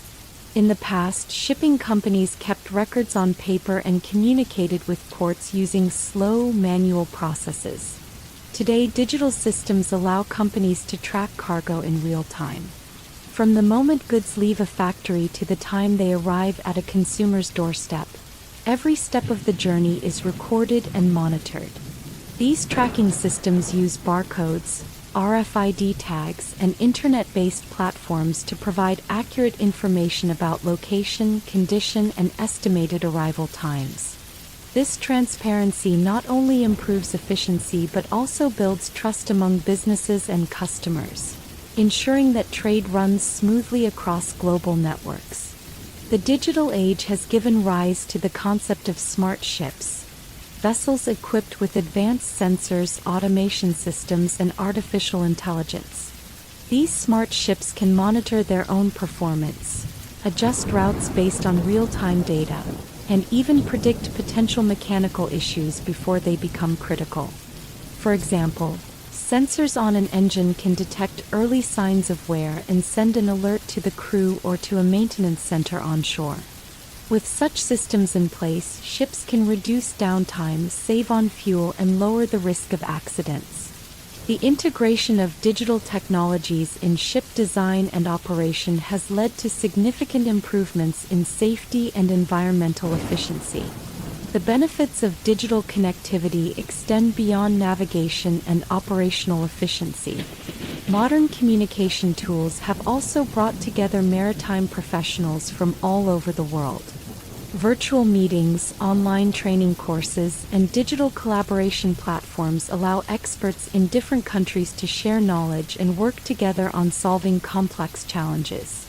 For instance, when a new maritime regulation is introduced, shipping companies can quickly disseminate this information to their crews using digital bulletins and mobile apps. This fast exchange of ideas and information helps to keep the entire industry updated and ready to adapt to changing conditions.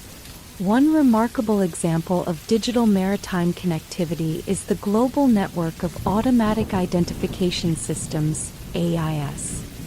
AIS is a tracking system used on ships that automatically broadcasts a vessel's position, speed, and other important data to nearby ships and coastal stations. With AIS, ships can avoid collisions by being aware of each other's positions, even in poor visibility conditions. Moreover, the data collected from AIS is analyzed to understand traffic patterns, optimize shipping routes, and improve port operations. This network of shared information has made maritime travel not only safer but also more predictable and efficient. Digital tools have also changed the way maritime emergencies are managed. In the past, when a ship ran into trouble far from land, help might take days to arrive and information about the incident could be scarce. Today, with digital distress signals and real-time communication, rescue operations are coordinated much faster. Ships can send an automatic distress call that includes their exact location, allowing nearby vessels or rescue services to respond promptly. This technology has saved countless lives and demonstrates how digital connectivity plays a crucial role in maritime safety. Beyond operational benefits, the digital age has also influenced the cultural and social aspects of maritime life. Seafarers, once isolated on long voyages, now have the ability to connect with loved ones through video calls and social media. The internet provides entertainment, news, and even online education, helping sailors stay informed and engaged during long periods at sea. This enhanced communication has reduced the isolation that once accompanied life on board and has created a more connected global maritime community. The stories of life at sea are no longer confined to the ship's log. They are shared online with audiences around the world, creating a sense of unity and shared experience among mariners. The environmental impact of digital technology on maritime operations is also significant. With better navigation and route optimization, ships can reduce fuel consumption and lower emissions. Digital monitoring of engine performance and maintenance needs helps to ensure that vessels operate efficiently, minimizing their carbon footprint. Furthermore, the improved tracking of marine traffic through digital systems contributes to more effective management of shipping lanes, reducing the risk of accidents and the associated environmental damage. In this way, the digital age is helping to create a more sustainable and eco-friendly maritime industry. Challenges still exist in the digital maritime world. Cybersecurity is one of the major concerns as ships and ports become increasingly connected. The threat of cyber attacks on navigation systems, cargo tracking, or communication networks is real, and the industry must continuously work to secure its digital infrastructure. To address these issues, companies invest in advanced encryption, firewalls, and regular cybersecurity training for their crews. International organizations and maritime authorities collaborate to develop standards and protocols that safeguard digital systems against potential threats. Ensuring the security of digital tools is essential for maintaining trust and reliability in maritime operations. The evolution of digital navigation and connectivity has also paved the way for new innovations that promise to further revolutionize the maritime industry. Autonomous ships, for example, are being developed with the help of artificial intelligence and machine learning. These vessels have the potential to operate with minimal human intervention, using sensors and advanced algorithms to make real-time decisions. While fully autonomous shipping is still in the testing phase, early results indicate that such technology could greatly enhance safety, efficiency, and cost-effectiveness in the future. The integration of digital systems with robotics and automation represents the next frontier in maritime innovation. As the digital age continues to evolve, its impact on maritime connectivity grows stronger. The collective efforts of engineers, sailors, policymakers, and environmentalists are shaping a future where the seas are safer, trade is more efficient, and the global community is more connected than ever before. Digital technology has turned the ocean into a well-charted network where data flows as freely as the water, linking distant ports, remote vessels, and every corner of the globe. Today, modern ships are a blend of traditional seamanship and cutting-edge technology. The digital tools that guide them not only make journeys smoother but also foster a deeper understanding of our planet's oceans. As we continue to rely on these advancements, we are reminded that the spirit of exploration and innovation is alive and well, a force that drives us to push the boundaries of what is possible and to connect with one another in meaningful ways. Thus, the digital age has brought the world of maritime navigation into a new era, where every voyage is supported by a network of advanced technologies that ensure safety, efficiency, and global connectivity. The journey from the simple charts of old to the complex digital systems of today is a testament to human ingenuity and the unending quest to bridge distances and bring people closer together. As we look forward to the future, the promise of even more innovative digital solutions continues to inspire and guide the maritime community, ensuring that the legacy of exploration and connectivity endures for generations to come. The ocean has long been a teacher and a storyteller, a vast blue canvas that records the journeys of those brave enough to sail its waters. In this final chapter, we pause to reflect on the maritime legacy that has shaped our world. From the early days of simple rafts and canoes to the advanced digital systems of today, the sea has connected lands, cultures, and hearts. This is a story of exploration, innovation, and the enduring human spirit. For many thousands of years, the ocean was the first frontier. Early humans built simple boats from logs and reeds, setting out into the unknown with only their instincts and a deep curiosity to guide them. These first voyages were small in scale but huge in meaning. They taught people that the water was not a barrier but a pathway, a bridge that could connect one land to another.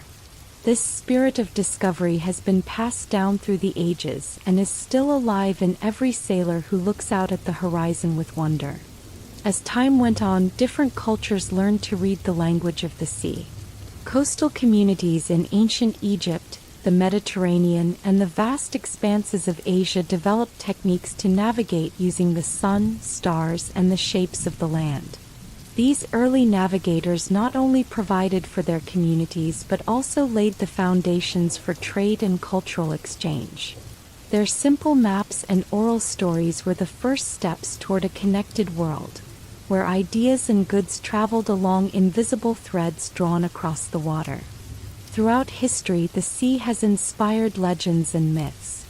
Sailors spoke of mighty gods, mysterious creatures, and enchanted islands. These tales were more than just stories. They were expressions of respect for a force greater than humankind. They reminded every voyager that while the ocean could bring great bounty, it also demanded humility and care. The old traditions of honoring the sea live on in modern efforts to protect its fragile ecosystems. Today, environmental stewardship and ocean conservation work to ensure that the wonders of the deep continue to thrive. The age of great maritime empires saw nations rise and fall with the tides. The Phoenicians, Vikings, Chinese, and later the great European powers like Portugal, Spain, the Netherlands, and Britain built vast networks of trade and conquest across the oceans. Their ships carried not only goods and treasures but also ideas, art, and technology.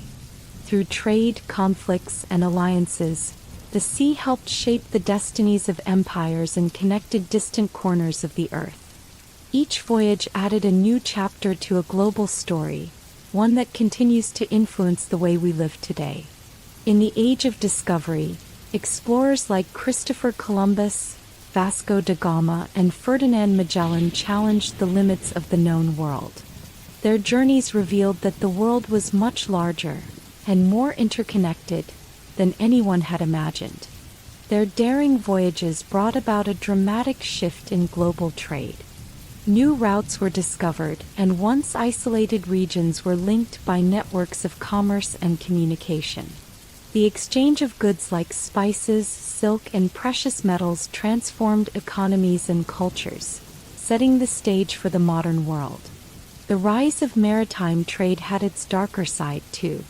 Conquests and colonization brought conflict and hardship to many native peoples.